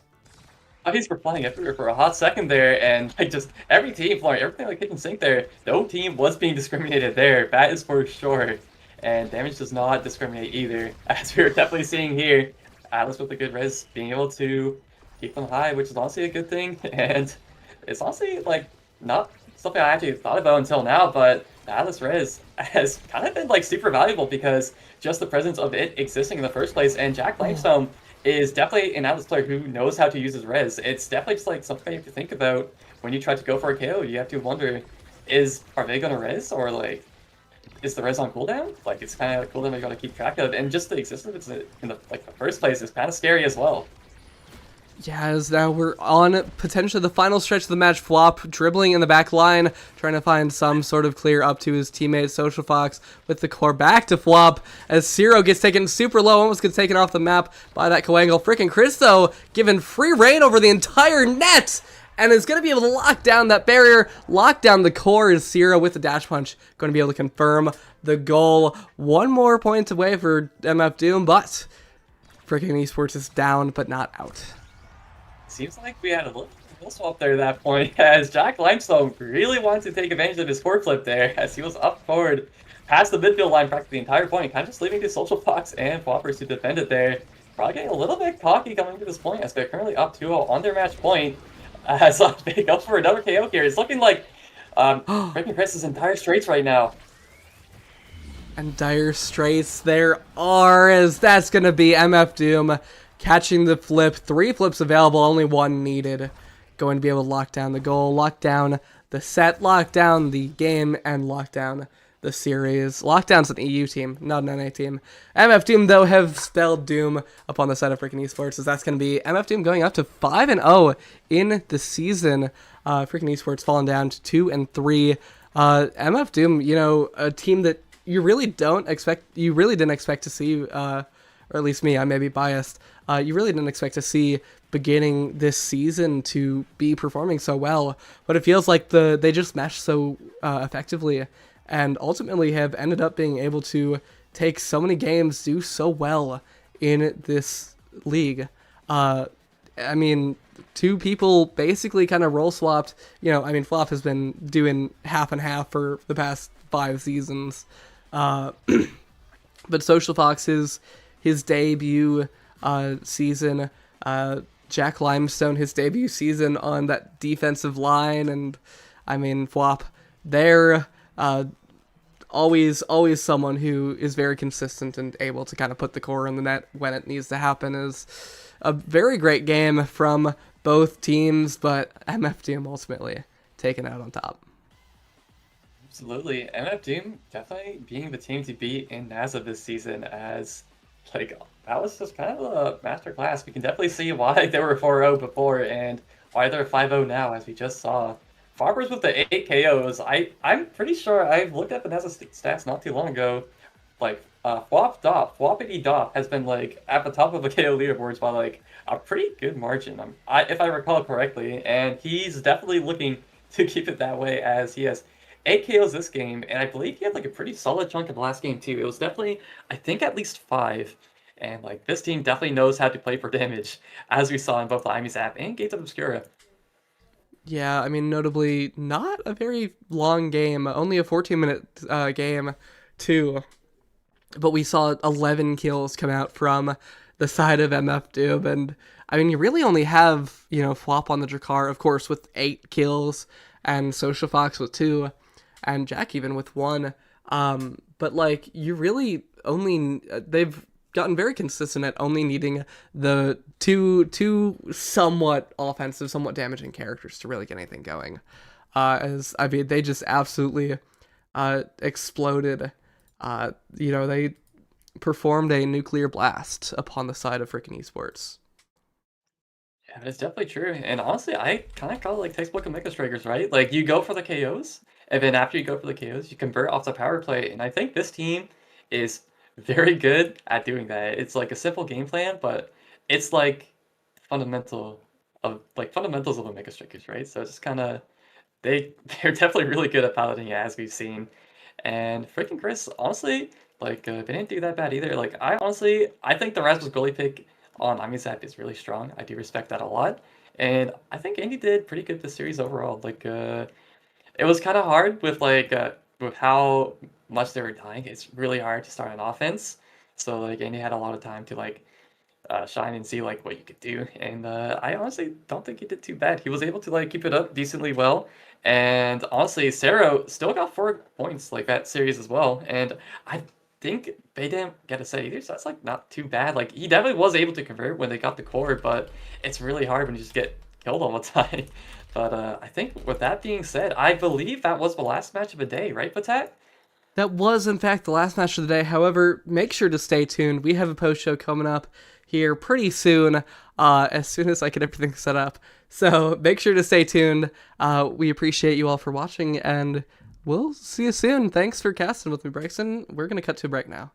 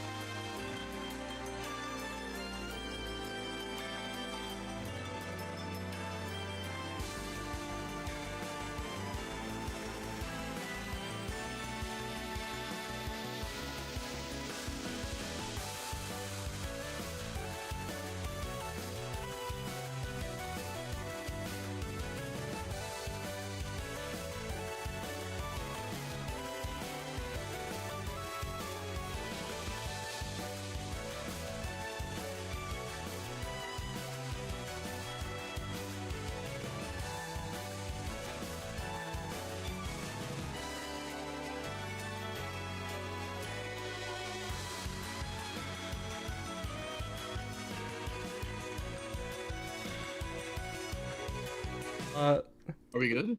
We're not live. No, we're not live good. now. Okay, we're we're not live, good. but this is just okay. We're live. live? Don't say anything crazy. Oh my. We're gonna stream me getting this set up. Welcome everyone. Silence, Potat. It's my turn. Okay. Welcome everyone to the NAST Wait, post put that. show, No. Okay, we're good. We're where good. we watch Okay. as Potat gets live coached by Saya on how to make a post show. I am your host, the Fool. Down the line, Fwapo, introduce yourself. Hello, I'm Flop Flop. I've been here for a while, and I'm having a good time. Now Okay, down the line. Wait, I'm gonna interrupt. You guys are introducing yourselves, so I can't actually ask Potat. Like, so what are you trying to put up there? That's a It's great like, question. We should talk over it. We should. Yeah, Hold on. you get prio. You talk over. Do you have like the Google Sheet thing? Yeah. Okay. Okay. Then it's easy. Just like double click like Nassel stand. We can kill that. Okay. Actually, no, don't kill Nassel stand. I'm wrong. Science lying. Scroll down. We can kill Nassel's. No, we can't. Surely we could kill the stand. Yeah, we standings, can kill right? this one. Okay, Yeah, we're can kill killing this one. We can kill Okay. this one. Bang. Okay, now make that. Oh. No. Oh. Ooh. Oh yeah, look at this. Is this what you wanted to do? Yeah. Oh, Yeah. Oh, I'm so yeah. down. Wait, guys, this is the predictions. Wait, is I'm this over good shit? there. I'm over there. Okay, Well, hold why suplex on there? Suplex joins VC. Yeah. Huh? You DM me. Are you supposed? Am I supposed to be in there? Join the VC. Oh, we gotta What? get what? There's Suplex is another here. play. Skibbity. Huh? Oh, good. We're live right now. We are Yeah, by live the way, right we now. are live. Just so you know. Okay. Suplex. Hold on. I set this up. Properly. I swear. I would hope so. Okay. What is going on? Awesome. And are you gonna put something like above it? Yeah. Let me. What did I have? We'll do one Don't at worry, a time. Kokolixo. We know that we are in fact live. This is live, and this is gonna be scuffed, and that's just what you gotta deal with. Do you have a Um, Flop? Do you have a turtle? It's a turtle shell. Wait, I don't even I have the don't have- right. Wait. Yeah, I don't have that, anything slightly cool, Wait, but I no, have I don't Amelia have Watson. Okay. I should have Amelia Watson, bro. Oh, wait. Look at this chat. Looky. No, I don't got anything cool in my room, so Strangers, you might Yeah, have the dude, most your room is boring barren, room of bro. all time. this Straight? is like Are my... you in a college dorm room?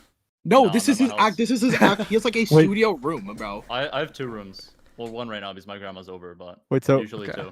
2 so this is your room, and for basically just my computer. Yeah. and like behind you, there's on the wall, there is A painting. a painting of a bridge. Yep, and there's what is my bed right now. And then Bro isn't real. Bro's actually living in like a fake house. And you're telling me this isn't a hotel room? Nope. Dude, no, his house, unironically, is like 3 or 4 years old. This shit is like brand new. yeah. Wow. His garage has a keypad, like has like a futuristic looking Bro, those are keypad. like $20. I know, Okay. but it looks like out of this world, bro. Yo, unironically. Wait, it's not looks like centered. a It's not garage. centered. I know it's not centered. We'll be fine. Oh, I'm No, you don't need to We'll zoom. get No, it, we'll get it eventually. you don't need to zoom in. You don't need to Wait. zoom in. You don't need to zoom in. Just go back to canvas. Yeah. Okay. And just like use the arrow key and move it to move up, Right. up. We're moving it Right. up. Right. All Okay, right, we're chat, good. wait, hold up. Okay. We're hold good. We're up. good. Okay. Give this a second. Oh, Fade it in. Fade it no. in. No, hold on. It's not ready yet. Hold on. Flop, Nasty. the chat wants you to put on a robe. I don't got a robe, but I got a Let's blanket see. that I'll make do. That'll Wait. you know what, I'll match you. I'll be a blanket buddy with you. Here. Wait, I'm next week. wearing this Akuma jacket I got at what is it, CT GamerCon. No one can see what you're wearing because you live in the Okay. fucking void. So Hold on. This is. lock in. Yeah. Look at this shit. Oh, you're doing Okay, all yeah. nasty and NASA predictions. Yeah. Oh, we're going down the Ah. full line? Oh, okay. We don't have to go down all of them. I'm blanky mode. No, I'm down. Why not? Sure. Okay. Hold on. Let me figure out where's the. Okay. We can resume the introduction. Solve. Yeah. Y'all go. You got this. Hello, I'm Sovereign. I'm following Zoro. Next following me. Am I following Zoro? No. I'm following No. Flop. No, bro, you are not. But I'm here. I'm not here. I'm here to have a good time. Next guy down below me. What's Lions his name? Strages. That's about it. I don't got anything interesting or cool right now. I'm just tired. Yeah, much like your room. Whoa, who said that? Yeah. Whoa. Oh yeah, no one's behind me. Wait, suplex. This guy's not Yo. even. Suplex is under the scoreboard. Okay, yeah. Just throw suplex on the screen, and then We're throwing. Yeah, there, Wait, there. what? yeah, I gotta that's be by perfect. myself. That's perfect. Just throw No, him in the no, corner, no, yeah. just leave him. Just leave him. Just leave him. Yeah, just put it. Yeah, down. yeah, Leave him that's in That's the fine. corner. That's fine. That's fine. That's fine. They're bullying suplex. Oh, no, Okay. actually, no. You Yeah, should put it. You should it's put very suplex. diverse No, to me. wait. Put that. Put suplex under where it says suplex Where does it say suplex? Oh wait. in the Oh, did it. predictions. Okay. Like that. Yeah. Yeah. Yeah. Size not centered. Hold on. There we Yeah, go. like that. Like that. Perfect. Okay. You should have actually kept it off center for the. Oh, wait, yeah, hold on. Alright. You gotta change the scene. The people desire. Yeah, change it by like 3 visual. pixels. So Okay. it's like just noticeable, but like not a All real. right, Alright, there we we have go. this. Hold on. Now we're in It's business. almost ready. It's almost Oh, ready. yeah, there we We're go. almost ready. Okay. We're almost ready. It's now time for the next introduction. We have more? Suplex, introduce yourself. Suplex. Yeah, introduce Oh. yourself, bro. My name's Suplex. I'm Suplex. Right. Give me Um, one interesting fact about yourself. I can say my ABCs backwards. Wait, really? Wait, can you do that? Like right Yeah, now? do it. Go ahead. ZYXWVUTSRQPONMLKJIHGFEDCBA. I'm gonna be honest. I'm not smart enough to know if that was correct or not. So Yeah, I just I have to have believe no that you clue did if it. that was, Hey, if that was I'll be right the or great not, equalizer. but- I'm smart enough to know that that's correct, probably. Probably. Yeah. Probably. Probably. Right. Probably. Anyways, what a night, right, fellas? All right. So today No. we're going to talk about the matches that have transponded, and then we're also going to make some predictions for next week. I don't know if we're ready to do that or Yeah, not. we're ready. We're ready. Okay. Oh, yeah. Well, I guess we will lead with. Wait, is that week 6? Wait, we're on week 5, aren't we? What? Am I confused? Yeah, predictions. Oh, These this are is- next week. no, These are next okay. week. These are next week's matches. Ah, yes, I see. Let's So we're doing do predictions for next week. let's do this week, like winners interviews, and then we'll do. I plan this out very well. Okay. Hey, it's growing pains, you know. All right, Floppo. How do you feel about your win today, and how MF Doom is turning up Doom like? You know. I'm feeling really, really good. Okay, I don't know. You can probably tell by whatever. Well, you guys don't know, but like when Zoro dragged me up from Nassel Stage F, we were having a really good time. We were like vibes are like really, really high right now.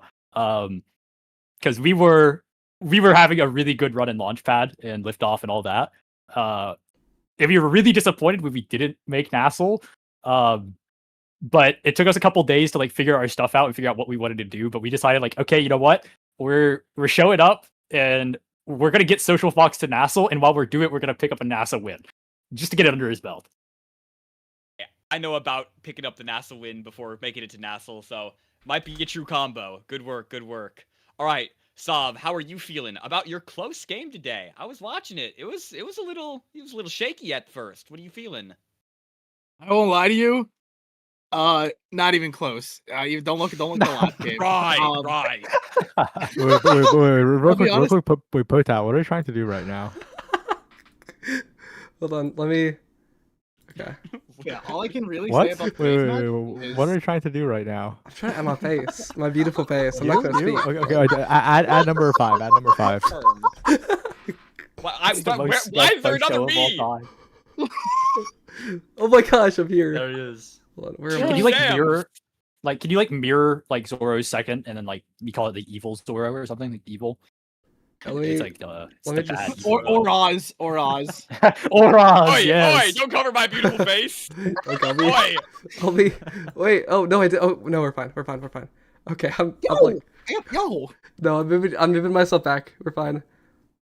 Bone chilling. Okay, continue. Anyways, Continue. not even close. Yeah, Not right. even close. Yeah. We had a rough first game. We weren't feeling the Kai pick as much as we usually do. But we bounced back. Game 2, we felt strong. Game 3, not even close. I don't even know what you're talking about. All I can really I say, can- why you know, are you pissed? yeah. Why is your room pissed now? Huh? Your room is piss Why, color. why did You I got the get sent to Mexico filter. Mexico? Yeah, Bro has a what Breaking Bad happened to filter me? on. Oh, why are you Huh? blue? You're blue now. That's my attack. I blew.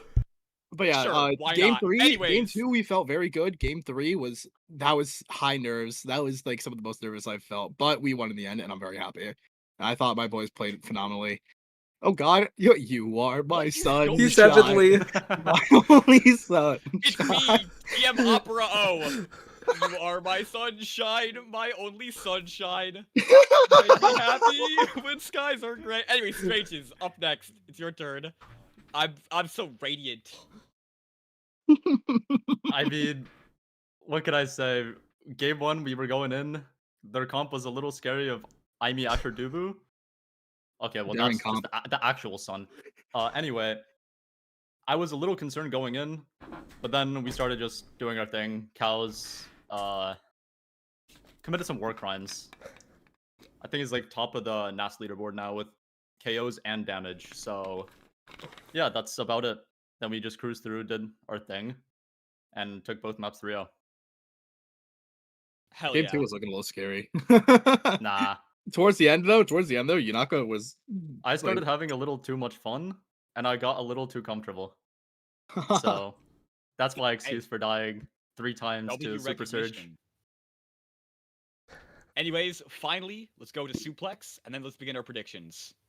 I don't know what's going on with this guy's camera. I don't. I couldn't. I'm now in the 1940s. I think. I couldn't tell you what's happening to my camera. Potat, are you doing this? I am Or is not. this just I happening? don't. My hands are on my desk right now. I'm just chilling. I'm in the 1940s. Welcome to the black and white filter, I guess. Yeah. Continue. You guys Like, know that's there too used to be darn. I'd like that too. You guys know there used to be a time that, like, as a kid, I thought, like, back in the 1940s, everybody just saw black and white. I thought, like, color didn't exist. Wait, I used to think that too. Like, Oh, it's falling apart. Suplex, suplex. your Yeah, game. so yeah, basically my team we were warming up with actually Snack, funny enough, and we were low-key just vibing the entire time. We kind of like know that like when we lock in, we play a little bit worse usually. So we've started just to like not care about our games. And so we were just in that VC, we were just singing songs and vibing and calling each other chuds and whatnot. And it was honestly just a really fun time. And it I ended have up paying off. questions right now. Why? I have a lot of questions about the cameras too, but I was trying to ignore it. We've all been grayscaled except Suplex, the only ray of sunshine and color in this universe. Don't forget Potat. Don't forget and Potat. Potat's and there. Potat hiding in the shadows. The snake. All right. Well, anyway. Okay. W winners interviews. Let's begin with our predictions for W winners. Nasat? What? Okay. NASA Nasty. It's like the same thing, but Yeah. here, let me hold on. I'll fix it real quick. It's gonna be really pretty. It's not even fix it. Like just make it okay. Sam hates me. Anyways, time for our predictions for next week. Our first match of the day and the hour is Snack versus Boss. I'm gonna be so for real. I have no clue how this is gonna go, and so luckily I don't have to ask. I don't have to guess myself. It's all up to you. You get to tell me who's gonna win and why. Go ahead. We're gonna start with Suplex because you're first in the list. Who's winning that? Yeah. Why? So like I said, we were warming up against Snack Time, and those guys put in some work. They are really good at finding passes and stuff. I don't know a lot about Boss. I know Conk is definitely an individual. I hate that guy. He's my friend though, so it's okay. But I definitely think I'm taking the Snack Time because those guys are beasts, and I don't know a lot about Boss as a team. W Snack Time. All right, Sav, you're up next. I'm typing in chat. I'm not distracted. I know what you're talking about. Yeah, I'm more or less the same in the same thought process as Suplex. I honestly think Snack Time put up such a beastly performance today. I think Boss has a chance to upset a game if they like play their cards right, draft well. But I predict that I think Snack Time will go and win a 2-1 game, in my opinion. Time win 2-1. All right, Strages, you're up next to bat. I'm honestly more confident in Snack Time because I feel like in our game against them in week 3, I believe, that was surprisingly, like, to us, we were very impressed with how they were playing, especially on game 1. And it was definitely not an easy series, so I'm very confident in how they are looking going into week 6. So I think they are going to take it 2-0. Alrighty, and then finally, Floppo, what's your thoughts on the matter? Well, I casted the snack time game today, so I got to see firsthand, and I think I've got to give it to Snack. I think it's gonna be a 2-1. I don't think we're gonna get too. I don't think they're at the level of the 2-0 yet. Okay, they were close games. They were good games. And dare I say, they almost beat you, Sovereign. But I won't say that. I think it'll be Snack 2-1. Unfortunately, I don't think Boss has got got too much play time. I know Doxy's a little inactive right now, and I don't know about Mexican Casual or Conqueror, but all right, wonderful. Moving on to our next matches, we have. Is that Pudat and Sons versus Scriptwriters? Pudash's Dynasty versus Scriptwriters. Oh, Pudash's Dynasty now versus Scriptwriters. All right. We have a 5-0 team versus a 3-2 team. Let's kick this off with Sav. For fun. No reason in particular. Who's going to win this game and why? I don't think I gotta say much else. I fully believe in my team. I think it'll be. I think they'll give us a run for our money because this is a team I hold in pretty high regard. However, yeah, that's a little preemptive. Yeah. Change that to Scriptwriters actually because it's gonna be a 2-0 baby, but a close 2-0. Delightful. Suplex, moving to you. What are your thoughts on the matter? Yeah, I mean, Scriptwriters is a beast of a team. I can't hold it to you. It's they definitely have some really good plays that they do. I seen the Boss game, and when they were against Boss, it was just an absolute just domination. I love Asianator, I love Cliff, I love all those guys, but I unfortunately think the Scriptwriters is just gonna just 2-0 them and just absolutely just GG go next. Alrighty, Strages. I mean, I think Scriptwriters is looking really good, and no offense to Pudan and Sons, or sorry, Pudash's Dynasty. I think that the game plan for Scriptwriters is just a lot more consistent, and I also think that they all have the potential to shine when they need to be. So I think it's gonna be a Scriptwriters 2-0 sweep. Alrighty, and finally Floppo. I'm sorry, Pudash's Dynasty. You guys are great. I've helped y'all a lot, but I believe in you guys so much. I think it's Pudash Dynasty 2-0. Oh, I think the King get dethroned tomorrow. Bro received the DM mid opinion for me. Yeah, bro got the notification of PayPal. Who paid you mid-speech? Yeah, the PayPal came in just in time for the opinion to go through. All right, keeping the pressure on Flop. Moving to next match, Cutie Patooties versus Quest Esports. Will Quest Esports go 0-9 in a Nassel season and a NAST season? You know, what are your thoughts? On everybody's soul, Cutie's 2-0s in its record time. They're setting world record pace. Mark my words. Everyone's soul on the line next week. Make sure to be there. Strages, what are your thoughts? I'm gonna be a little more in the middle. I think Cuties will win 2-1. I think we'll be very close, especially the third game, as tensions will be very high. All right. And then Sav, what are your thoughts? On Patat's soul, Whoa. on Patat's soul, Cuties 2-0. Actually, wait, I'm down. Time. Potat's soul on the line twice over.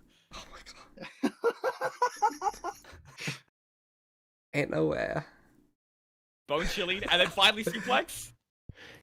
On everybody's soul in this VC, I'm feeling cute, and I'm feeling Cutie Patooties are going 2-0 in this series. Easy peasy lemon squeezy.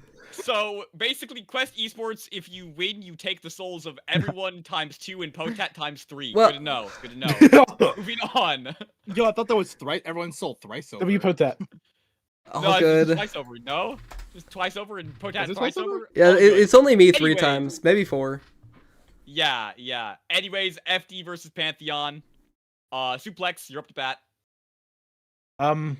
My friend's a sub on Pantheon. Yo. So I want to know what happened to Strangers. You got taken out back. Oh god.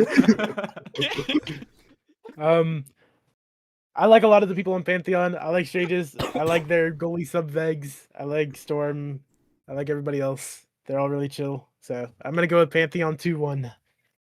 Pantheon 2-1. Sov, how about you? Were they against Final Destination? No. I think Pantheon is looking really strong. I think, especially after today, I was very proud of how they performed and how they performed in weeks prior as well. They're, they're like, what is it? The only other, they're the only like 4-1 team right now. I think it's a clean 2-0 for Pantheon. Not the Glaze, but this team is looking kind of beastly right now. Wonderful. Strages, give us your expert opinion. I mean, I think it's gonna come down to how we're playing on the day. It can either go clean 2-0, it can go 2-1. I am also willing to give them credit. They do have what it takes to win, although we just have more confidence on the days that actually matter, I feel. Scrims don't mean much. You also So have I more think- saturation. Yeah, hopefully. Anyways, so I think we're gonna. I take mean, it 2-0. he's lost all his color. His heart. Did finally flop? Okay, Final Destination. Those guys are my goats. Rayboy P, MF Doom sub. Okay, he wouldn't be on the team if I didn't believe in him to field in for Social Fox and like win a game. Spartan, no is no. Spartan was one of the first people I tried out with. I scrimed against Jack. I played with Spartan in the recent Night Market knockout or whatever. We played against Uzor actually. You did. That guy's my goat. Yeah, that guy's my goat as well. And I think it will be Final Destination 2-1. I think Pantheon will give them a run for their money, but I do believe in Final Destination to have what it takes to pull that game ahead. We got some controversy on the desk, a controversial opinion. Finally, someone who disagrees. And then finally, let's finish off with Furret versus Lion. Flop without that without that herd mentality. Yeah, I am not a sheep. Peculiar. I'm a lion. Let's lead with Flop here. What are your thoughts on What was that about being a lion? What are your thoughts? Okay, I'm a lion. First of all, let's You're be a clear. lion. Okay. No, you're a bear. I'm listening. Recent studies. I'm show looking. Flop I'm is a bear. looking. Why am I dark? I'm looking. I'm looking. I'm looking at the teams. Hang on. He's looking. Lions eat bears. I'm calling it. They will field their main roster. Whoever they will field their main roster. I believe it's Flowers and No, they Bertram. That's won't. all I need to know. They probably won't. You're right, but like I will. I want to believe that they will, and they will lock in. Bertram will not lose another game in an AST. So help me, Bertram. If you guys don't win 2-0, Don't put our souls on the line. it's gonna get bad. Don't put It's gonna your get soul on bad. the line. On Sam's You know it's gonna soul. get bad. Don't put my soul on the line. Don't do it. This ain't JoJo's. Don't put my soul on the line. Anyways. I don't know if you cut out or you kept talking. I'm very confused. Anyways, Strages, you're up next. I think it's gonna be Furret 2-0. I don't think it's gonna be close. I think Lemon is a beast. Ripstick can hold it down, and Ate is there. What? WSA like show. that? WSA Don't show. say like that. That's Right. insane. Right. All right, Som, you're up to bat. I think Samuel Zoro the Fool. I think that Huh? I think What do you that think? Flop is correct if they do field, main roster Bertram Flowers Right. in. It's gonna be good. But why am I blue? But I think if they field something wacky and Ate's just there, he's trying to do his best to carry. I think it will be a clean Furret 2-0. I think Furret has been very solid. And I think that they will completely clean out. So give me a Furret 2-0. Wonderful. Suplex, last but not least. Yeah, I'm a coach on Lion, and being in that group chat and all, I've seen them trying to plan games and all, and all of them have terrible schedules, and they are just never fielding main roster. It'll never happen.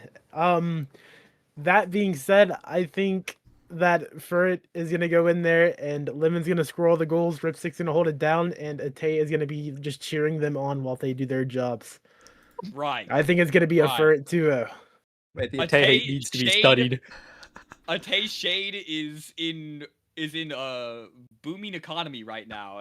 Get your stocks in on Ate Shade. Yeah. I think I'll give my thought. I think Loki, even if Lion fields their full roster, Furt wins that. I have a lot of faith, but you never know. That's my opinion on the matter. All right. With that being said, thank you very much for showing up to our first ever post show for NASA Whoa, Nasty. Sam's a hater. I hope it was pretty fun. What do you mean I'm a hater? We have. Huh? Hey, What? Did I miss flop, something? suplex. How do you feel? How do you feel about this? This I suppression. think we're just skipping over of our. your- Yeah, no, honestly. No, I get it. It's determined. It's Yeah, no, doomed. no. We all know Yeah. who's got the NASA league, but like, you know, Wait, I'm wait, Thanks for wait, watching. wait, Shout out to wait, Hotat wait, for. Wait, do we have another The- 5 of these to do? The middle one's always forgotten. That's okay. Wait. Do we Oh, have another 5 of these to do? Okay. Oh no! Mr. Samuel Sychinski, you need to be like Mono and just make them say names of the teams. No explanation. Yeah, I Down guess. for Do that. we have another 5? We're gonna do the fastest speed run of all time if we have another 5. Potap, put them up on the screen. Well, I'm Fair trying. enough. I'm doing it as slow as I That's my can. thought. Right. All right. You get literally 3 seconds to answer who is winning this. Get ready. Hold on.